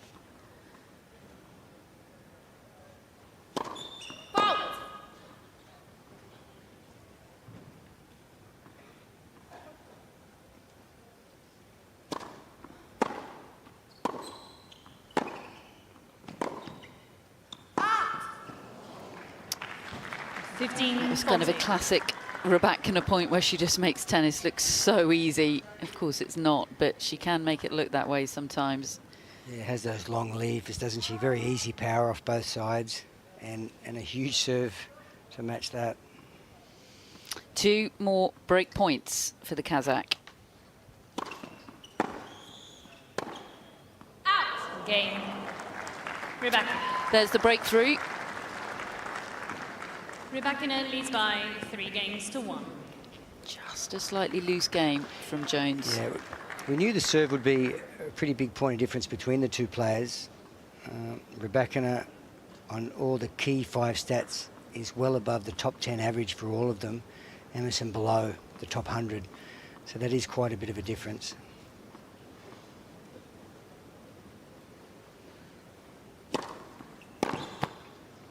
$15 love.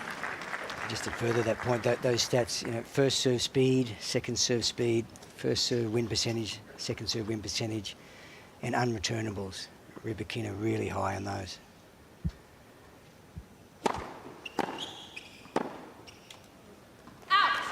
Yeah, you can see why it's the kind of game that Goran Ivanisevic felt that he could relate to. Yeah, that's a great point. To definitely really personally relate to using his serve to create pressure in all parts of the game.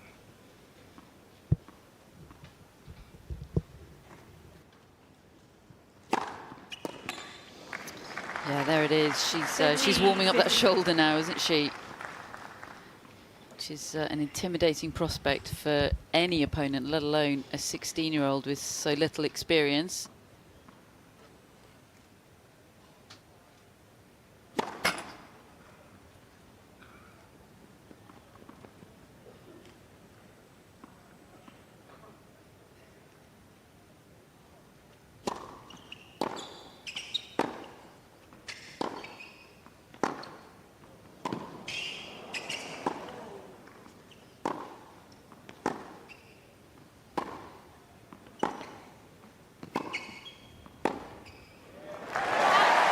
When she gets into a rally, she's right in there, isn't she? You can see the class of Jones, even at a young age. 30. Real key, what I'm looking at here is Emerson able to hold the baseline? She's been very effective at the junior level. Even last week, beating her first top 50 WTA player, was able to hold the baseline.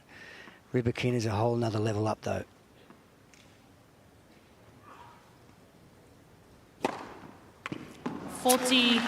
Nothing to be done about that. Second ace of the match for Rybakina.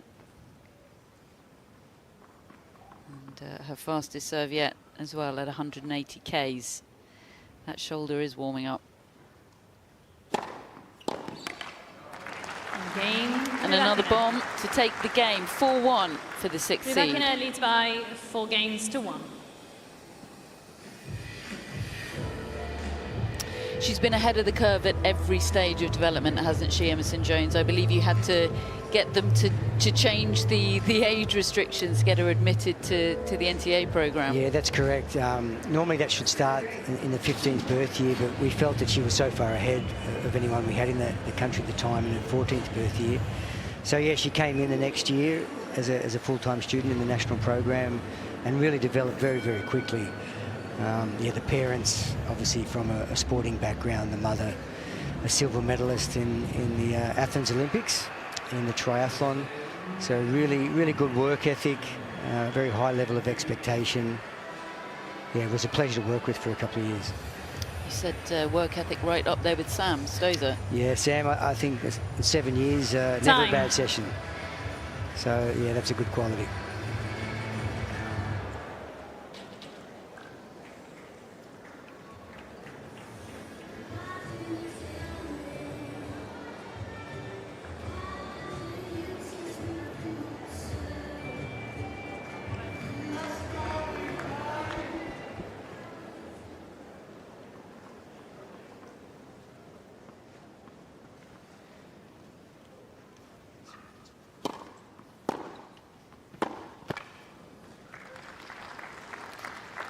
Love 15. Yeah, that's Rybakina all over, looking to get that first strike in whenever she can. What a strike it is.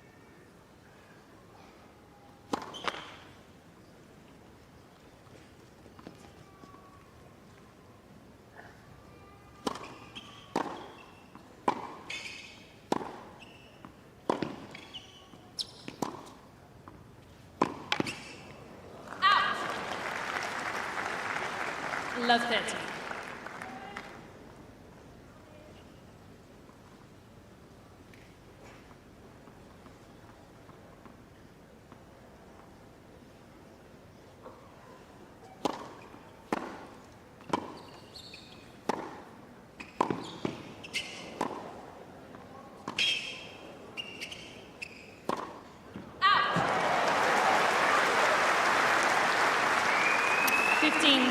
The beauty of making one extra ball.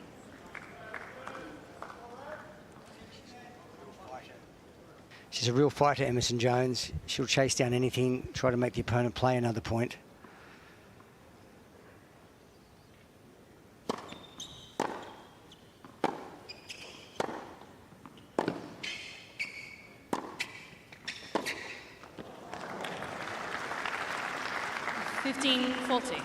Rybakina just really being able to push Emerson off the baseline there. You can see she really is quite far back behind the line often now, and that's a worrying sign.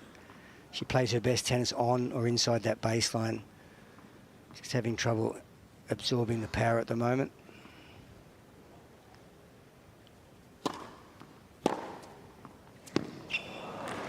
Game, Rybakina. There she is, making the game look easy again. Rybakina leads by 5 games to 1. He'll be happy with what he's seeing just now. Rybakina to serve for the set. It's easy to underestimate her power, Rybakina, because it's a lot more languid power than somebody like Sabalenka, but she can match her.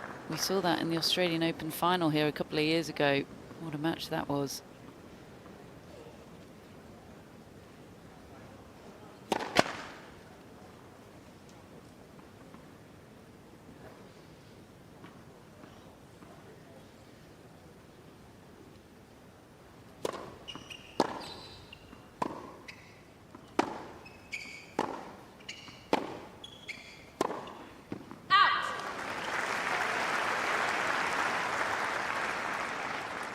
Love 15.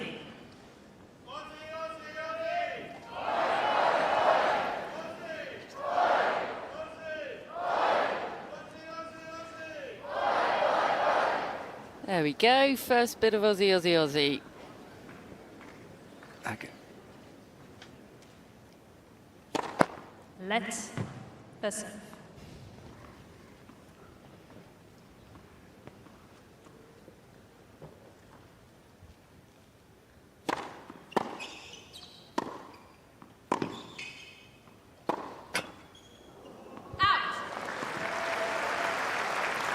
Love 13.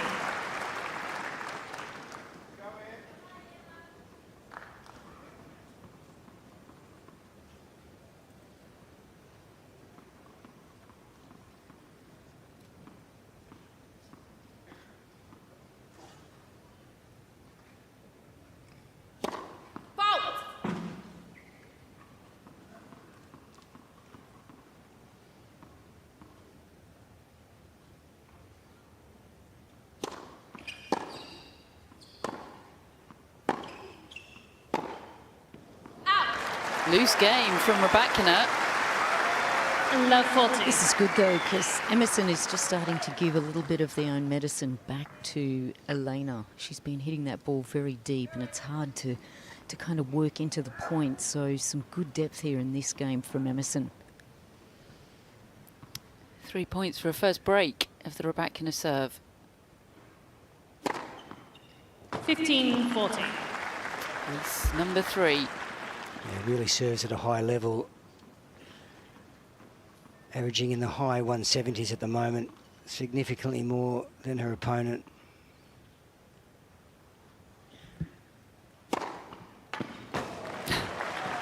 That's how you deal with break points.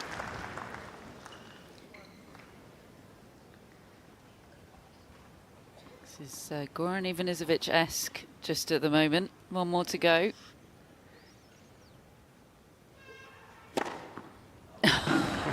Great call. Yeah, that's quality server, isn't it? A hat trick of aces, facing 3 break points.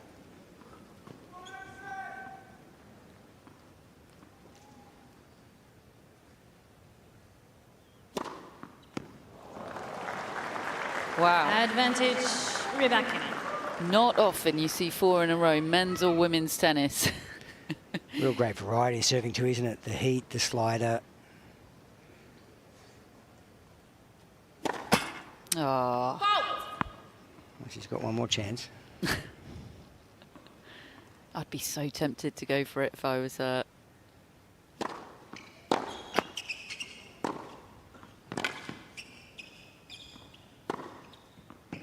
No, just a standard forehand winner to clinch the set. A great set from the 6th seed. 6-1, she takes it. Balls, please.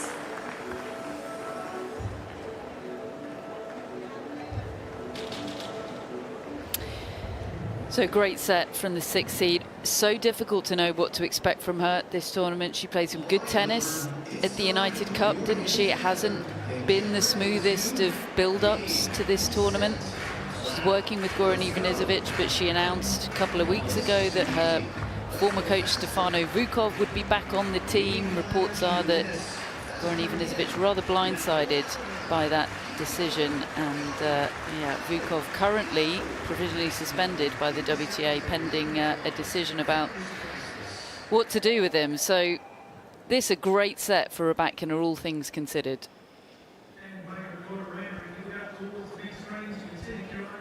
Yeah, it's a difficult thing. It's already a difficult thing changing coaches, but when there's changes within that team, you can just see here Emerson Jones going to have a chat there to her coach Carlos, allowed to do that when the opponent leaves the court. But the big difference in that first set, though, being the serve, the placement of the serve, really getting out of Emerson's range. It's coming down not only fast, but from a great height.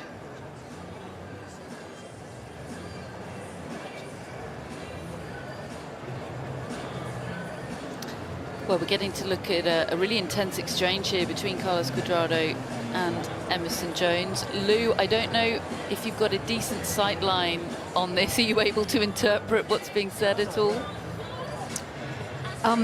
Yeah, I'm pretty impressed with what Elena is doing down here. I mean, to do what she did in that last game, it just shows how relaxed, how good she feels on her serve. I mean, incredible to throw in those 4 aces and to be able to pull, you know, big shots out like that. It's such a great tool to have in her bag. I mean, for Emerson, it's just very hard to get any momentum, to get any rhythm.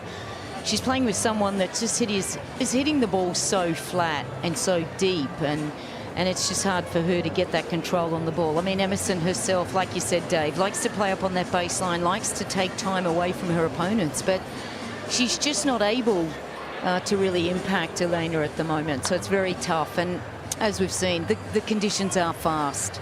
And for Emerson, she's got to think very quickly and move quickly. I think one area she has been getting a little bit of success is going back against the movement of Rybakina, is not to play into the open court too much, but try to destabilize her. She's a tall girl. To prop and move back, I think, is very difficult for her. So something just for Emerson maybe to look at a little bit is just to expose some of that movement in this next set. Well, Rybakina went off for a quick bathroom break and I think outfit change, because it's hot out there. It can get a bit uncomfortable with the sweat. Yep, no bathroom break for Goran.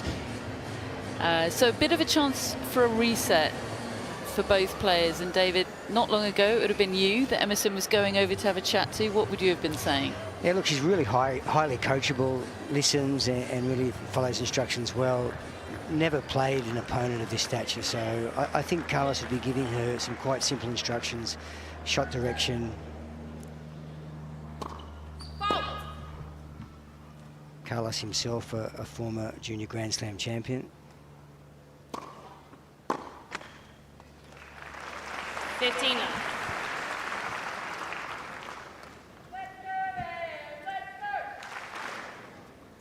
Needs a lot more first serves this set.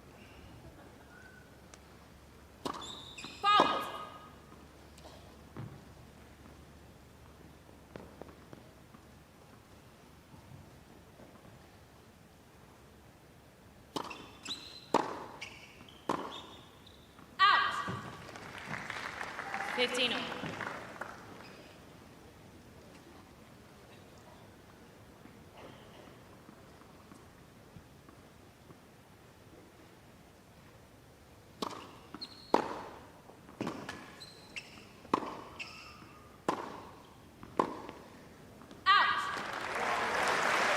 Interestingly pointing out that Carlos Cuadrado himself, a former junior Grand Slam champion, you know, he had a good ATP career, but never made it at the upper echelons. You know, it's evidence that there aren't guarantees with talent. But I think he would have a good understanding of the pressure that brings as well, being such a good junior.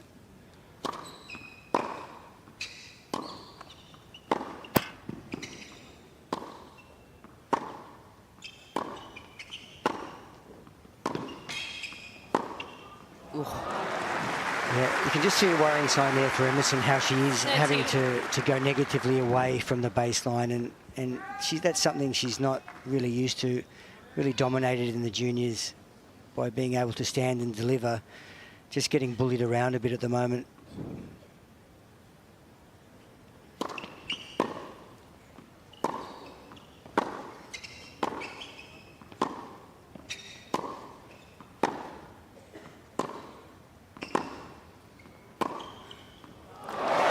Great evidence there of that hand-eye coordination, almost half volleying off the baseline. 40-30. Yeah, really naturally talented player. Loves all aspects of being a tennis player, the training, the travelling. More than anything, loves winning matches.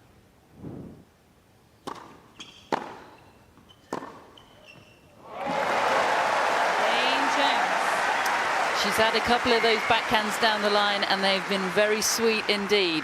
What an important hold for the young Aussie. I think there's a bit of evidence there from what Lou was saying, and Carlos trying to obviously get her to be a little bit more aggressive, stand up to Rybakina here, and that's a great way to send a message early in the second set. What would you say are the biggest differences from juniors to seniors? Oh, I think just consistent shot quality of the opponent and the physicality of the opponent. I think the one biggest difference was how physically good the top players are now on the WTA Tour. And in juniors, there's quite a lot of young. Emerson was 14 here playing in the Junior Australian Open, and so obviously still developing. So they haven't really quite got physical maturity. Whereas on the WTA Tour, they've had a lot of years training. They're physical mature, and I think that's the biggest difference: the physicality.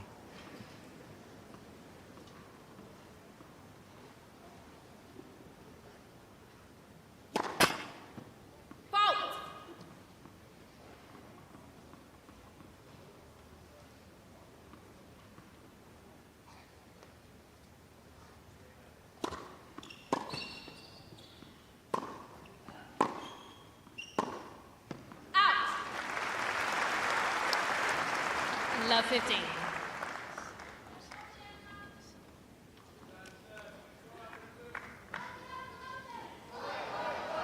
Okay.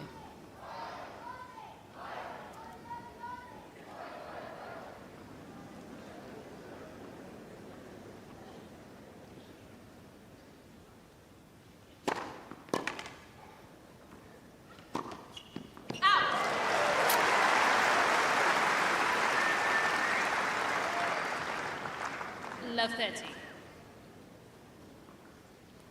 Not always hugely comfortable charging forward like that, Rybakina.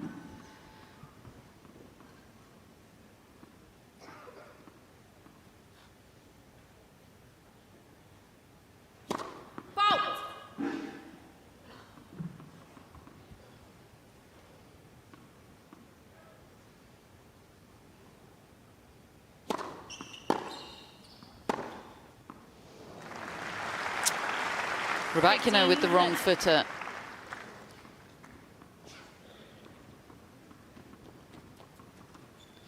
Needed that, love 30.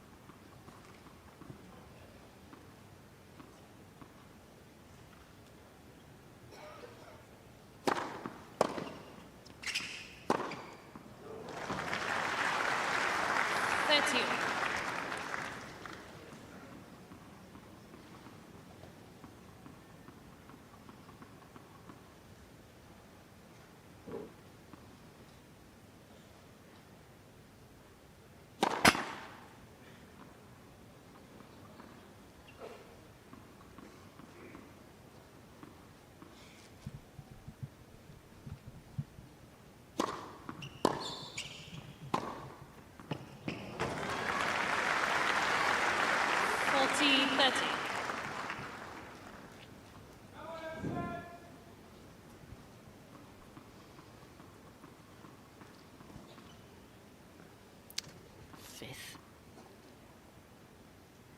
winner off this swing for Rybakina. And that's a good game for the Kazakh from love 30 down. One game.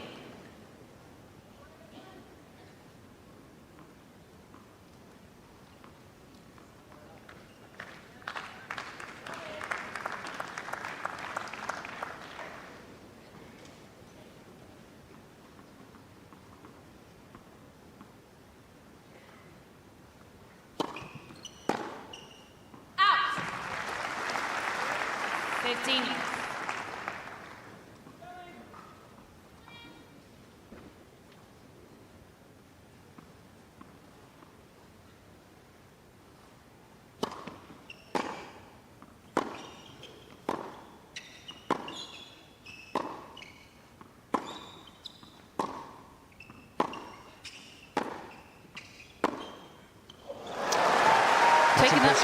Taking that ball a bit earlier on the baseline, She really isn't is, she? yeah. I've noticed she obviously feeling a little more 13. comfortable out there now, is getting more used to the pace of her opponent, Emerson Jones.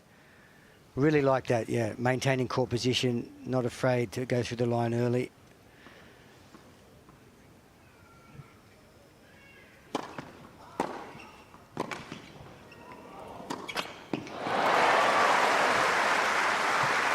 I think this is really important 14. that Emerson just tries to keep that ball a little bit more solidly in play, not to go for something too big, obviously. She wants to be aggressive here, but once she gets in these rallies and challenges Elena, she's getting some success.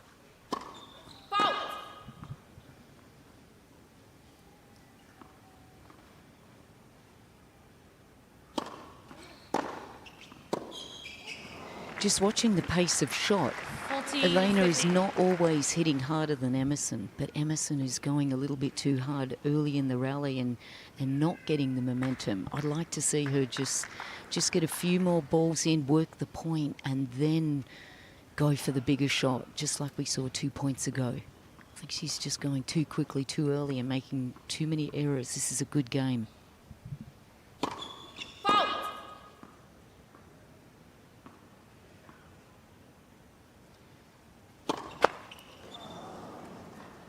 40-30.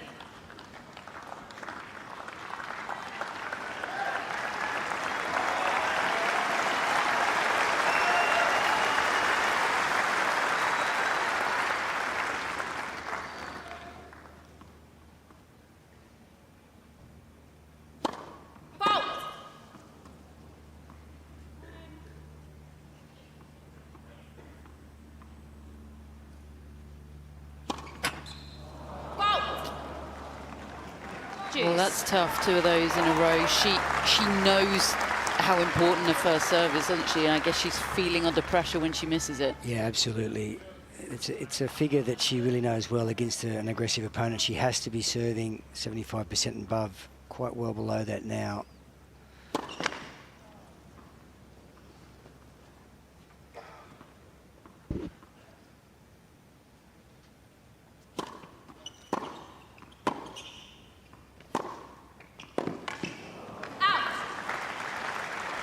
Advantage, Rybakina.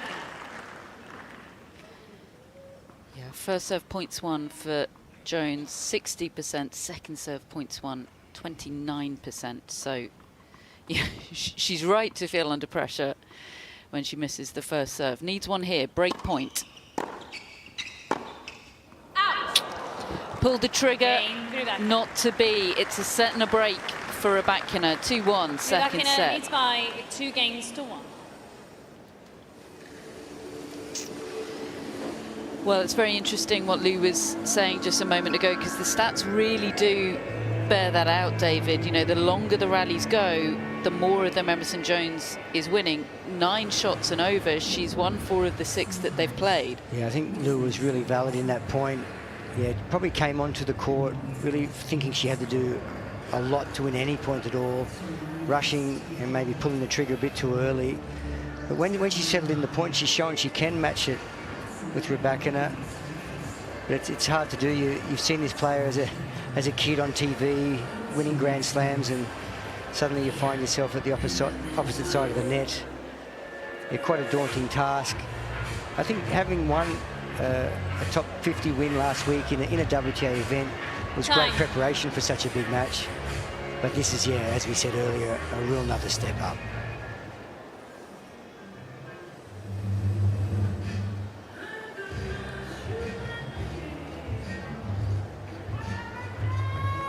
It's important to remember, isn't it, that this is all experience for Emerson Jones. Just being here out on this court today is so far ahead of the curve in terms of where most talented juniors and teenagers are. It's a real privilege for her to be here and have this. 15 love. And from what you're saying, David, she's the kind of character that'll take so much from it. Oh, she will. Yeah, this is an incredible experience. You know, big step up from juniors to WTA level.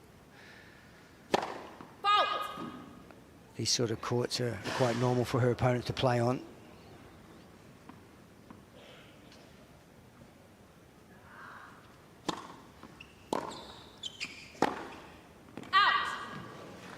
That's a rare miss for Rybakina. It's usually a banker, that shot for her.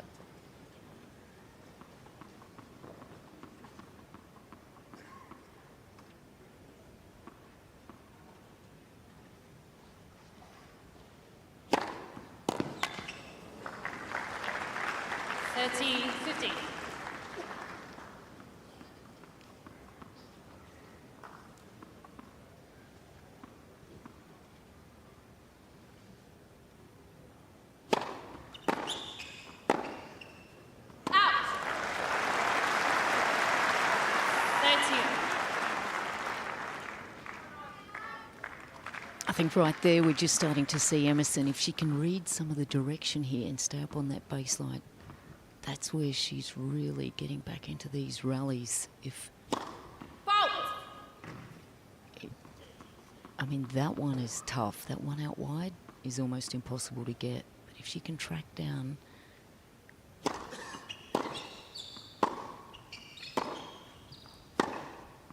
That's too good. But if she can read some of these patterns of play from the serve, the trajectory is high. She's got to stay up on that baseline and almost gamble on some of these, because once she's in the rally, things are looking good for her. Yeah, Rybakina really using the corners of the box as well on that first serve especially.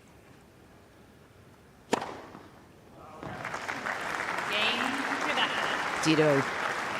That's hard. I mean, that's tough for Emerson. She's short. She doesn't have that long reach, but if she can just stay up and gamble and just look for some of those corners, because that's where she's going more often.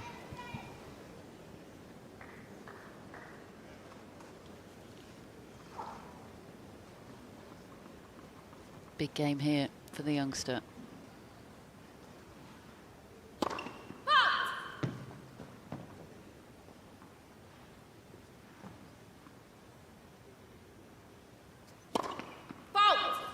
Love 15.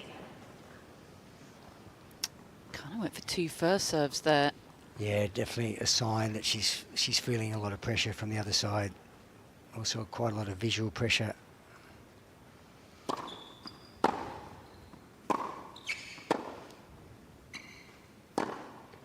Lovely. Sorry there, Catherine. I was just going to say that was her brother there, Hayden, playing, you know, obviously Australia's top junior last year. They travel a lot on the same circuit. There he is. He was warming her up this morning out here. What a family. Yeah, very sporty family.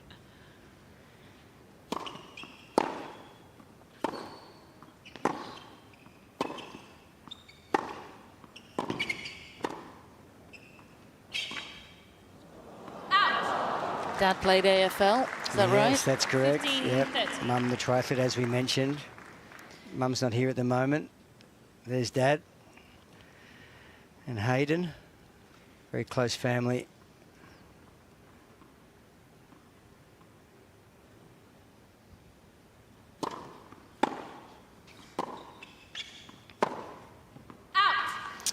Are they competitive with one another, the siblings? Oh, very supportive of each other. Obviously, being of different sex, they're not directly competitive. Yeah, I think... I don't know, David. I've got a brother. No, look, I haven't seen them fight too often, actually. No, they're quite supportive of each other.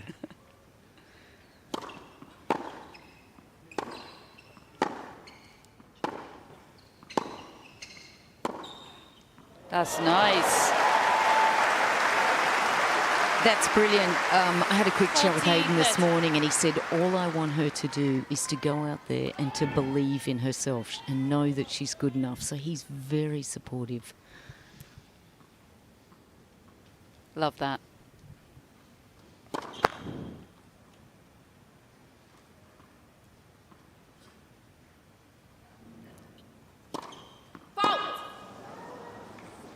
Juice. Yeah, Emerson was really taken that her brother Hayden had ditched Medvedev for a warm-up to give her a warm-up. So she was very excited about to tell me that this morning. So we had a jilted Medvedev on the practice court, did we? Yeah, Hayden's been hitting a lot of the players here and took time out to make sure his sister got some service. Incredible experience. Yeah, no, what a great opportunity.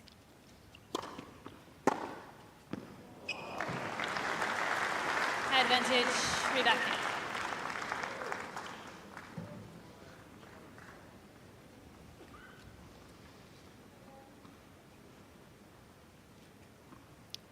Needs a first serve here.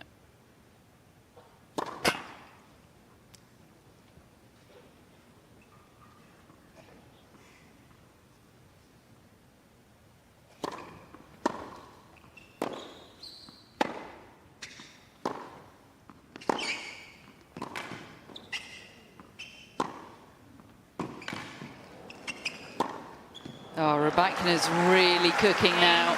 Rybakina. 4-1 for the Kazakh. Rybakina leads by 4 games to 1.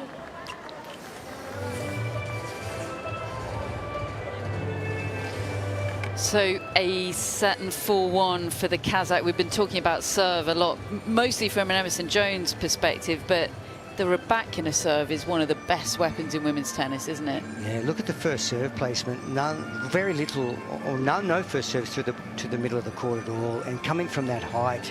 Yeah, and as Lou alluded to, you're almost going to have to guess on the first serve often when she's serving. And you can see they're guessing the wrong way. That's a great picture there showing that. Yeah, intimidating prospect. Emerson would not have faced a serve like that ever in her career. Real baptism of fire out here at the moment for her.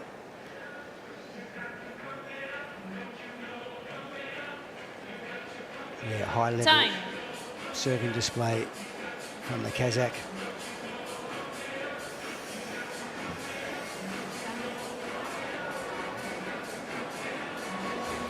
I covered a couple of Rybakina's matches at the United Cup in Perth, and there wasn't as much variety on the serve placement as we just saw there, and we have seen today from Rybakina. I believe that's something that Goran has been really working on, with her making her patterns less predictable, and on the basis of today, that's all going pretty well. Set and 4-1 to the good.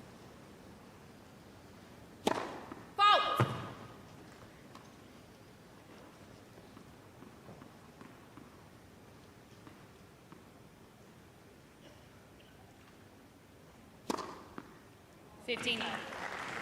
Quality second serve there. So short up in the service box. Impossible to return. Really high level of serving at the moment.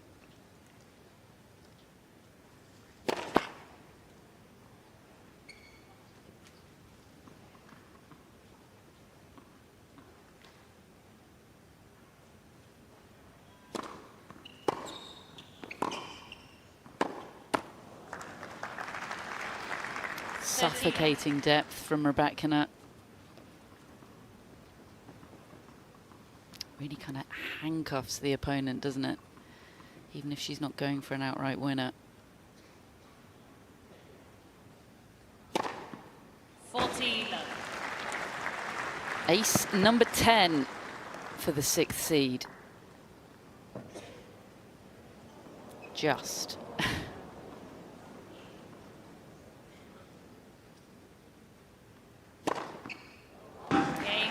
Quickly followed by number 11. It's been a great display on serve for the former finalist here.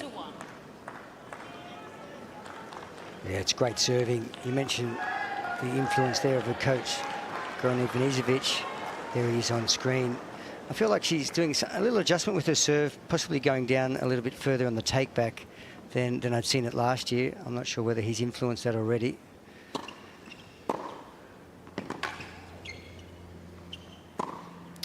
That's very interesting, because he did tweak the Djokovic serve, yes, didn't he, to great effect.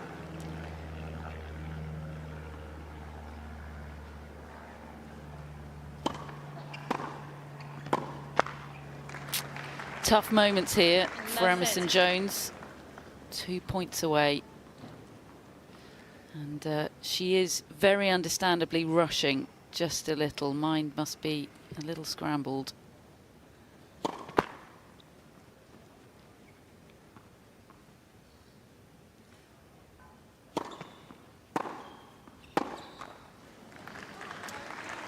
Yeah, just a hint of panic. A reminder that she is just 16 years of age. This is her Grand Slam debut, her home slam, and she's facing a Wimbledon champion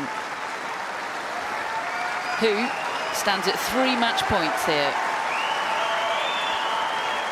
Thank you.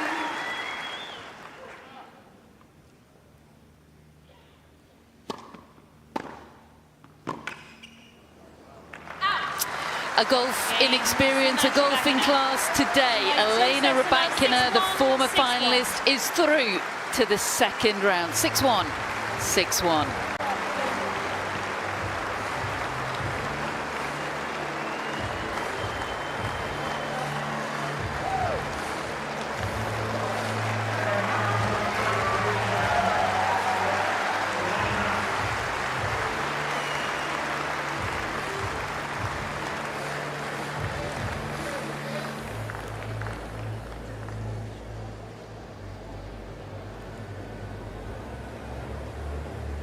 So Elena Rybakina in glorious form today, and for Emerson Jones, look, a tough experience, not really able to show everything that she can do, but she sounds to me, David, like the sort of character that is going to take so much from this, and with good people around her, it'll make her a better player.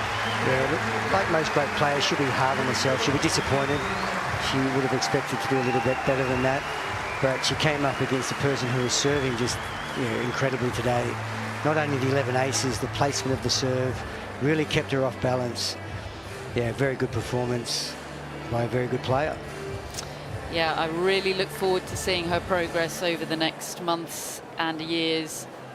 The raw materials are absolutely there, but she's had a glimpse of what it takes to be at the top. Elena Rybakina, truly a class act. Through to the second round, a meeting with Nuria Peritas Diaz or Eva Jovic of the USA. And we're going to get to hear from Elena Rybakina now. She is speaking to Alicia Molik. Well, Elena, congratulations. I had the pleasure of commentating that match. It was incredibly clean. It was poetry in motion. How did you feel? Thank you. Always first match was a bit nervous, and she's very young, and I think she has a great future and many more years on tour, but I'm pretty happy with my performance, and thank you everyone for coming and supporting.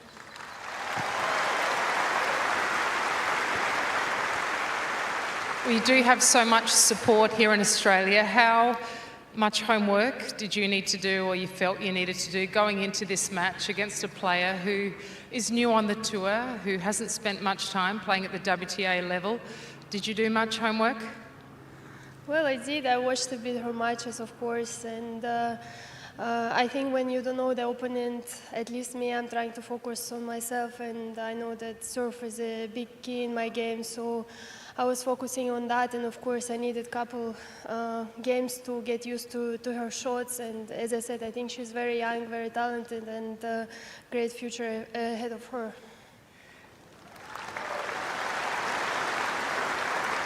Very kind words. Just on the serve, you were down love 30 on your serve one time. You then reeled off 4 aces in a row. That's pretty rough on a 16-year-old. Well, yeah, I bit lost my concentration and focus, so I was pretty quick to be 0-40, and then I knew that I need to step up a bit in the serve, and yeah, pretty happy with the way I served, and yeah, I mean, nothing to say, and hopefully I just continue like this. And while we're on the serve, actually, is that something that Goran and yourself debate? Who has the best service motion? Because I think from the men's side, the women's side, you have one of the best serves, if not the best on tour. Is that something you speak about regularly together? Thank you. Actually, we didn't talk about this much. Maybe I need to challenge him on the practices a bit. So we'll see. Lastly, just you've been in the position before rising up the rankings from being one of the best juniors in the world to the professional tour. Any, lasting words or advice that you have for Emerson for her future playing? Well, obviously just to try to work hard, listen to her team, because I think she has great support and plenty of opportunities to play with a great player. So I think just be patient and work hard. Well, thank you, Elena. We love watching you here in Australia. You have so much support. Best of luck for your next round. And thank you once again. Elena Rybakina. Great to see Elena Rybakina look like she's enjoying her tennis, and very classily handled from her. Some very warm and generous words towards her young opponent. She knows what it's like to be in similar shoes, to be talked about it as a great talent with pressure on her shoulders, and yeah, I'm sure that'll mean a lot to young Emerson Jones. What a lovely interview. Articulates herself so well.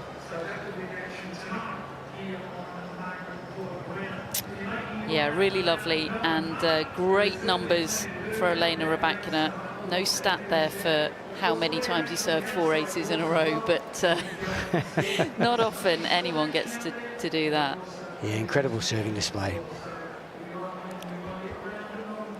And confirmation of Elena Rybakina's progression through to the second round. She's never lost in the first round at the Australian Open. She's through to face Iva Jovic, who has beaten Nuria Perezas Diaz 6-2, 6-1. And Diana Ostremska, last year's semi-finalist, is the seed lurking in that section.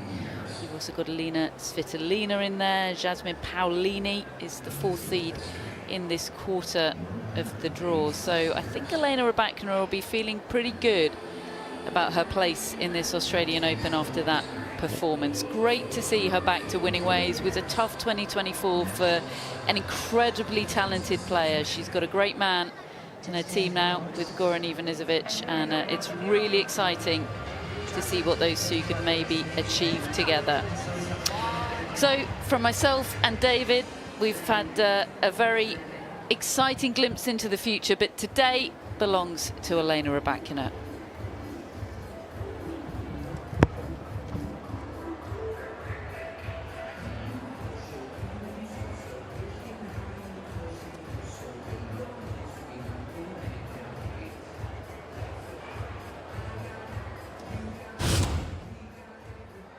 And what's the question?